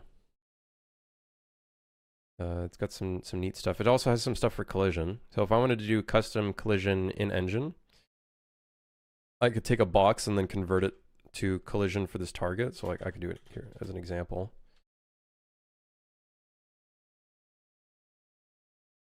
Right? Let's say I'm making some collision. I can convert this to a box collision, and then it will give it color. And then it's, I believe it attaches to it. Yeah, so you can see now we have a collider. It'll rename it properly and everything. So then that way when you import it, it'll import that into Unreal and whatnot. So it's got some cool stuff. Filter actors with the target tag. We could.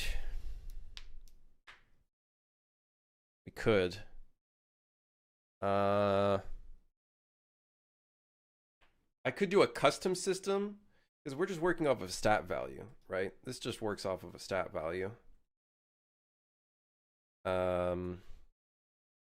I don't want to hard code something in here and then it accounts for all of the levels, even though we literally just have 3 doing this stuff. So we could just do something a little different. What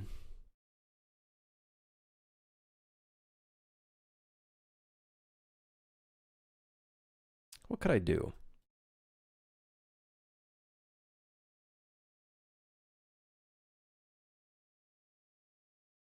Maybe I should have just based this off of the base enemy class, but that's just wasted space. I don't need a character movement component. The fucking thing's not even moving. Like, the thing's not even moving, so I don't need all of that.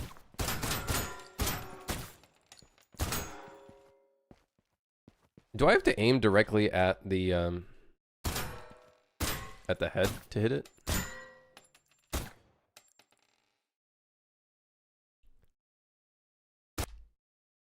Oh, that didn't help. That didn't help either. I'm like trying to pause it right on time, but I can tell something weird is going on. I don't know if it's a silenced pistol. I don't know if it has a spread. No.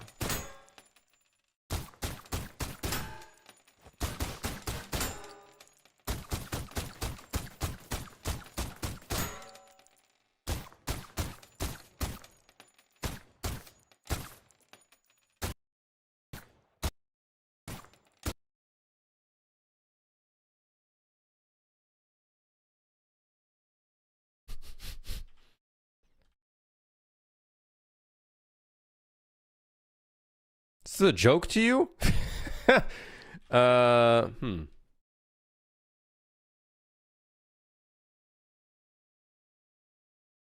problem. That is very much a problem. Maybe we do turn this into a box in the end. James. Maybe we do turn it into a box in the end. Or alternatively, I take the capsule and turn on damageable on it, which I think is the needed thing for it to work.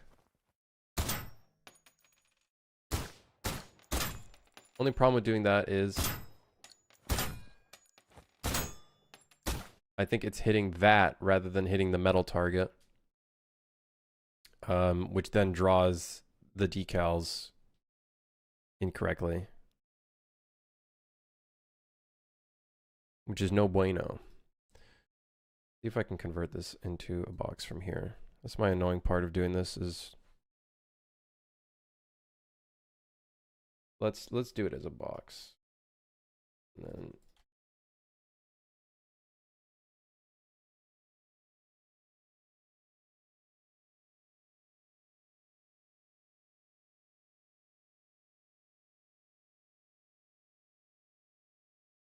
in the end, we do it as a box.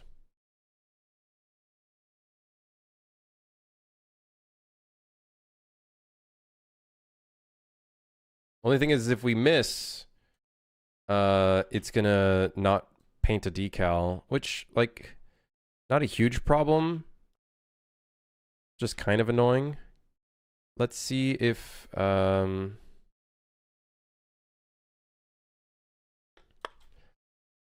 see if it works.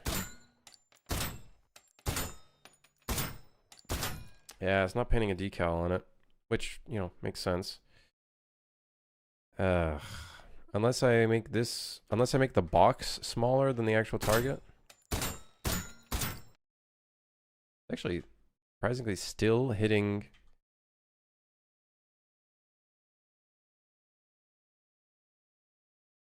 What we could do is just move this in front of it. And that way it hits the metal target first. Bit of a hacky way of doing it, but if it works, it works. And then what we want to do is get the Y value. Yes, we got some hard-coded values, Pog! Once we get this done, though, we don't have to look at it later. So, it works. Only problem is if you miss. I'm starting to think we should just change the way this target looks, because it's causing fucking problems. it's causing some problems, all right? Like, we can raise him up, but then he'll look really awkward because he'll be really tall.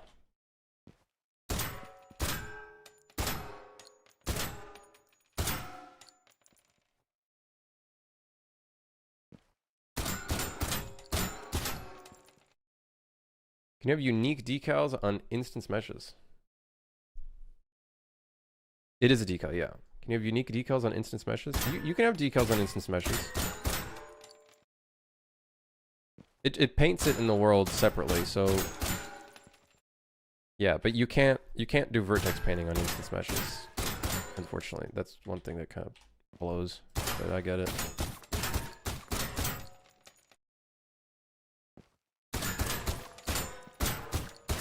All right, well, it should guarantee a hit, but it won't look great. Unfortunately. The other elements we can fix later on. Things like the enemy death count and stuff like that. But this at least gives us a starting point to get started on placing the enemies, right? That's kind of the goal, is to get started with that. Like, what we could do is maybe we have an enemy in the back here. But instead of this van, we replace it with the opened van. Huh? I don't know if this has the auto aim system.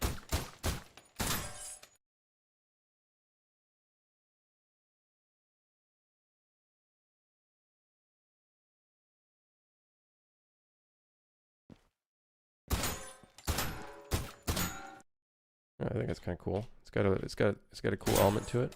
But this doesn't work. But it does. Is it because it's tracing onto something else that's hitting it? I think so.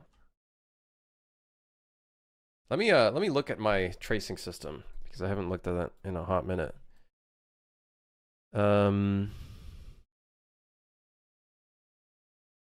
It's working off of the actor extents. So it is actually working off of the extents of the actor. Interesting. Let me try drawing that for duration.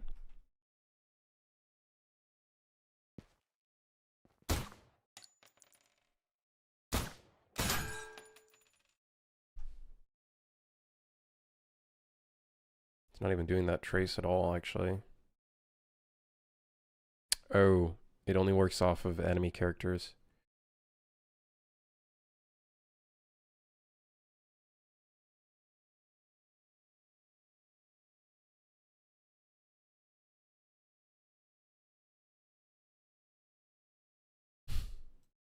No, it doesn't. It's doing this, and then it's still going through it. Why is it not calling it?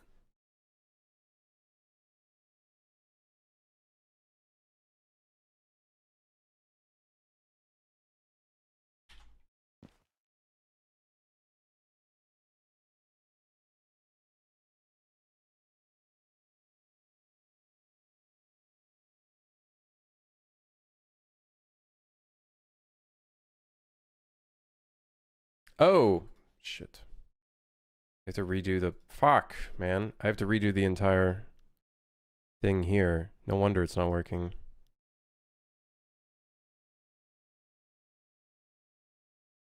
Block enemy, grenade. Yeah, sure. Physics prop, sure, why not?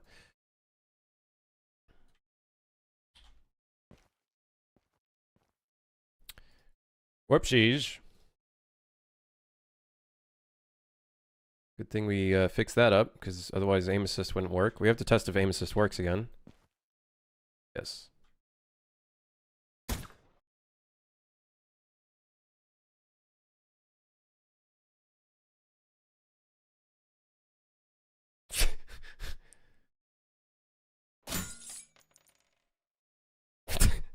What happened? What?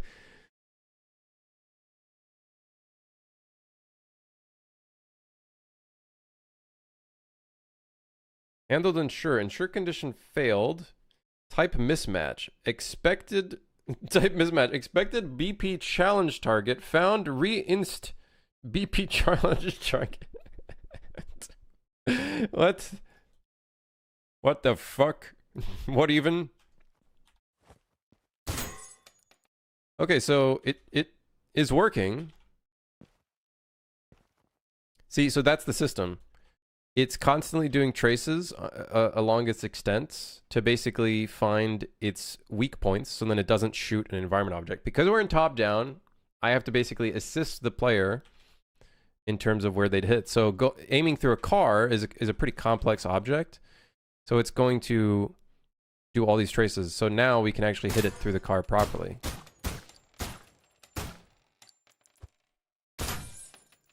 Why was it shooting the bottom of the car? Wait, why was it shooting the bottom of the car? Wait, hold on. It's shooting the bottom? Why is it shooting the bottom of the car? I guess because that's the first one it hits. We should do that in reverse. We should do head first and then legs. Can we do that? Can we change the first index from 5 and then the last index be 1? Can it go backwards? Can a for loop go backwards? I don't think so, right? No, of course not, right?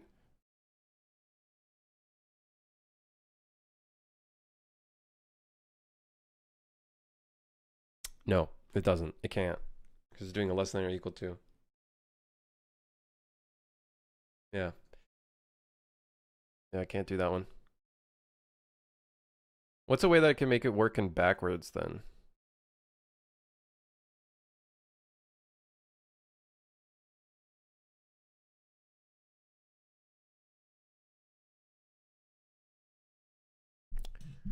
Vector extents multiplied by 2 divided by 5.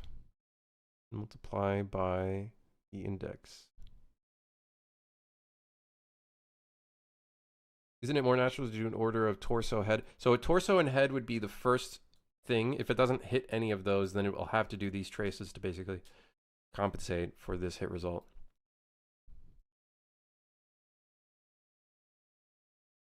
Yeah, but this isn't... you can do a reverse for loop? No, but there's a reverse for each loop. Unless I can make the reverse for loop. But do I care that much? I guess it would kind of be good that we aim for the head first. This system would aim for the head first.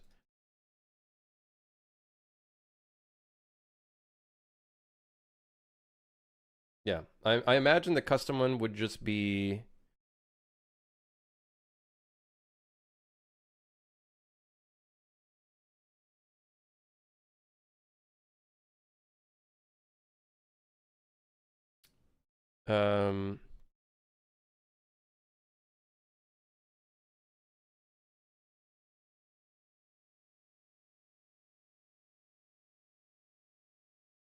I guess we could reverse those two.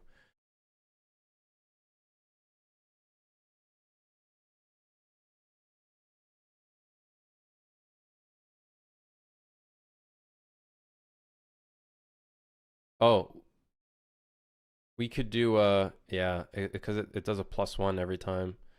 Yeah, we'd maybe change this to a minus. Yeah, we change this to a minus, and then this would probably be, yeah, like a more than or equal to. Yeah, what gives, whatever. A problem for another day. I could probably fix it by... Yeah, I would switch up the last and first indexes as well. Yeah, right. We'll see if it becomes a problem. If it becomes a problem, then we'd have to fix it. I did notice we shot there, though, which is not good. Did we do it again? I can't even tell.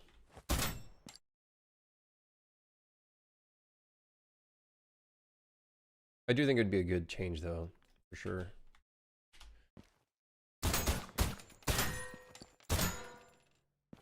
I think, actually, that was maybe the missing piece of why our thing wasn't working. Why did it shoot there? That's really annoying, actually.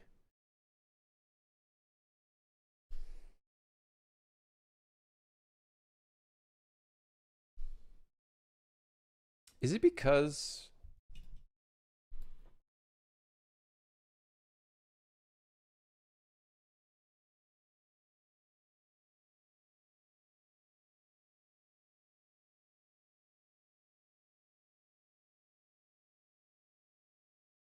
Hmm. Yeah, we could probably change it from here. We can, instead of doing a plus, we could do a minus and then start the actor origin. Rather than minusing it, we could plus it. Like, that could be one way of going about this, and I'm pretty sure that would work just the same. And instead in here, instead of a plus, we do a minus.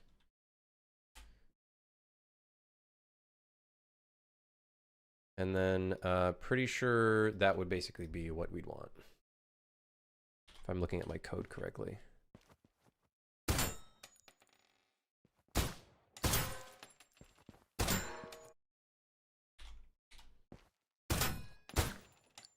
I actually don't. Are we hitting the bottom? Still?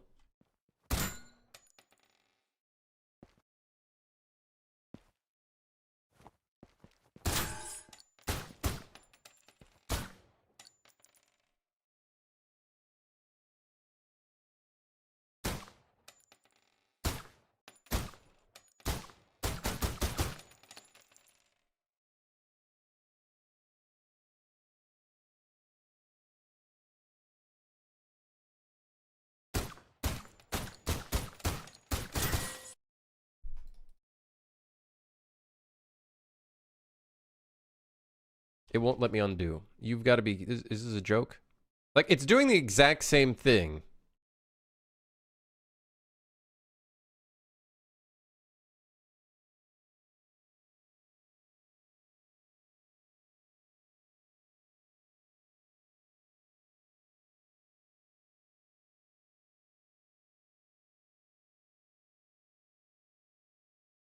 Is it? Wait, hold on. What is this doing?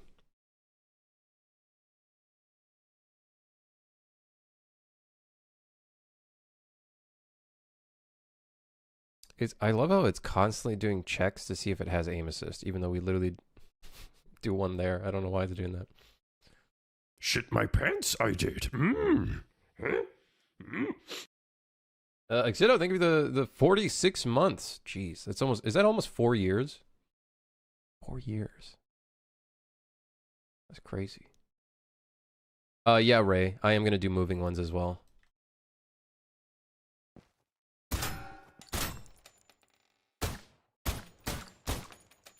Are any of our line traces here hitting the object? I want to see.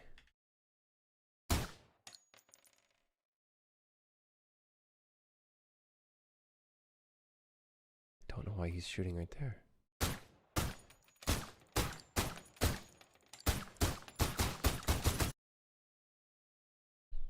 No idea. Let's bring this back.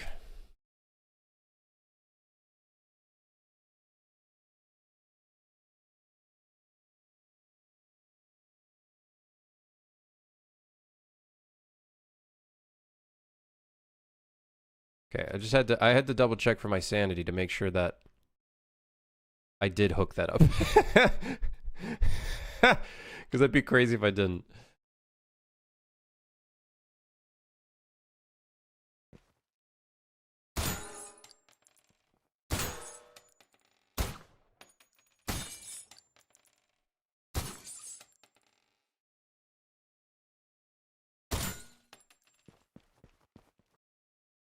Yeah, we have some weird stuff I think we need to fix here. Not sure what is going on there. Maybe, oh, you know what? Maybe it might be this. Because we're using the laser. Where are we firing from now? Are we still firing from... I know, you know, it's fucking, listen. This game has gone through a lot of paces. It does not use the laser. It uses the muzzle. So that could be part of our problem here could be that.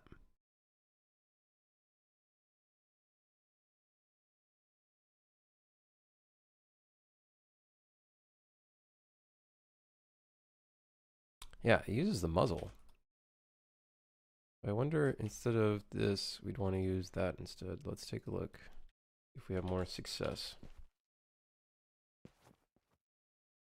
Someone said Z forward is correct. Yeah, don't listen to them. I think they're a registered psychopath or something. Z forward. That's who the hell would say something so crazy? All right, well, we'll see if that does any better.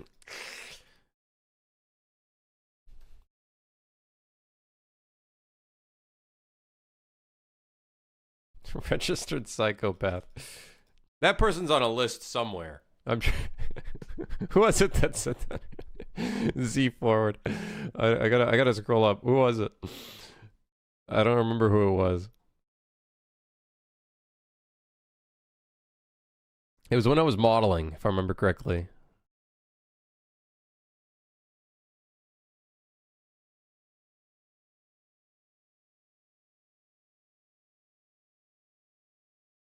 I don't remember. I can't find it.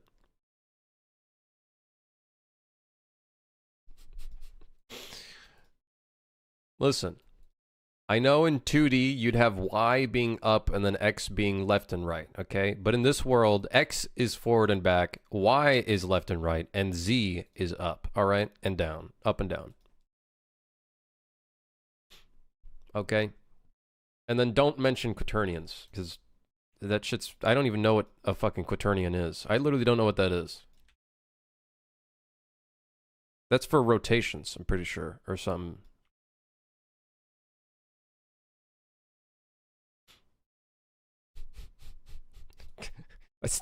I remember someone tried to teach me quaternions, and I'm like, yeah, don't even bother, man. Don't bother. I'm not learning this. I have no use for it yet.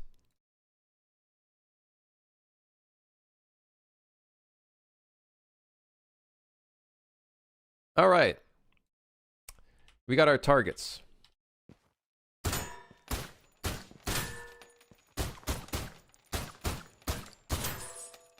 Like that, I feel like we should be able to hit him, right? I don't know why we're not hitting him. I barely spell quaternion. Quaternion. Quaternion.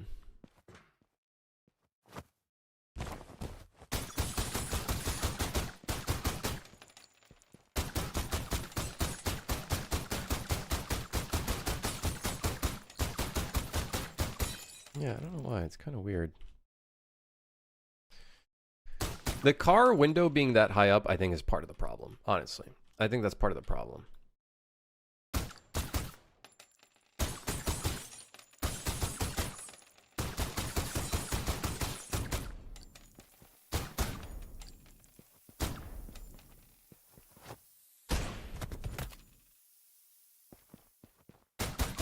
Oh, the doors. I forgot. I didn't save that yet. The doors don't move with the car.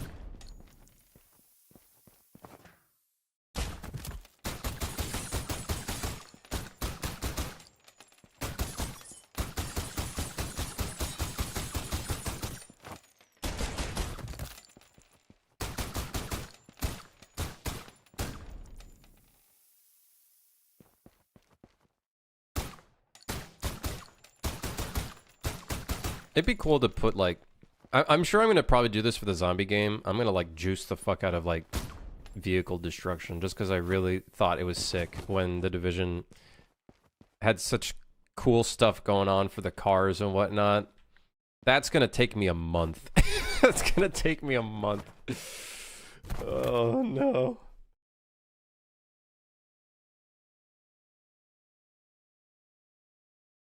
I wonder if I'd be able to automate that. Yeah. I have questions about your modeling. First, do you use mirrors and half-folded UVs? Do I use mirrors and half-folded UVs? So I'm guessing half-folded UVs, you mean like mirrored UVs? Yeah, I'll use them in the right situations. And second, do I unify and make uniform meshes? No. It depends, again, on the context of the mesh.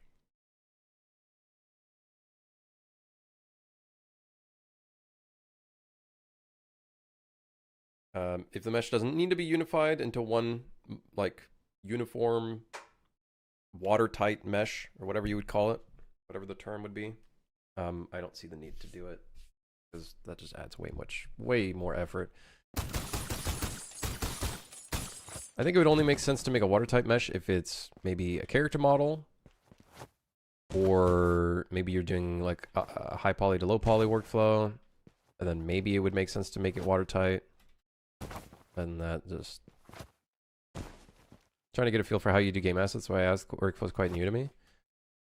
I'm probably not the best person because I do some dirty methods, but I'm an independent dev, so whatever works for me at the end of the day, and then I'll just profile and go from there.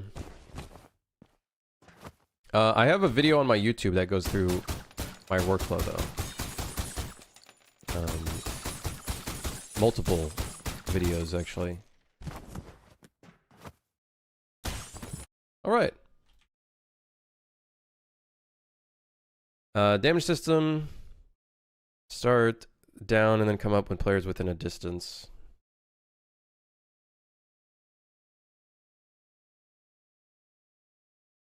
Parameter to start down and then come up when the player's within a distance. Okay. We don't have that parameter yet, but we do have the metal target. We do need a thing for counting missed targets at end of game. Counting hit targets. Currently, I think we have none of those happening. So I think when we hit all of the targets or miss a few targets, when we get to the end of the level, I'm pretty sure like it doesn't count it, which kind of fucking sucks. So for now,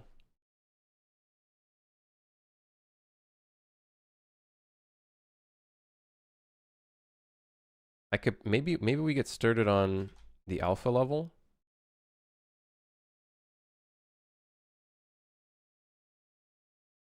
Like we have these dudes here. The rest is just replacing them with targets instead.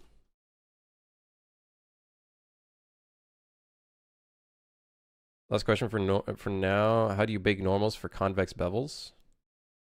You keep geometry on the low poly for them? How do you bake normals for convex bevels? Is convex, if we were to look at a side view like this? Or is this convex? Like this? Which one's convex?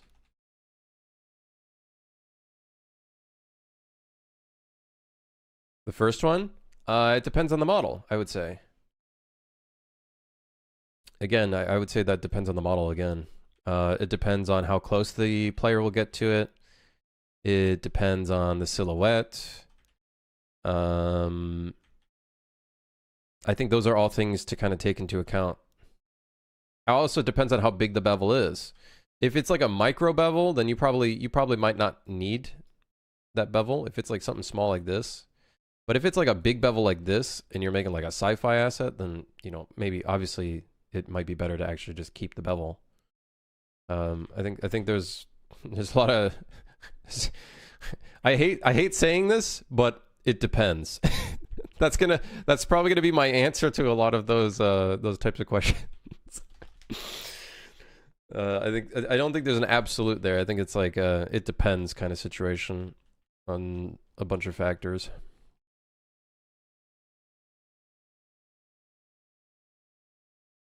Hey, no worries, James. Hopefully it's helpful from probably a guy.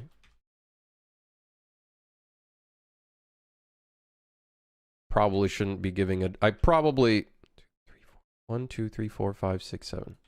I'm probably not the best person to ask for advice, to be completely honest, just because I don't know. I'm not like a pro in the industry or anything like that, but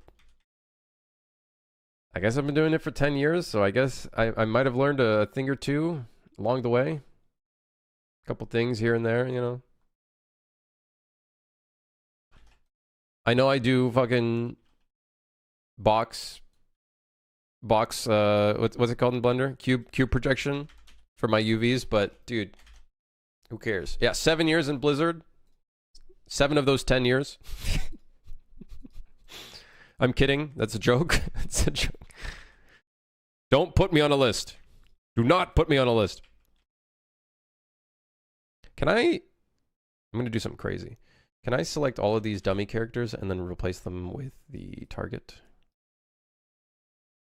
We do need to put these under a sub-level, but I would be curious to see if we can maybe replace all of these. Yes, however, they are the incorrect rotation. And additionally, they're called dummy character, which I would prefer renaming them, but whatever.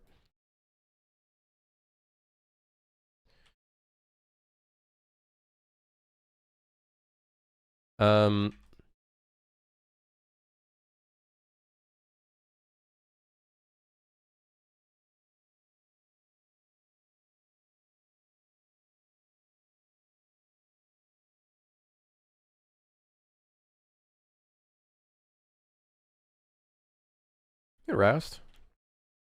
How's it going?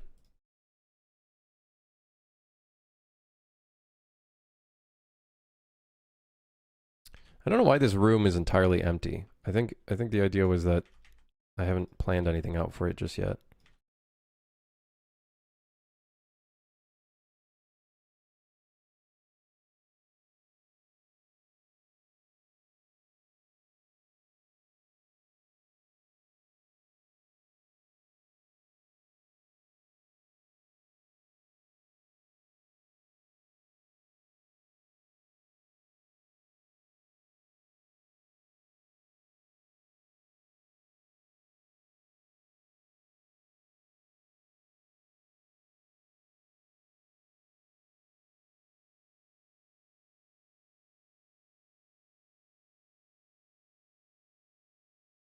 Seem very common with me, and I watch a lot of Blender creators.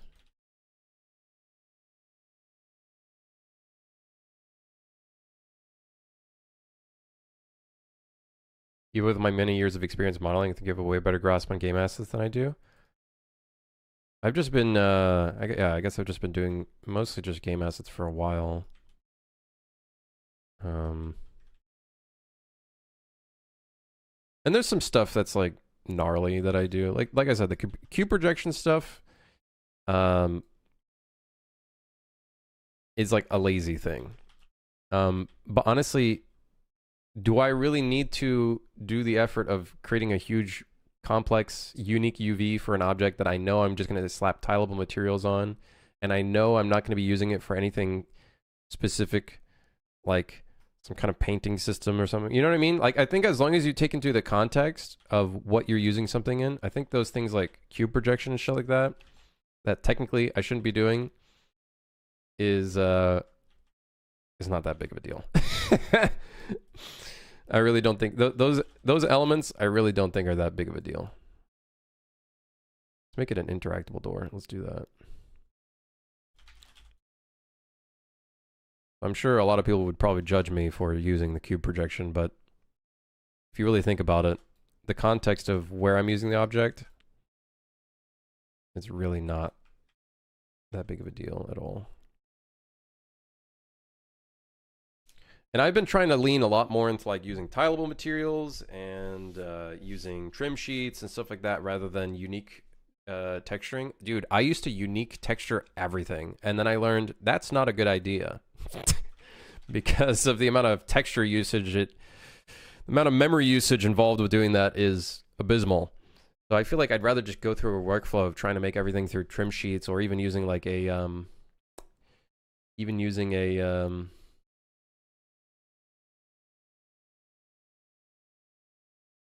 not trim sheet. It's technically a trim sheet, but it's a what am I thinking? Why can't I think of the word? Valve used to use the workflow. What's it called? You guys know what I'm talking about? Hotspot. Yeah, hotspot texturing workflow. I think is super fucking sick as well. I think that's something I'd want to do a lot more of. Let's assign a sublevel to this.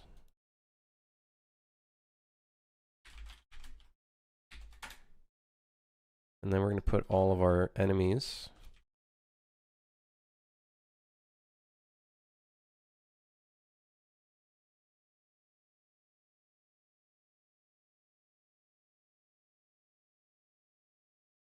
And then our end What is the box? Is this a post-process? It is. Then we'll put the end chapter overlap in here as well.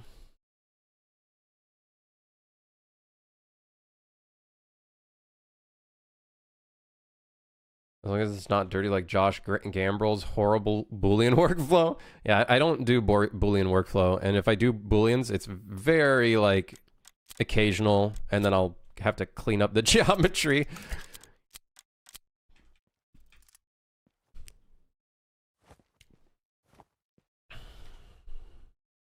Oh, I forgot. Always forget this. I did not associate the sublevel to it. Always forget to do that.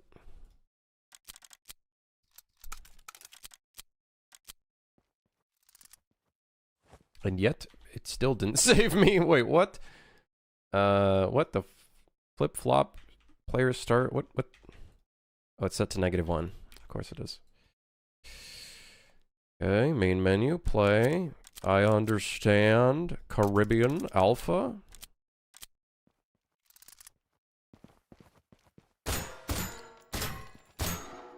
Oh, they're still going through the wall.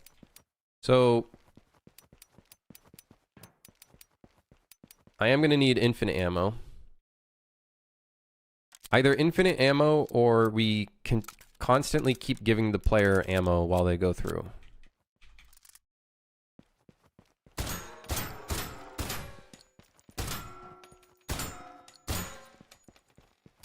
I forgot to rotate that guy.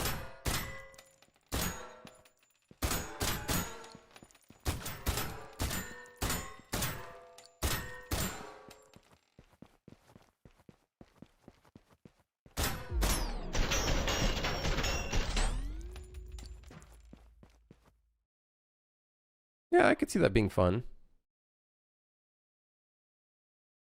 But again, it's not showing any of the kills. Unfortunately. How can we potentially go about doing those stats in our own kind of way for this specific situation? So the problem is we need to check if they were hit or not hit. Well, getting hit, easy. We can figure that one out. Now, not hit might be a bit of a problem. Might be a bit of a problemo. That one might be a bit of a fucking doozy. Because, yeah. Oh, great. Did that stat now save? And now we have an S+ ranking for this? Yep. Yep. Yep. This technically doesn't have a score. But I guess we could associate a score. We can make it so the targets give you a score.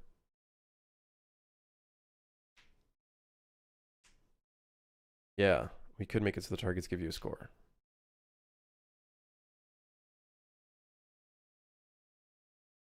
Also, the thing that kind of sucks is these enemies or targets don't add up to the combo either.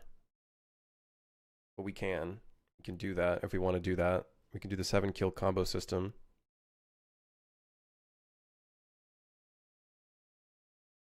Which could be good.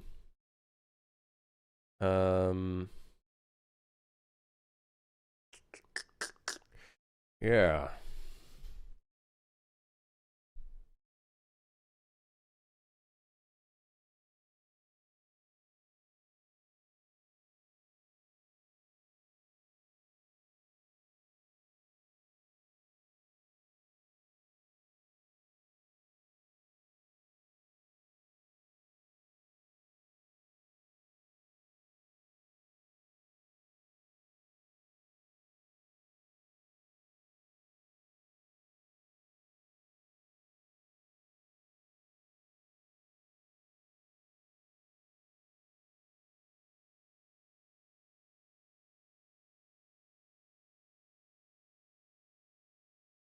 Hold on.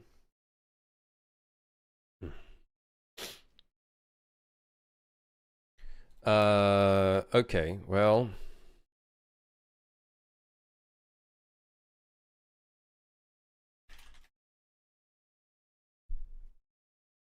Yeah, we should have some score, a score system. And I think maybe we should use the clean suit system for the targets as well. I think that'd be a good idea.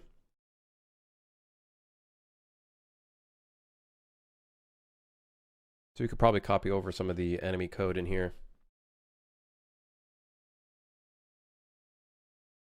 I copy over it.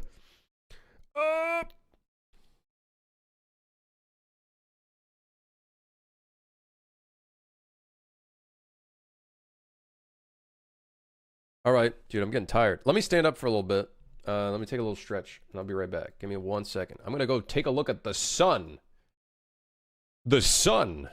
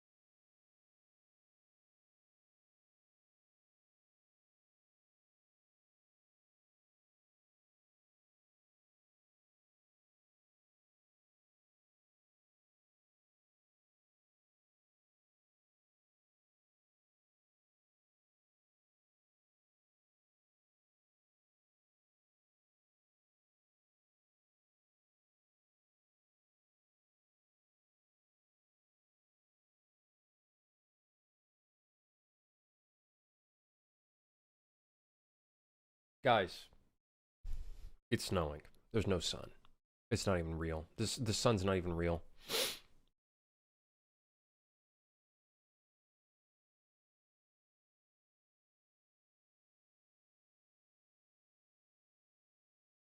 It's not even real. The sun's not even real. People will be like, touch grass. Where's the grass? There's no grass. This fucking wet, cold shit. What am I supposed to do with that?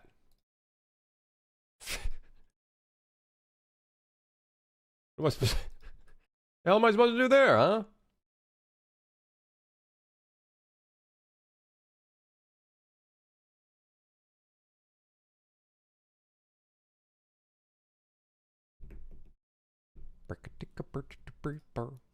How dare you? What do you mean? What the sun's not there. All right. Okay. Needs art slash gameplay. One of these targets. Oh yeah, it's this guy. This target's not even facing the right way. The other target here was kind of annoying. I think this one. I think facing it in the right direction is probably better. And then one of these was going in the wall. This one. We need a button here to test what it would look like when it is downed. I think that'd be a good idea. That way I can kind of see what it's going to look like. But ultimately, I think these guys need I think they need to add to the clean suit. So let me see how we do that here. Enemy death.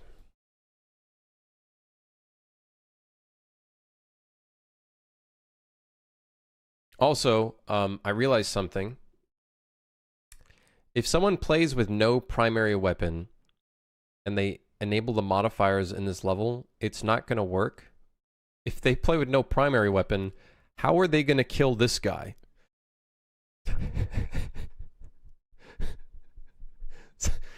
So, that's not my fault. Listen, if you're playing this gun level where you're supposed to play with fucking shooting shit, and you know what? That's on you, man. That's on you, dude. That's on you, not me. All right. Interesting. Add instance enemy kill. So that's what we're using, which is easy. And I don't think we have any checkpoints in this thing. So I think we're just gonna, I guess we'll just call it.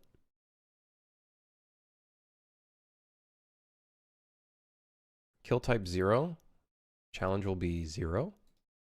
Or checkpoint. And then it's got a bunch of bullshit in here. A bunch of bullshit. Unalerted score addition. It adds a tag called dead. Sets the health to 0. Even though it's technically already supposed to be 0.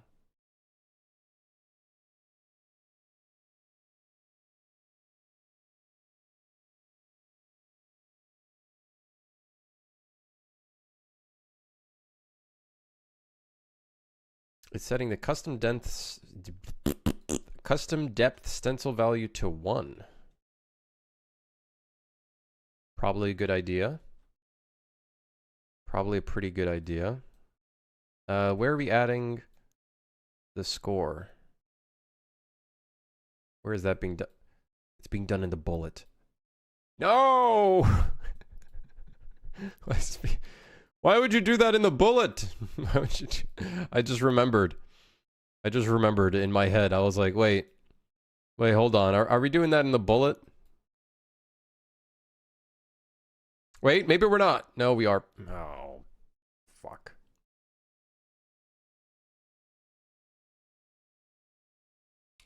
Well, I guess we can copy this.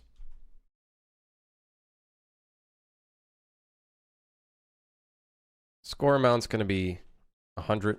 Text is... I don't know. Do we have any, like, generic text? Target hit. Add to multiplier 0.1. Add to... Blah, blah, blah, blah, blah, blah.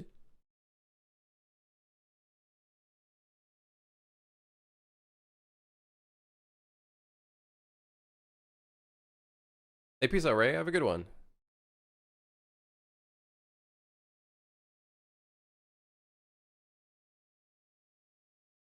Yeah, well, our next stream is probably going to be my next game, but... the next game we'll be working on soon.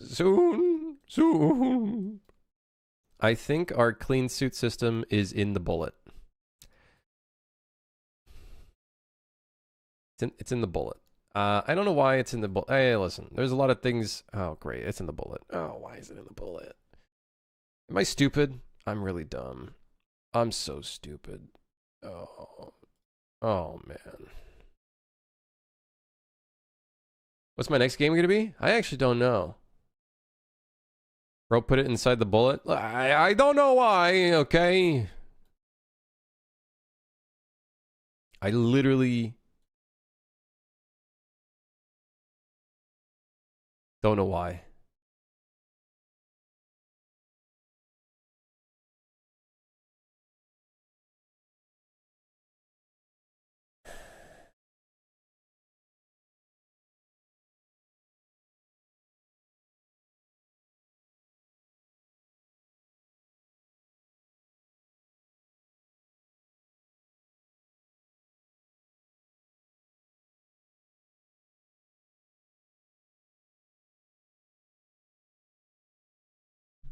Ah!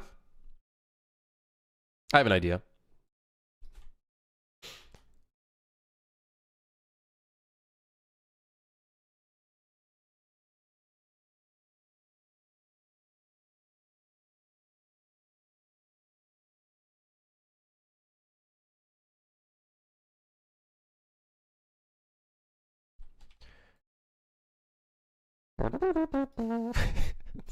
Stupid. Aha! Actor has tag. Target. Challenge target. You can't stop me. You can't stop me. Enemy hit. Uh-oh. It needs a... Oh, why does it need a reference to an enemy?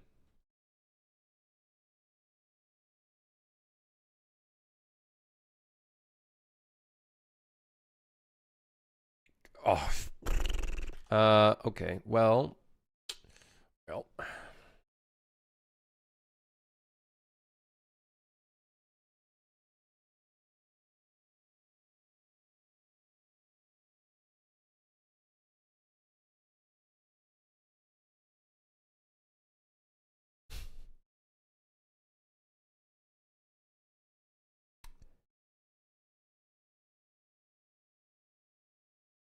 Beautify. See you having a great day? Yeah, totally. Yes. Yes, as a matter of fact, I am.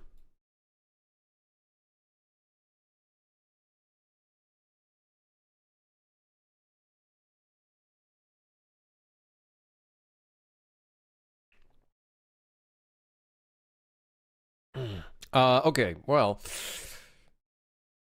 Oh, I don't want to fucking mess up all of this just for this. I'm starting to think maybe I should have just used the enemy as a base. Even though it has a character movement component attached to it. Because this is going to be a fucking headache. So this goes all the way until the end.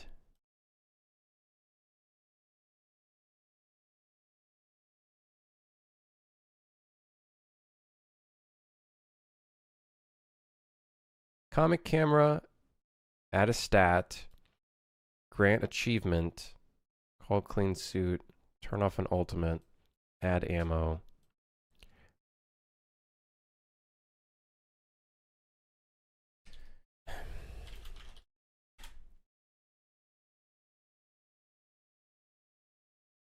We're going to be doing a lot of is valids right now.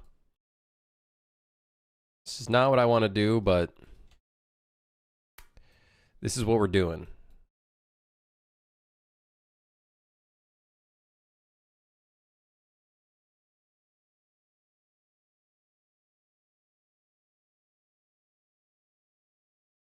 We're going to make it so it does not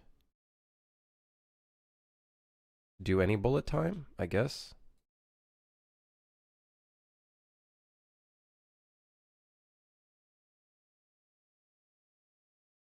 Do I like PCG dynamic meshes as much? And I like it. I haven't used too much of the built-in PCG stuff. I like the concept of it. I need to learn it more.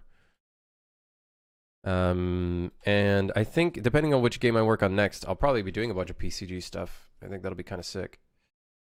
So we'll see. We'll see what I end up doing. But ideally, I would love to do that next. Okay, so as long as this doesn't require an input, I think we're good.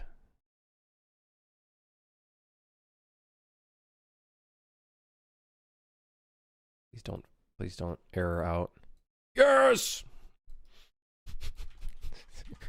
Yes! Spaghetti code! Woo!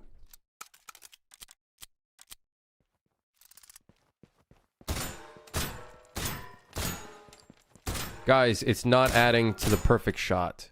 Why not?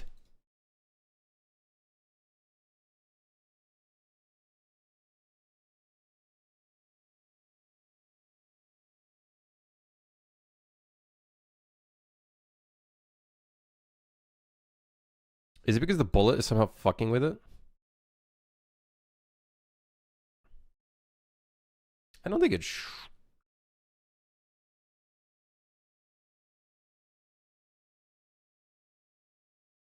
No, it shouldn't. Will it? Is it? Is it like clearing it like literally immediately? Challenge target. Yeah.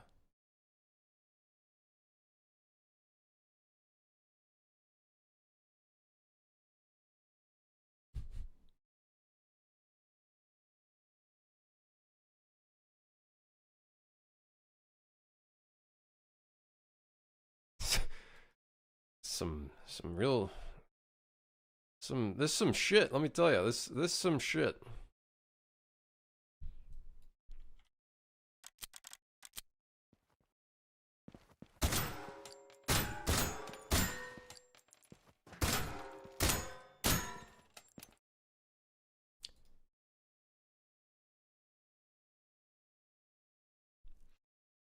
Actor has tag, challenge target. Okay. Maybe there's something in here fucking it all up.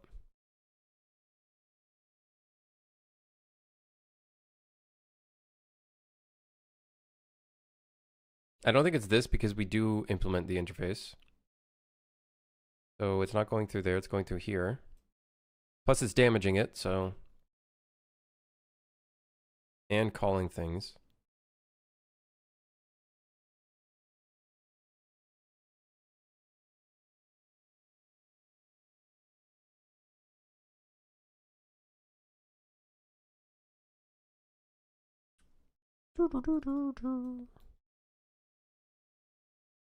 Is the bullet penetrating the target?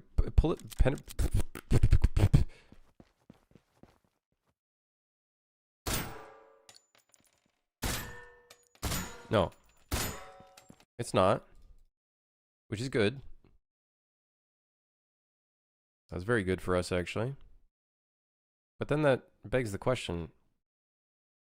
Technically, it's supposed to.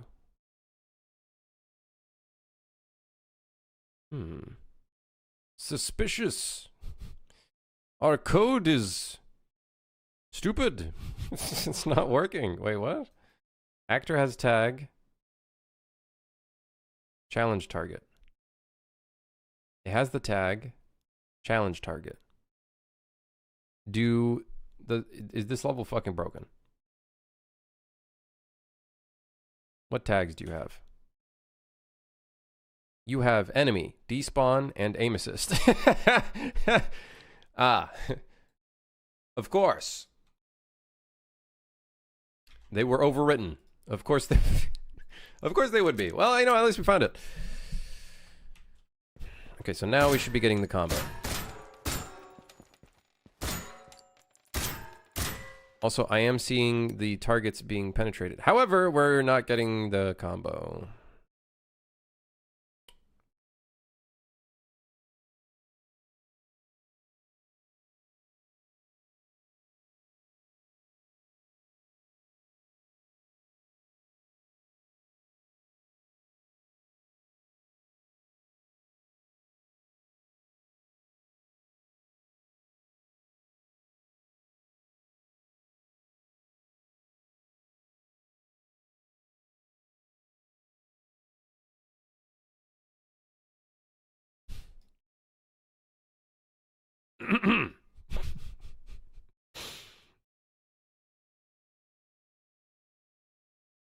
What if this is not an actor and we hit something and then it can't check if it has a tag?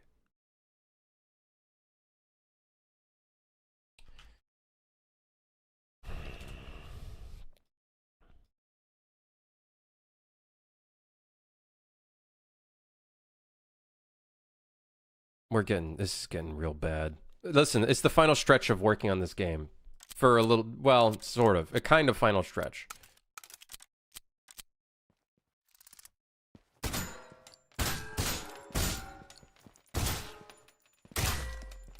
I missed!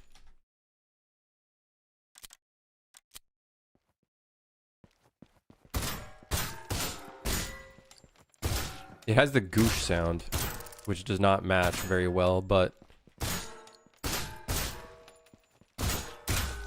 it sounds cool.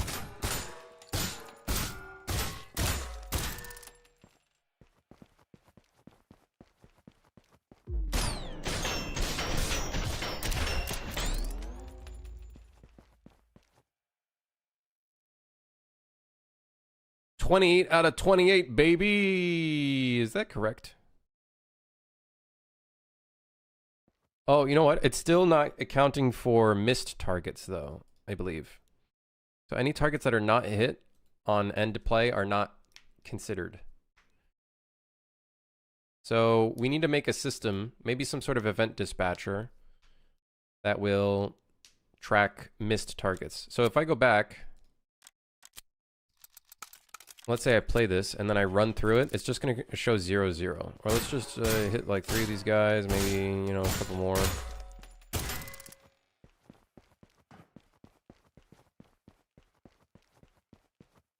I think that's what, 7? And then we'll do 8.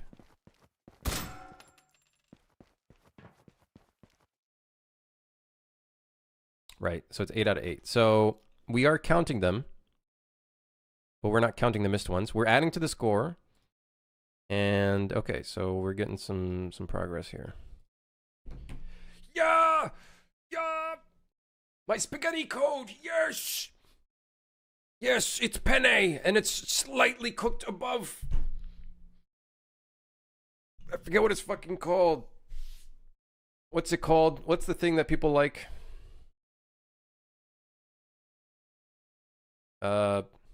What's it called when it's like the perfect al dente? Yes. Al dente made by an al dente. Hold on, I gotta enable that emote. That's a funny emote. Denche. Dench. Al dench.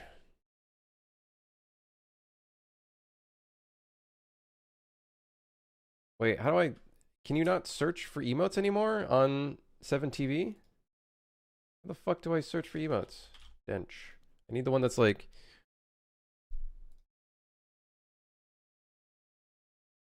It's animated, if I remember correctly. It would appear that 7TV is fucking dying, because like none of the emotes are loading. Good to know. I'm moving on UE5. That weird flickering bug on UE4 is killing me. You're having a flickering bug? Seems fine here. No, not that one. I want the one that's Italian. Unless maybe that's al dente. Al dente. I swear that would have popped up then. Maybe that's just a BTTV emote.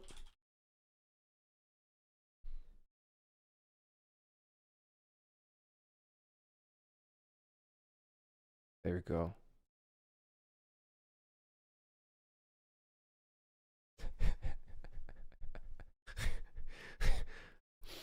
Al dente. Yeah. I don't even know if that works. My internet is dying. I think it's the snow outside, guys. It's fucking... It's causing a ruckus. Bit of a ruckus. Alright. Yeah, I'm happy with this. I think we're getting something going.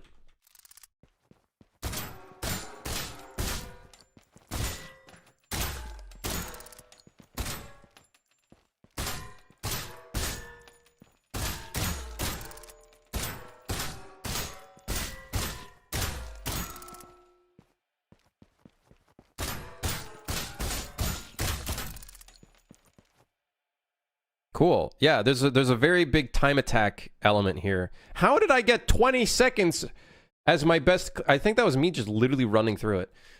There's a cool element of like thinning out the seconds and then getting accuracy as fast as possible. I think there's some really cool elements of stuff here. Very cool. That gets a thumbs up from me. Now we just need to make all the levels. I'm really glad we scoped out the other 2. This was actually supposed to be 5 levels like this, where we do targets. But we scoped it down to just 3. Now, if we have extra time, which we probably won't, we could always bring back some 2 of them, but yeah. How about 5 big booms instead? Boom! You only get 1. Only 1 big boom.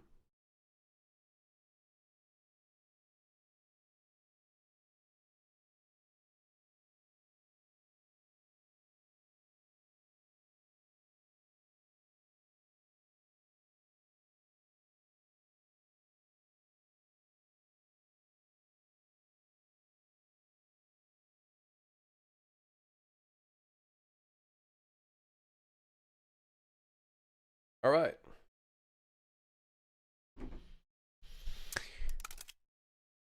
Cool. Well, that's in. We have a score and a time. Now we can give it a platinum time and a platinum score. So platinum time in alpha would be, I guess, 35 seconds. Platinum score. What did we have for score? How the hell did we get 66,000? I actually have no idea how we did 66,000. Let's do 50,000, I guess.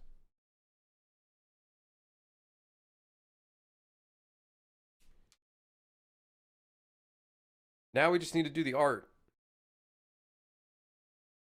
And, is the art? I think the art. Yeah. When it happens, I have to restart. And then it's fixed for like 20 minutes and then it happens again. Yeah, that's a weird one. I don't know.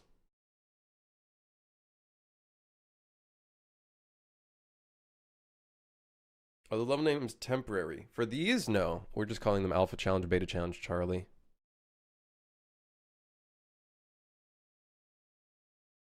Kind of gives them like a code name, which I think matches what they are, which are like training grounds, kind of training time attack type levels. Cool. It's funny because the difficulty you finish this in like does not matter at all. Like it doesn't make any difference. It doesn't make any difference at all. It'd be cool to make it so different difficulties give you different challenges. However, I don't got that kind of time, okay? I don't got that kind of time. So, yeah. Does same day shipping have a platinum time and a platinum score? Why is it nothing?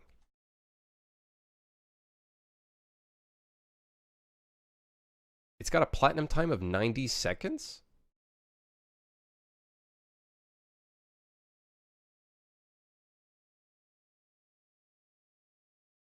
Wait, there's no way Did I like mess up? Did I like put that number by accident? There's no way that level can be finished in a minute and a half.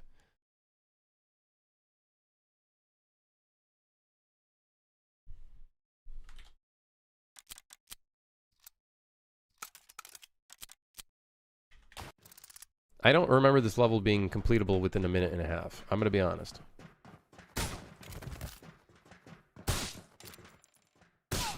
Wait, did that guy just not do anything even though he saw me?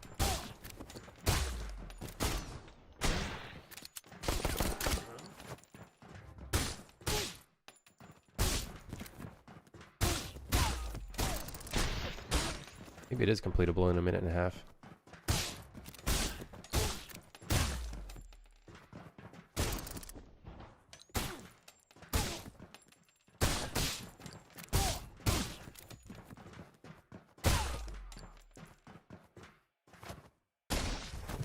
No!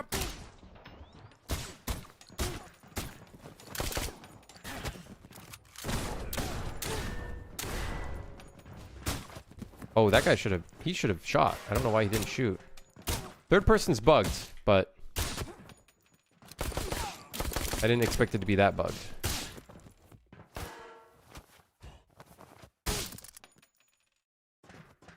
Did we get any booms? One boom. Oh, I guess it is a minute and a half.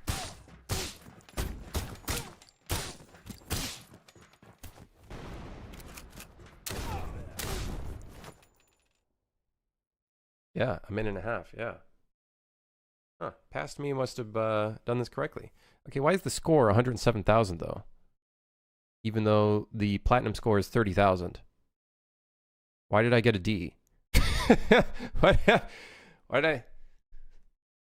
did I get a D? Are those things attached at all in our end screen?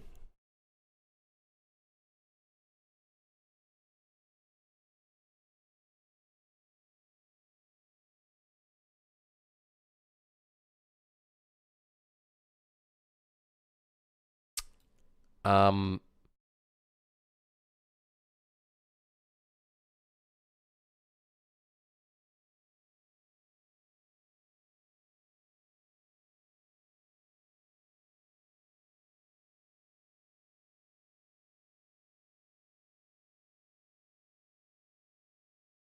I don't know I don't know why it's broken.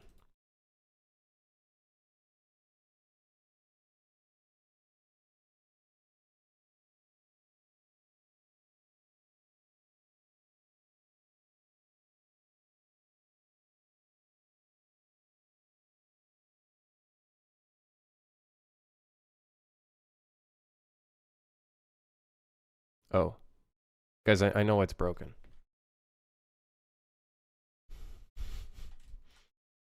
Guys, I've realized what I fucked up on.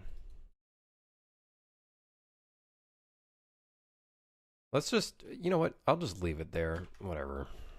I don't care anymore.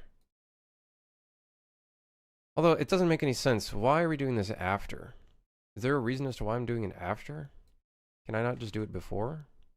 On begin play? Is there like a reasoning for this? Maybe there is a reasoning for this.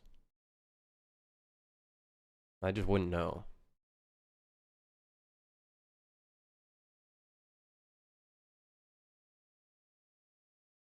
There must be some kind of reasoning as to why it's done that way.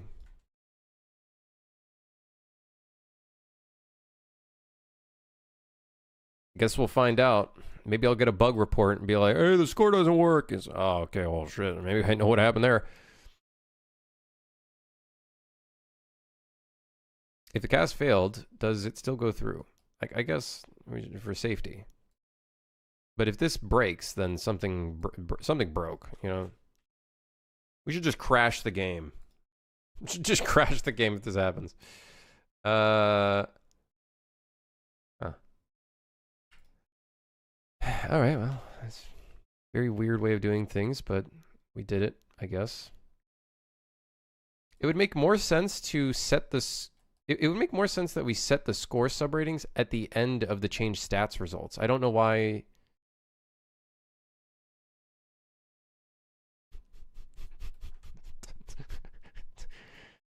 Why are we not just doing that? Like, why are we doing this in the event construct? What's the difference between a function and a collapse graph? A collapse graph, you could picture it almost like it's still here. It's just collapsed down into like this. But it's not a function. It's not reusable. Like if we copy and paste this, for example, a function would stay as the same code there. Whereas if I copy pasted this, it would basically be like two different, completely different like sets of nodes and code and whatnot. So if I edit one of them, so if I do this, this is going to have its own code. I could delete that, but this has this. So like, it's not like a reusable thing. Collapse graph is more for like just organization, making something look a little neater. Whereas functions have more like actual core code benefits. Collapse graph is just a visual wrapper. It's just, yeah, it's just visual. It's literally just visual. Behind the scenes, this is still like this. I know that looked terrifying. Trust me. It scared me too. I thought I wasn't going to be able to undo that. Okay. Yeah, that's basically what that is. I could have 100% made this easier for my life by just not doing what I did, but whatever. I don't know. We'll see if it still works. I'm sure it does. We'll try it through the alpha challenge, which I have an S+ on.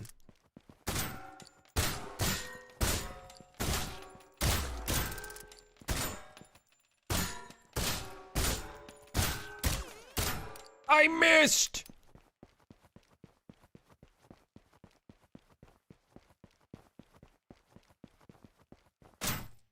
Fuck you, man.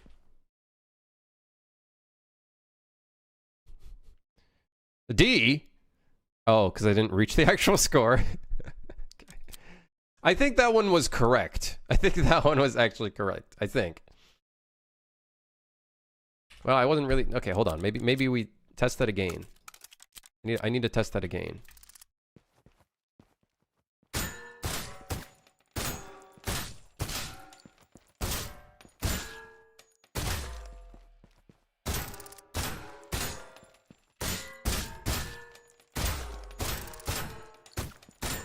hit the pillar.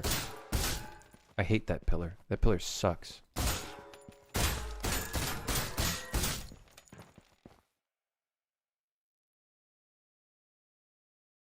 It works. I think.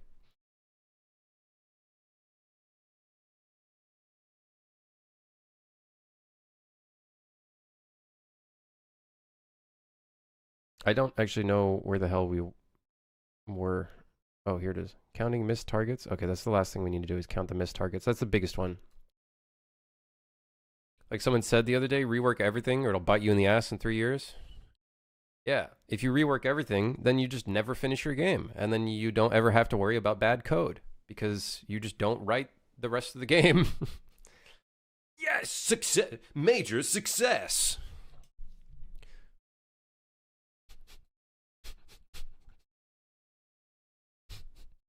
It's like you're writing a song. Bro, I need this kick to be the best kick ever. Forget everything else. Keep refining the kick. Then you add a new thing. You're like, well, fuck. My kick was perfect. Now I got to EQ the bass into the kick. You could actually, music is a pretty good comparison for the entirety of making a game. Like, if you focus on just the kick or a synth, how are you going to do the rest of the fucking song?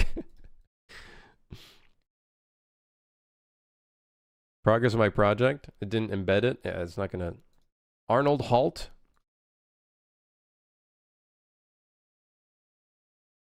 All right, fine. I'll add Arnold Halt. A bit of a nice guy. Get down. Stop what you're doing. Stop it now.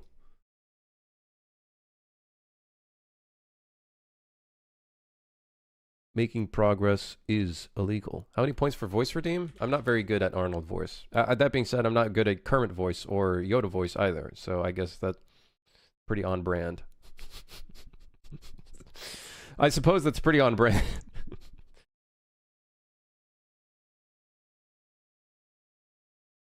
Dude, I am so hungry.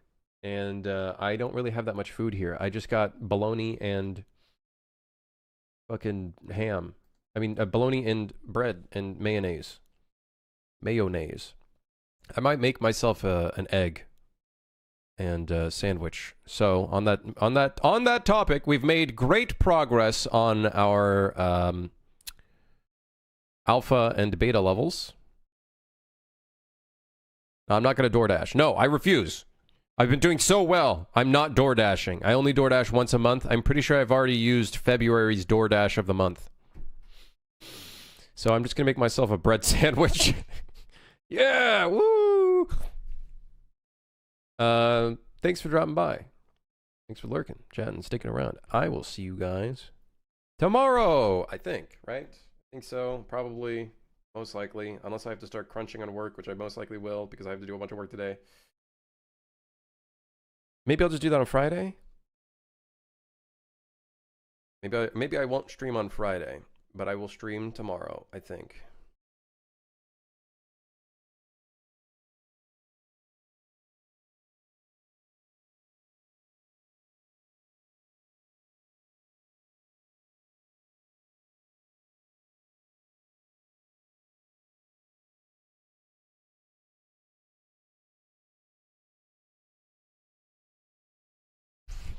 What is going on? Goodbye. See you guys later. Have a great day. I'm gonna go make myself some food. Goodbye. Yeah.